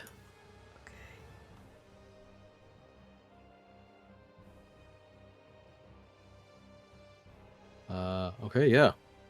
The bullet whizzes past the feathered tiger as Gishkim, you are up to bat. Yeah. Well, this shit's getting annoying, so we're gonna go ahead and burn it. Before you do that, I think the paralyze was somatic, was it? Let's take an opportunity of attack of opportunity. Yeah, sure. Thank you. Carry out sightless, I apologize. Oh no, you're good. Yeah, so 2 actions to cast, and 1 last action to go ahead and use Thundering Roar. So every enemy within a 10-foot emanation of me, which is a lot. It's a crit.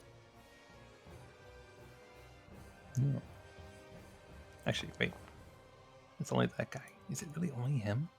Fuck, I'm 1 step away.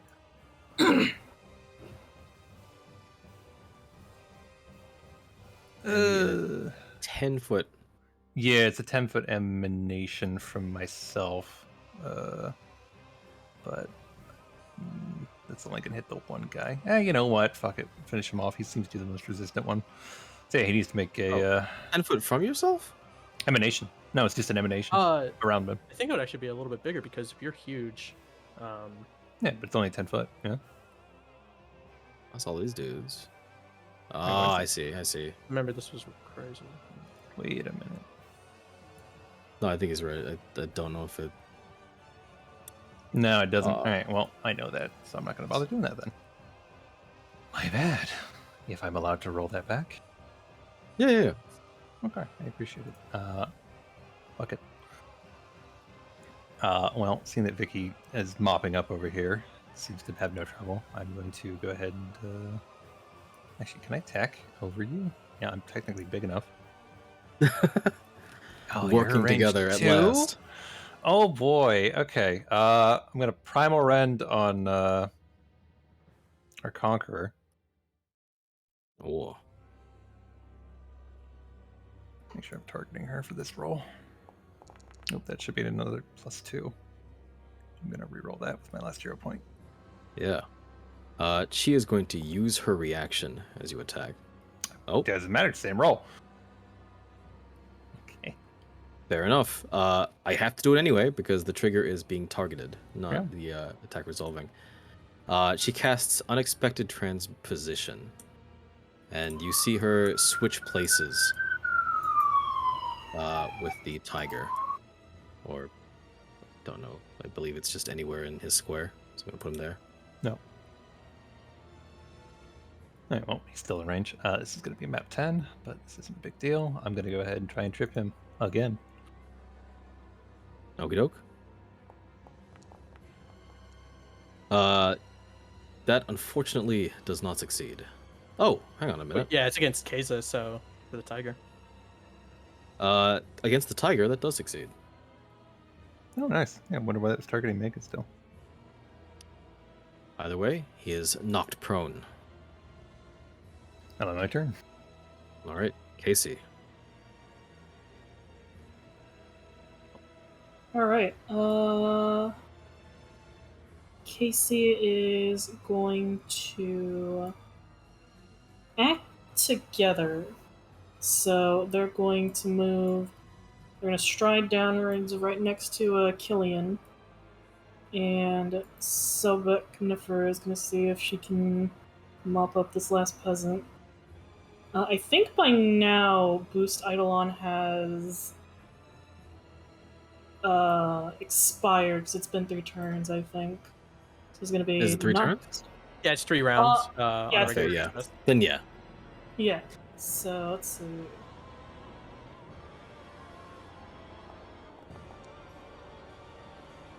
I'm gonna hero point that.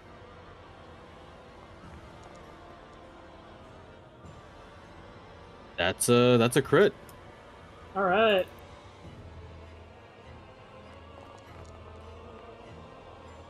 Oof. That is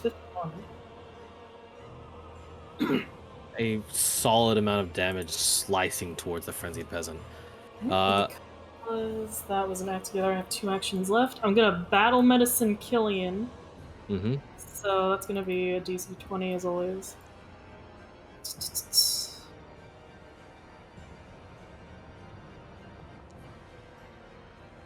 That's a success. Mhm. You are healed in the midst of battle for 16 HP. With Every counts. the last hit, Sobek's going to try to strike this peasant down. Okie doke. That unfortunately misses. Dang. And that is the end of my turn. Fair enough. Okay. Kaze's turn, and as far as they're concerned, all right. This is only a verbal component. Keza is going to protect her companion for 1 round, and for her next 3 actions, she is going to spell strike Glug.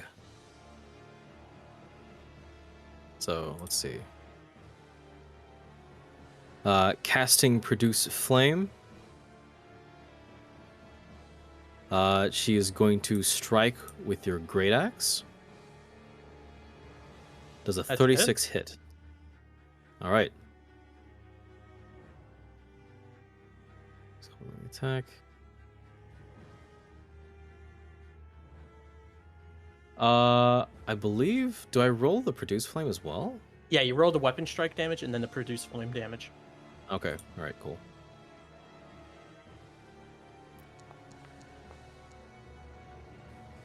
You take 36 and an extra 22 fire damage. A powerful sundering strike. She is still hasted, however. So that was 1, 2 for the spell strike, and then 1 last action. And with a map 10, she is going to try and strike you 1 more time. That's a hit. That is a 33. All right, I am down. Okey-doke. You're going to be moved. Top of the turn order here. Circumstances seem somewhat dire. Sorry, just making sure everyone. There we go. Oh. Vicky. Yeah. Hunker for the reason. Yeah, I'm gonna try to take out the two guys over here, so... They are woefully weak. Yeah, gonna try to... with a lunge, take out this guy. That's a crit. See ya. Easy done. And do the other two on this guy. Alrighty. That's a hit. That is a miss. Oh, he is on his last legs. So close. Try not to waste your times on this. The feathered tiger is going to stand up, and with his next 3 actions,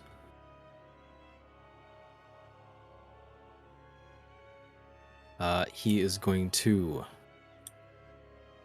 stride towards Gishkim,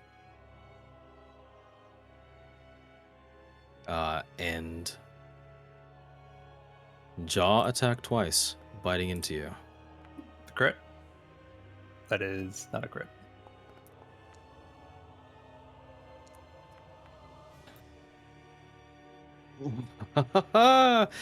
Oh god. I am also down. Oh god. That's frenzied peasant is going to strike at Sopek.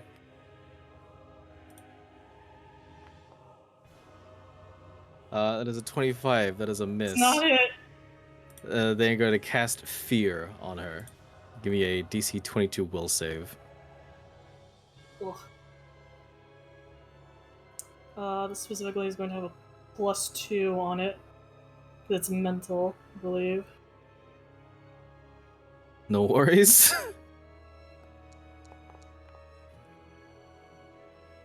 I think Oh god. Oh, I'm going to actually fucking hero point that. I think I don't know. Can I step in? Sure, what's up? Yeah. You can attack of opportunity that. I was planning on it, Chief. Can I do that before or after I have to When it- roll? You gotta When do it it's- before. When it starts casting the spell, it's a Oh, manipulate okay, action. yeah, Oh, okay, because I thought that resolved afterwards. I'm going to slap him. Yeah, because you can During. disrupt it. Yeah, I'm gonna You know what the best disruption is? Yeah, what's up? Death. That's a Oh, hit. That okay. just hits. Oh, 4. please. Oh, fuck. Oh my god. You do not need to roll. Whoa! Top of the turn order, Killian. You're doing it, but it's not looking great. I'm so tired, dude. There's 2 left. Yeah, but like, how are they looking? The tiger's actually looking really downed. Keza is... She's hurt. But not a lot of people have been attacking her.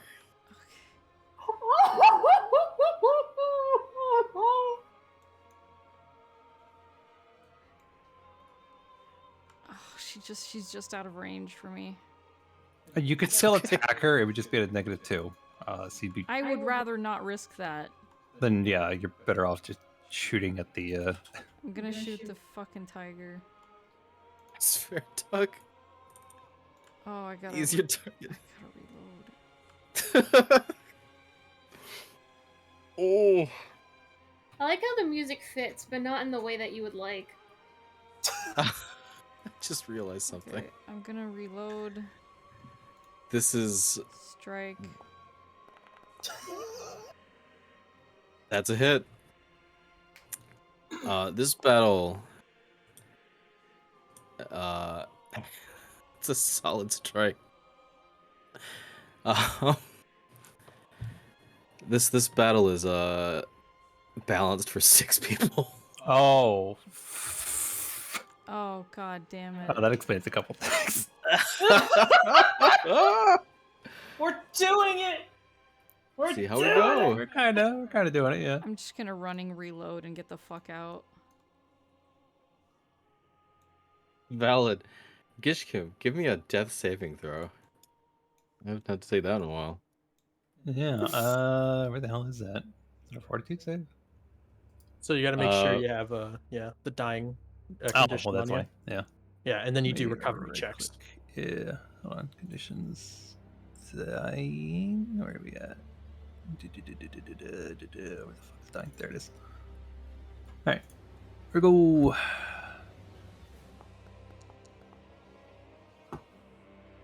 That's success. Yeah. City. Oh fuck. I'm going to tandem movement. Right over yonder. Sobek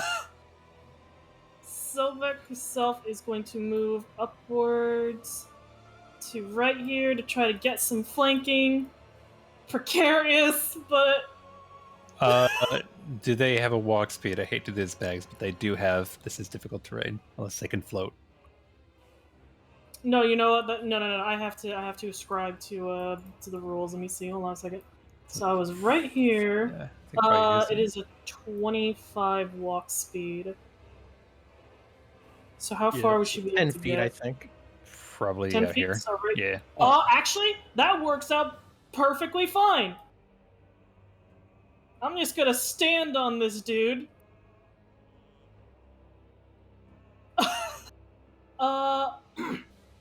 And with act together, I am going to battle medicine Glug to get him up.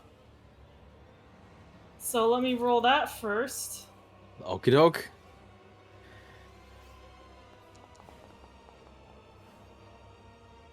Damn, I am consistent tonight. You are no longer dying. Yeah. You are healed for 18. Yeah, and you're You are- awake. Conscious. And you are Yep, So- prone. So you're prone, but that means that if you're prone, does that mean I can still flank? I mean, technically you'll be speaking, if Sobek has rage, you're That's flanking right super now. cute. Yeah. Yeah. You're already flanking. All right. Sobek's gonna slap the shit out of this fucking cat. Okie doke. Go ahead and give me a roll. I'm 29. gonna hero point that. Alrighty. Actually, wait, no. I'm not gonna hero point that because I remember 29. I think was a hit before. Wait, did it have boost Eidolon on? Yeah, no, but it faded away. Oh, okay. So Uh, 29 hit. 29 does not hit. That's it hit alright. because it was covered in debuffs. Fair. And with my last action, gonna battle medicine Gishkin.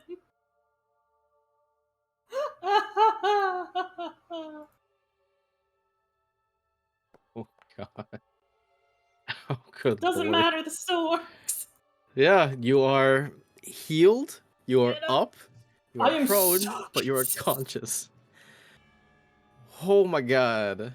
And I think that is all of my actions. Alright. Plug. Free action going to stand up with Kip up. Mm-hmm. So I stand up, no reactions, anything. And now No that I'm up with worries. my weapon, I'm going to make 2 attacks, 1 power attack and 1 regular strike towards Keza.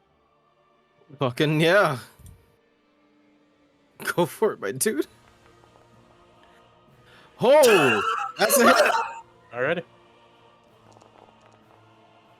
Get her ass! A hefty. Oh my god, she has fell to one knee. Yeah, and with one final strike at map 2. Oof.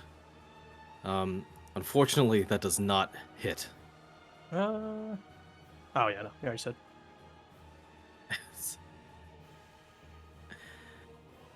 Up to bat. She is out of her bigger spells. But she is still hasted. She is going to look towards the Grand King Prosperin, who puts out his thumb and points it downwards. She is going to nod. And with that,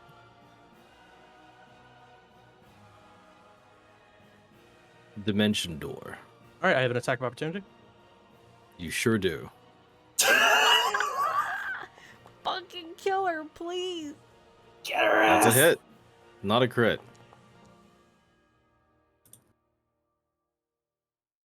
You watch as she is struck. And in return. Oh my god. Oh my god. Do it. God. Do it in one hit. Better make it count. First of all, Keza is going to attack you. And he is in range this time. Can they stab? They're not stepping. Oh, it says immediately steps towards the triggering attacker. Okay. That's a hit. All right. You take 17 shit. damage.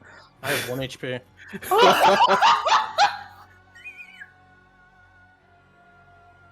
Wait, does Keza that happen teleports to twice? Killian James. Twice? I'm curious, yeah, because they casted the spell and then they moved. So I'm wondering if I can attack of opportunity twice in that case, because I have 2 attacks of opportunity. Because The Dimension Door? yeah, because they casted a spell and then they moved. Ah. Well, the Dimension Door is a teleport, right? Yeah, I don't think it's counts as a move action. Yeah, okay. Yep, just says teleportation does not usually trigger reactions based on movement. So the casting triggered it, but not the movement. So yeah. Right. They have 2 actions left. They're going to use 1 to True Strike. And they're going to strike twice. Wait, Dimension Door is a 2-action spell. They Yeah, are 2 quick. actions, and then they use Oh, 1 action to quickened, True Strike. okay. But they can't Sorry. make. Oh, Sorry, Alfina, I tried. Those are both That is a. crits. I'm so sorry.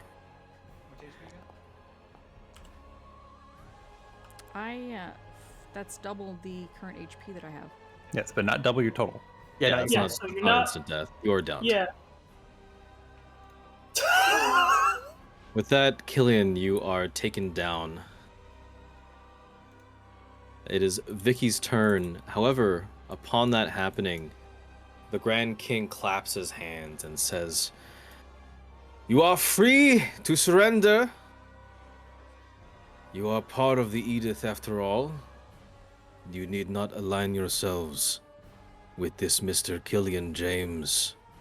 Vicky immediately, like, on seeing Killian be downed, you see her physically turn around and point at the Grand King in a "you're next" motion, and then immediately starts to step over towards Oh, Magus Carnum. okie doke, yeah, alright.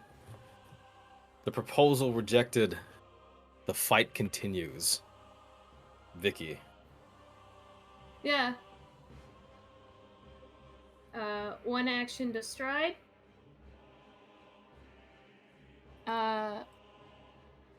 And certain strike.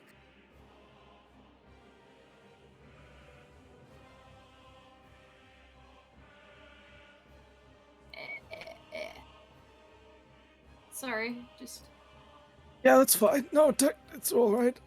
I Whoa, I looked at the challenge rating for this encounter and I'm so fucking sorry. Yes. Let's go! all right. That's a hit. 40. All right.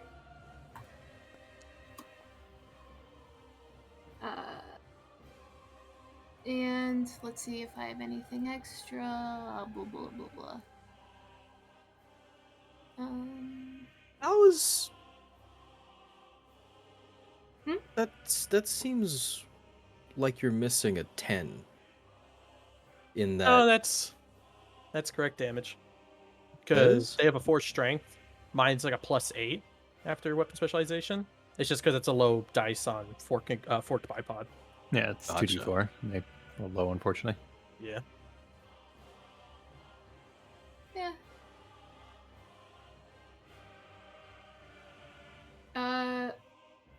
And for her last action, is going to try to intimidate. Okay.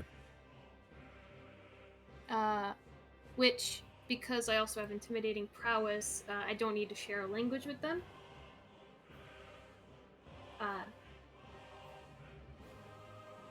So, let me try to.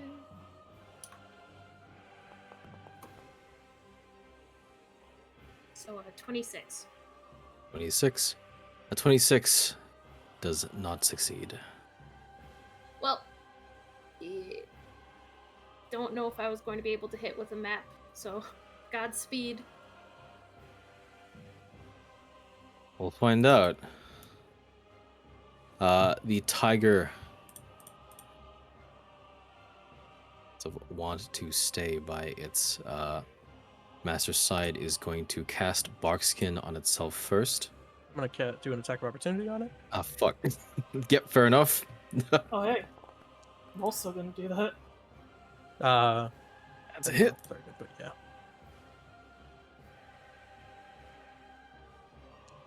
Oh, man, this dude has.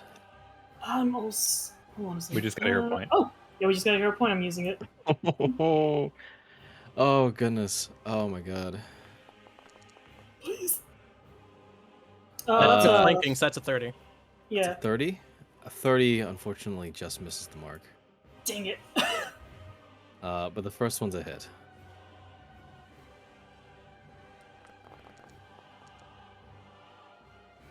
That's a solid strike that drags into the side of the feathered tiger as they are going to maneuver over here.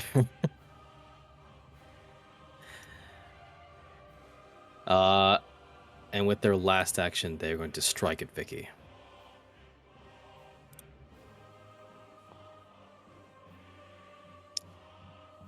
That is a crit. You take 48 damage as it strikes against your stone, causing sparks to fire. Actually, I think, Oh my god! I think Killian needs to be bumped all the way to down to. I think it's just above Keizo. I think that's how that works. So it is Gishkim. Yeah, well, I'm up. I'm going to immediately spend. Ooh, Lord, what am I actually going to do? Yeah, no. I'm going to go ahead and cast a 2-action heal aimed at our boy. Because Oh, he Glug. needs. Oh, no. Yeah. Not Glug. Glug's up. This is going after Killian. Oh, Killian, you have shit. 28 HP back. You're no longer dying.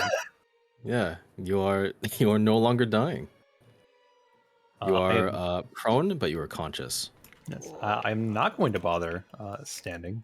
I am going to try and deal with this thing. I'm going to go for a tail strike on this guy. All right. Doesn't matter. Technically flanking. How long was Protect Companion be up? Has it been around since then? I'm gonna. reroll It's that. faded since. Oh, speaking Yeah, of, because that's actually important for the attack of Damn it. opportunity. Fucking awful rolls. What's its AC now? After the buff went off? I think it's still 31. The protect companion is a resistance to stuff. Mm-hmm. That's my turn. Okie doke. Casey. Alright. So I know I had the spiel of calling them robots, but would they be considered living creatures? Yeah. Alright. In that case... Ooh. Hit me. Well, no, I need to be in range for this. Oh, However, Casey is going to move over. Oh, so where do I need to move to be in range? Okay, I just need to. I'm gonna schmosey on down here. And with Act together, Casey is going to use 2 actions while Sobek is going to attack the Feathered Tiger. Casey will just.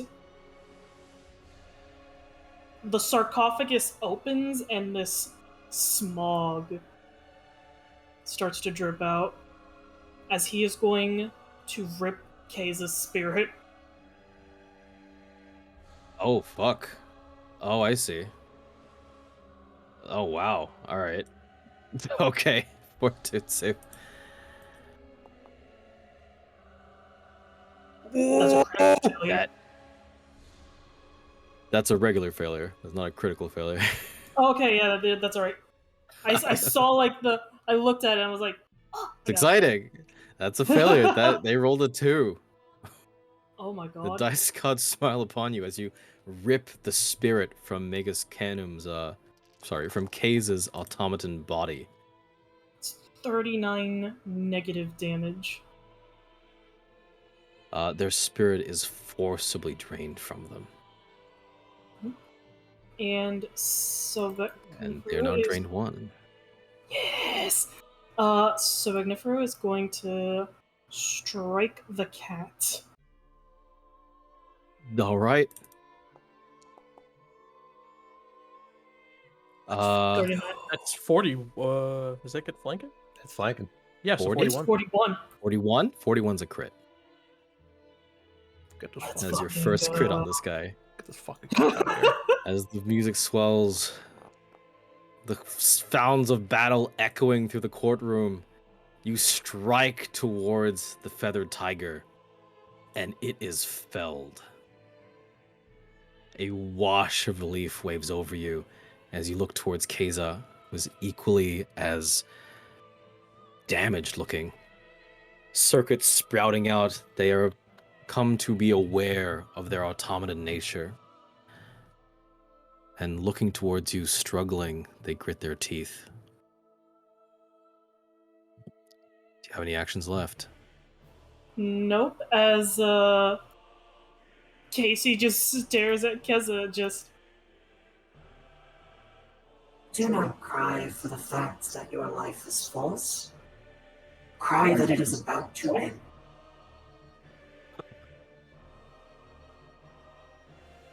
And A that tear is their is turn. shed. A robotic tear. Glug. Yeah. He's going to sudden charge. So a 25-foot stride here. And then if I do that, that's no.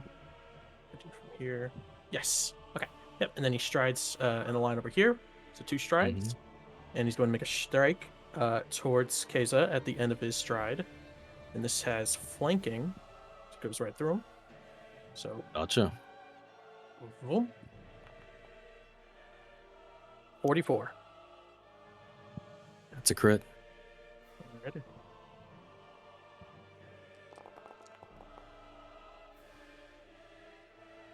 With a swing of your spear, you strike them with the volcanic glass. It spears against them, the tip of it touching against Vicky. Impaled by your weapon, they short circuit, and in their final words, call the name of their tiger before slumping to the ground.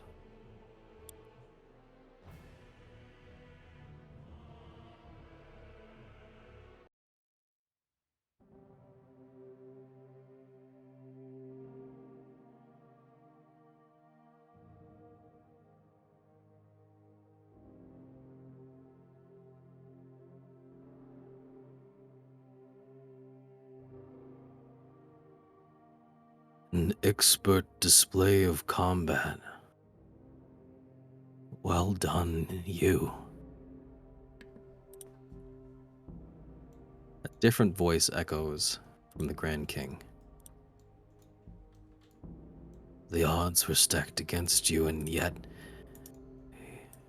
you persevered. Could it really be you? I don't know what you're talking about, but I've had quite enough of this. You're gonna tell me what's going on. I think you'll find your answers ahead. I think you'll find them quite enlightening, Killian James. If you know the answers, I don't want to play any games anymore. I don't want to find out what's ahead. I want you to tell me right here, right now.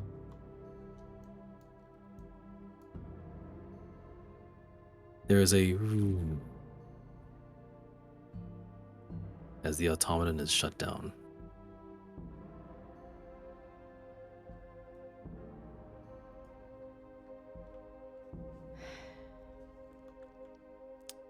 Killian shakily takes a cigarette out of his pack, puts it to his lips, lights it, takes a puff, and just starts fucking punching the shit out of the automaton. Vicky's joining you. Yeah. You release your anger and frustration against the robot as it lies dormant to the ground. With one final strike, Vicky, you pierce it with the bipod as Killian, you behead it. Rolls along the floor.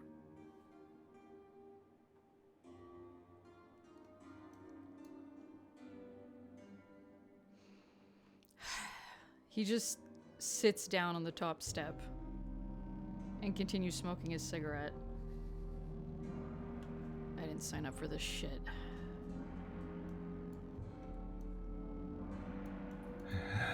I'm afraid none of us ever really do. However, we appear to have impressed your benefactor. Who is this benefactor? What is this about? If I knew, I promise I would tell you. However, I am as in the dark as any of us. Are you really in the dark, though, Gishkin? You seem to be very talkative about the whole thing. Do you know more than you're letting on? No. Though your apprehension and paranoid behavior is not misplaced. We have one among us, I believe, is not who they seem to be. Oh, great. That helps a lot. Thanks for telling me that. How do you know this? I do not know. I only know that I must bring you to the Seventh Era, where you will be safe. And how do you know I'm going to be safe there? What's to say my death isn't waiting for me there? Because, dear Killian, we will guide you there. We may have suffered setbacks in this fight, but you can see how capable we are. You are in good hands. Until one of you turns on me, you mean?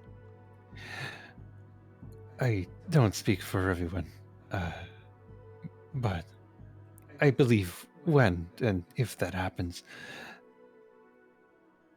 I will kill whoever does that.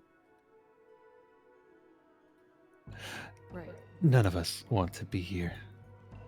I and Glug, possibly, least of all.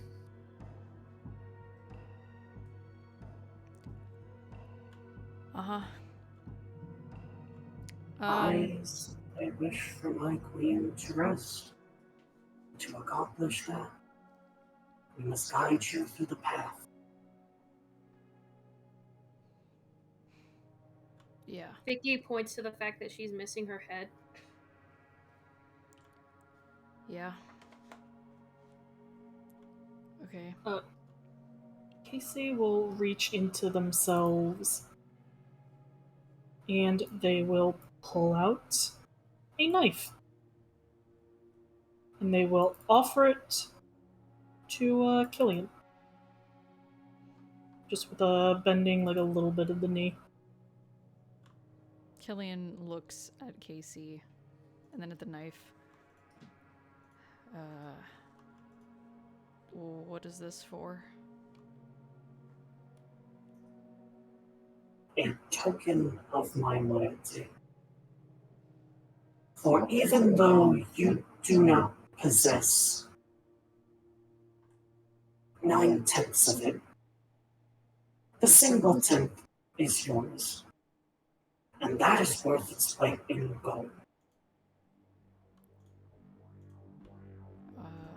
All right. Thanks. Killian hesitantly takes the knife, but he does take it. You receive a knife from Casey. And as you accept the knife,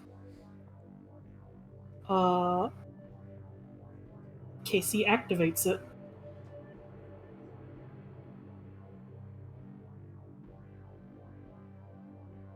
You have become linked. So whatever happens to Killian, Casey will know about it, and whatever happens to Casey, Killian will know about it.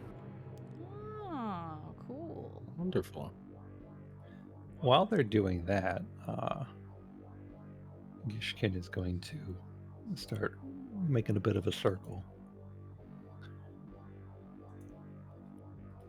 Now, You should recuperate.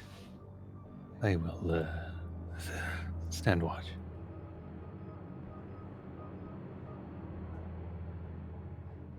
group of you watch as a minute passes and the aqueous repose begins whipping through the air in the form of steam and rain. It is hot, but it is very healing.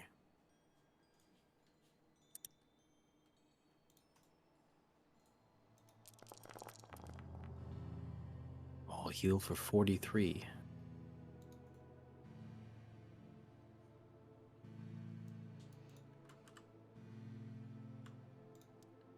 Yeah.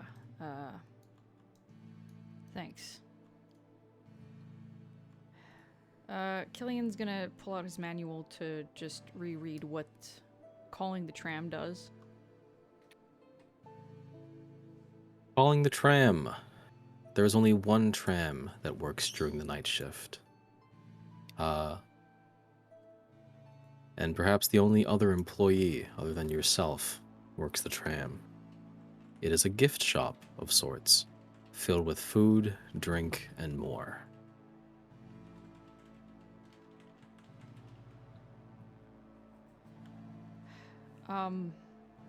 Before we move on, I think I'm just gonna make a quick call.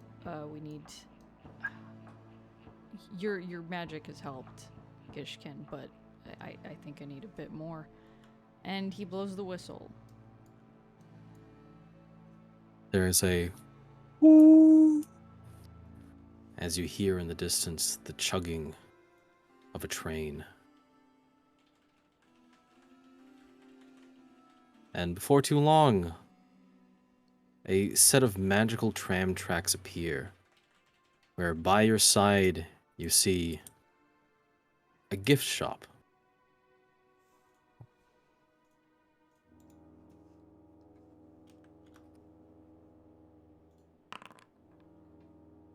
Rolling around, the windows swing open, and you see a curious character appear.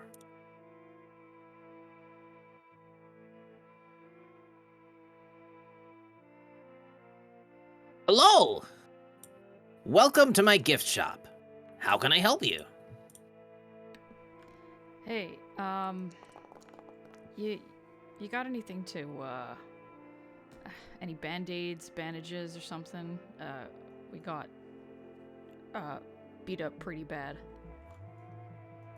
I got elixirs, I got potions, everything and anything that you need for healing. Yeah, how much are the potions? Oh, you're an employee here. They're on the house. Alright, cool. Yeah, how many do you say that we need? He asks, turning to the group. He leans over to you and says, They'll have to pay. Alright. Well, how many am I limited to?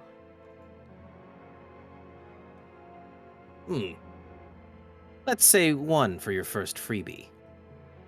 Everyone gets 1. Alright. Sure, I'll have 1, please. yeah. He goes into the back and rummages through his box and pulls out what appears to be a potion of healing, moderate. So 3d8 plus 10. Thank you. Hey, do you know anything about what's going on here? I'm just trying at this point. Anybody who's got answers, that'd be great. For as long as I've been here, the night shift has always been a dangerous place. The security guards, well, they barely last a day, if at all. You're probably one of the only people that I've seen get this far, if anything. But, if you need help, other than me, there's or there used to be, a ward on the Panopticon. That's, yeah, a ward. A kind of spell that prevents things from getting in, malevolent things. Looking at it now, well, they've managed to shut off the ward again. And how do you turn it back on? Is it just a flip of the switch on a breaker or something? I'm gonna be honest with you, there are a lot of automatons in this place, myself included. If you turn it back on, well, it's only gotta be a matter of time before they turn it back off. What you really need is something reliable. The 7th Era exhibition contains the museum's Modern Science and Technology Center. They'll be able to create a pass for you that'll mimic the ward normally active on the Panopticon. And, well, as long as you keep that handy, that's not something they can turn off. Wow. You'd think that, they'd make a breaker or a switch or a maintenance room that automatons couldn't reach in order to avoid this kind of thing, but I guess that was kind of overlooked. Well, they do have those kinds of things here. But between you and me, buddy, now that you're in the thick of it, well, it's gonna be impossible to tell who's an automaton and who's not. There's folks all over the place. People outside the museum. You're part of a bigger thing now. Are you part of this? I'm a traveling salesman. I'm as far away from it as I want to be. But, trust me, I'm here to help. All right. Thanks for the potion. Anytime. I've got more in the back, but he does a little money rubbing motion with his fingers. Yeah, I get you. He like gives that awkward like wave and walks out to rejoin the group. Yeah. He waves you goodbye. The door shutters close, and you watch as the gift shop chugs away on its magical track before disappearing. Oh, do we not get a shop? Oh, yeah, you guys can shop if you want. It's Okay. narratively. Yeah. What? What Oh, they yeah. have? Well, how do we have, and how are we paying for this? Assuming that you have the money that you had when you started, you can always use that. But if you don't, you can always sell the stuff around you. He will buy shit from the museum. Oh, really? Okay. I'm gonna go gather the corpse of the conqueror I was just about to also do that. and this lion. Drag those over. Yeah. He takes a solid look at the two of those. Wow. An inseparable pair. Quite surprising you managed to take them down. I can buy those for, let's see, 500 gold pieces each?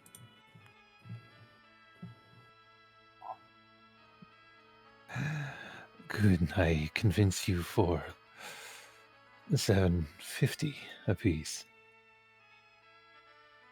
Give me a diplomacy check.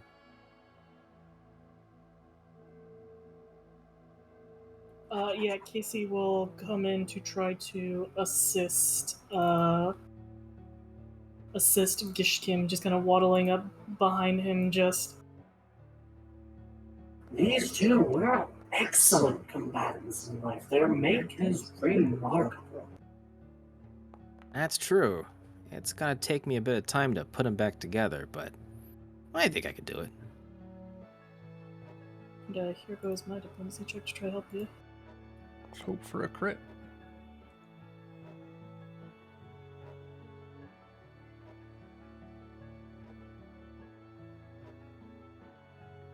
Okay, dog.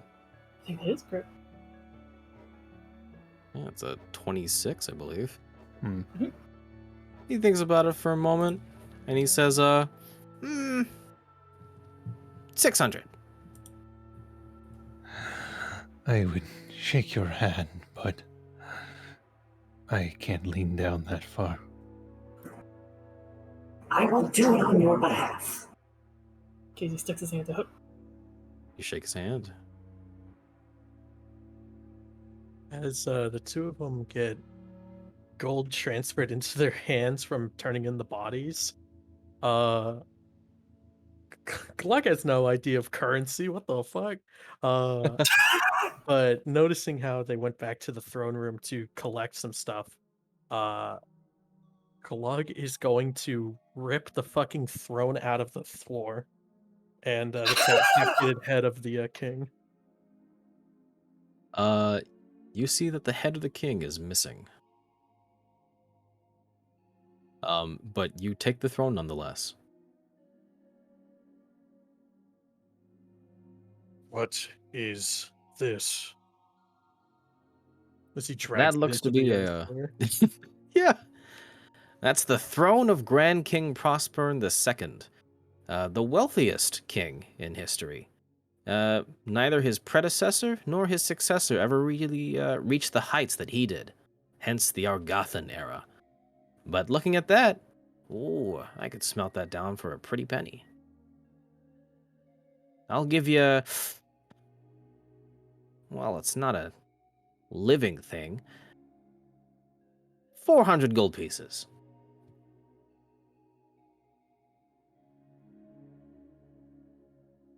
There was torn body by throne. How much? For just the body? Missed Ooh. head. The head's where all the good stuff is, so I'm gonna give you 250 for that.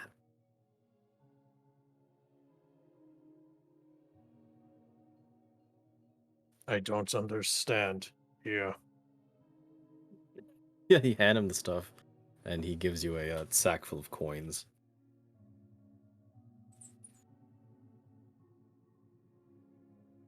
It's 250 for the body, 400 for the chair. So 650 in total. 650, Yep, yeah. 130 for everybody, so 370 everybody. 370 for everybody. Is that in addition to the 240? Oh, in addition to 240. Yeah, It's just 370 in addition. In addition to the money that you got. yeah, addition to the 240 already, so 370 total. 130 from the Oh, chair and okay. the body. 370 total. 370 total, combined with the- yeah. Gotcha, gotcha. Oh, no problem. Yeah. Feel free to mark your purchases. You get a repair kit for your shield. With that, the door shutters close, and they choosh you on out of there. In the distance, you can see the gate for the fourth. Sorry. 0, 1, 2. Yeah, for the third era. But nearby, you spy the Witchward statue and what appears to be the breaker, or at least a small room for it. Are you guys tidied, ready to go? Yeah. Okay. Yeah, I'll mark stuff down the body. Yep, same. Right. Walking by the river, you approach the Witchwood Monument. A massive statue dedicated to the strange Witchwords of the Second Era.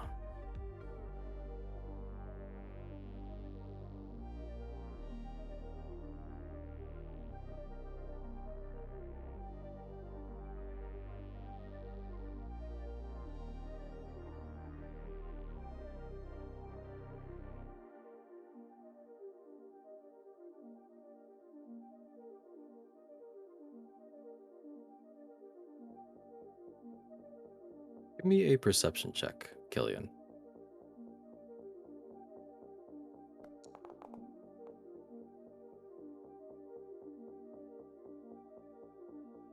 Funnily enough, as you reference back towards your manual, something doesn't match up. This is not the statue you remember. Playing with Aaron in the park. In fact, looking through the manual itself, it's not even the statue listed on there. You compare the pictures back and forth, and they're completely different statues. It should be here, but it's not.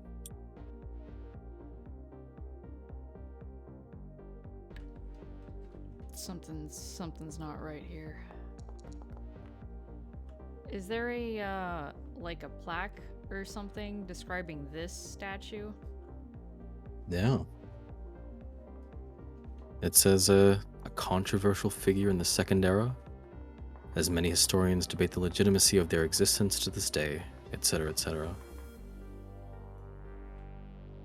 But it's not the It's- same as what he has in his manual, is it? Neither your manual nor your memory, and you remember this distinctly. In fact, you have photo proof of it. For some reason, standing in the place where this statue should be, there is something else entirely.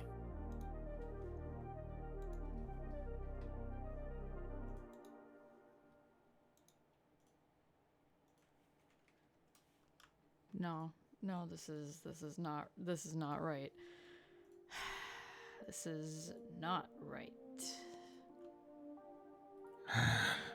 Is there a problem?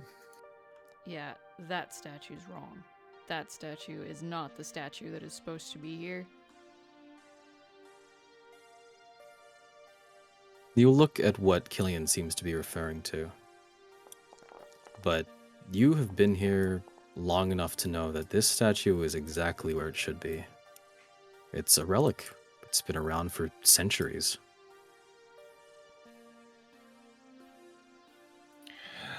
I'm afraid you are mistaken, Killian.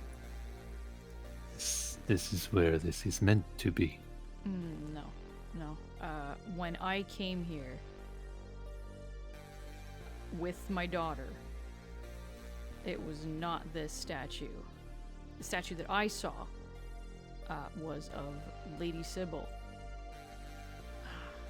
He's like looking around for his phone to see if he can find like a picture of the one that he took with his daughter. There's one in the manual. Oh. He opens up the page, the manual, to the page of the actual statue. This is what's supposed to be here.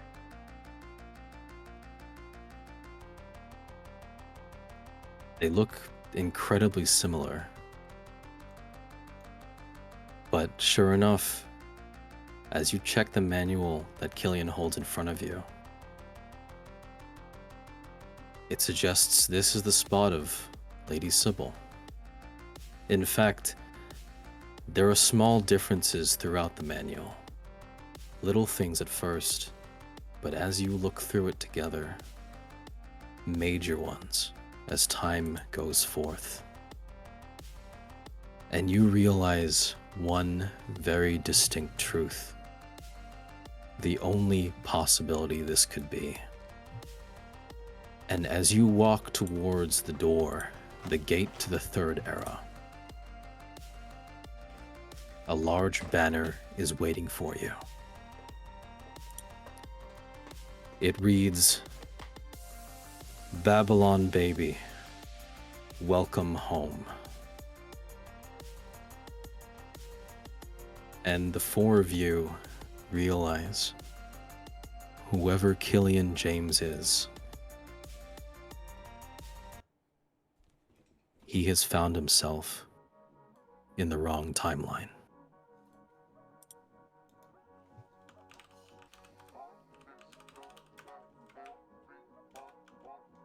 And that's where we'll end it for today.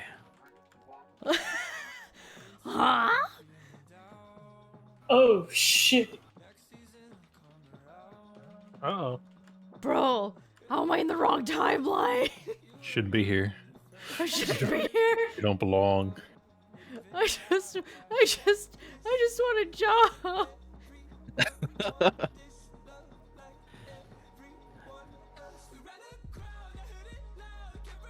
Killian's very bad, no good day. Ugh. I think we all got dragged down in that mud.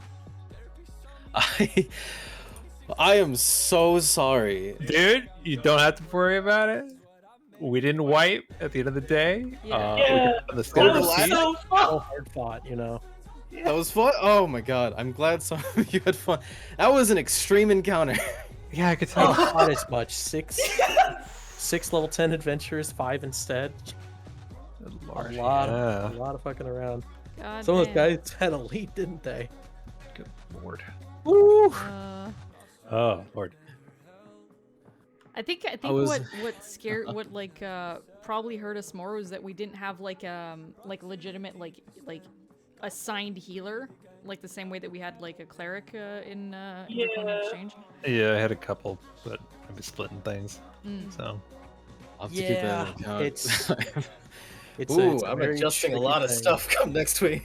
I mean, if Z shows up and we're 6 again, I think it'll be fine. I'll be Oh, like, yeah, the pressure will be taken a little bit off Yeah. of the rest of this. especially the barbarian. Yeah. Speaking of, question about spell slots and all that. This is all taking place, I assume, in one night. So I'm not sure how that's gonna work. Are we just? I'm Are we able to assuming get we're spell slots not back? getting spell like that. Yeah. That seems that seems cruel. Yeah. Because after a while, I'm just gonna be completely out of spell slots. Just completely tapped out. Can't I'm down to Exactly. 1, Chief. Yeah, you're a fucking God, super you're summoner, spontaneous. you only got 3. I have 4. Thank Oh. you very much. Maybe. Well, can we do like a rest We'll do a after each variant. encounter or something? Yeah. Variant rest, like I think checkpoint. Yeah. Yeah, The as a checkpoint, yeah. you call the choo-choo train along, he gives you your gifts, and you're all fully refreshed, like a Okay. long rest. Oh, thank God. Ooh. So save that health potion.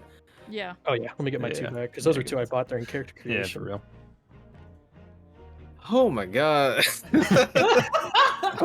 I was stressed out for you guys. I'm glad you had fun. Yeah. Yeah. I think because it made like the stakes are higher now. Killian is a lot more like, just like I just want to get the fuck out of here. Yeah, it's gone from let's see what this is about to I need to To find a obscenely way bad. to leave. Yeah. The acceleration of 3 people being down was fucked. How many cigarettes did you down to? Oh god. Oh, I think he's had like 3 now. Sorry, no cigarettes in this timeline. my god. Okay, then we're really in the bad timeline then. Yeah. Or the no, good one, he's- depending on how you're looking Like at it. he's got his pack of cigarettes. Once he's out, like I think he's just gonna be very, very stressed out. Ooh, well. Which timeline are you in? The good one or the bad one? We'll find Boy, out. I Secret don't third know. option. This whole thing feels kind of like a limbo, so it's hard to determine whether you're in the good timeline or not. Yeah. So yeah. Everyone's That's being it. mysterious. No one's being honest. There's one person who knows the truth, and he's fucking with you guys. I'll be honest, the fact that Gishkin is so talkative is making me very suspicious. Oh gosh. I would say Vicky's very straightforward. She just kill. Yeah, Vicky just a kill. yeah, Vicky is like Vicky put me on edge when she just randomly stabbed the statue for no reason. I was like, okay. But He hated that statue. yeah. But then like just Gishkin talking so much and like seeming to be like, oh yeah, the 7th ward place. Yeah, your salvation is there. Yeah, and like just encouraging it. And I'm just like, yeah, I don't know. I mean, it got corroborated. Yeah, but you're very like Gishkin is just too talkative about it. I don't know. There's just something that is off-putting and that's making him very on edge. He's I mad feel when the because talking dinosaur tries to talk at you to make you feel comfortable, but it does the opposite. Yeah.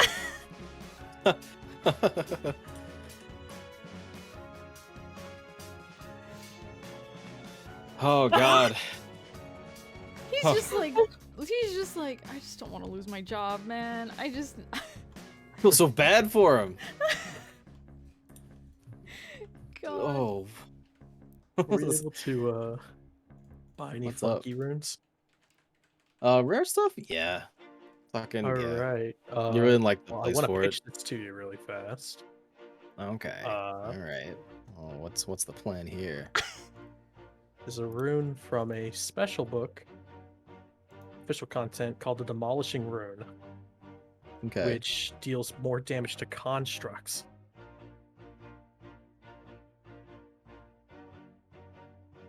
And there's a lot of exhibits. Yeah, dude. You guys are I mean- pretty woefully unprepared, not knowing what you're going to encounter. So I think this is actually a good idea to stock up on stuff now that you know who your enemies are. Slug's fucking hungry. You can't eat a robot. be looking my way. He ain't gonna eat you. You could try. That'd be really mean. It'll be like that fucking scene from Osama Ranking where he fucking just stabs you, jumps on your neck, and starts drinking you. God. So, So of my- thirsty. one of my friends drew fan art of the Sphinx.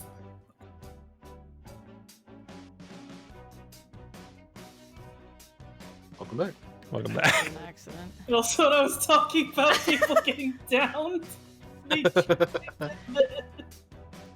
Holy shit, that's amazing. That's really good. Oh. Incredible. Oh my god. Oh. So I'm still fucking stressed. I'm like, wow. I'm glad it turned out well. Yeah. Holy shit, yeah. I hope that was fun. It was. It was. Yeah. I'm having fun playing this tired divorced dad. Cool. All right. Yeah. Awesome. Ooh, ooh. I apologize for me going super hard in the paint with fucking fighter stuff. Bro, Dude, No, it's Honestly, that fine. helped us. really necessary. Yeah. if you I had done think you that, would A have lot of shit died that otherwise. moves and steps and schematic actions, like Zeus, Yeah. I think if we hadn't done that, I think we would have been a lot deeper in the shit Yeah, than we had. yeah. because I don't want to be like, oh, you should probably use your attack of opportunity. No, But there's a no. lot of shit Very that incurs it, so if you guys Yeah. don't mind me reminding, like, Oh yeah, no. No, If I no. sound sour, it's literally just my gut reaction to anyone telling me what to do. I see. That's because I don't want to be like, guys, you have something for this. if you do it too much, trust me, I will let you know. Gotcha. But no, like it honestly helps Zeus. I was actually waiting for fucking like ranged attacks, so I had like an opportunity to do hit the dirt because that looks like fun. That one's really nice. Yeah. And the one time that it did happen, I forgot. Oh, No. And that was the one that really hurt a lot.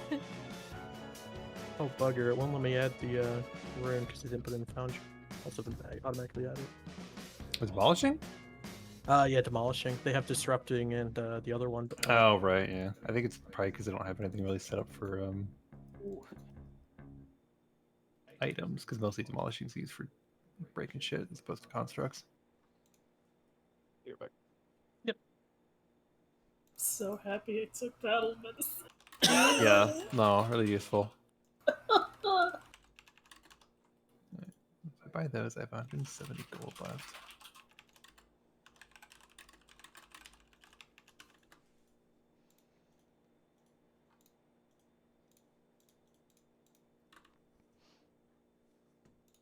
Do we have an after credit scene today?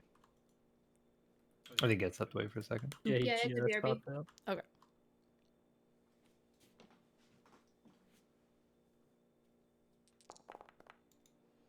I was not expecting a gladiator thread. That was very cool. What? There you go. What I do said you I mean? wasn't expecting a gladiator. Are they, Well, oh, are yeah. they not a gladiator? No, she's a fighter. Oh. Well, no, I know the class is a fighter. I thought they were a like in their life a gladiator. They seem to be really at home in the arena. It's more complicated than that. Oh, okay, I see. Interesting. But yeah, no, she hates the she hates the Grand King and the Emperor. That's fair. Garugamesh. Oh. Garugamesh. Oh, hold on, you said it again. Gilgamesh. Oh my god. But yeah, Uh, Gats, I was asking before you stepped away if there was going to be a after credit scene. No. Okay. Okay, because I just want to do the stop recording. Yeah, no problem. I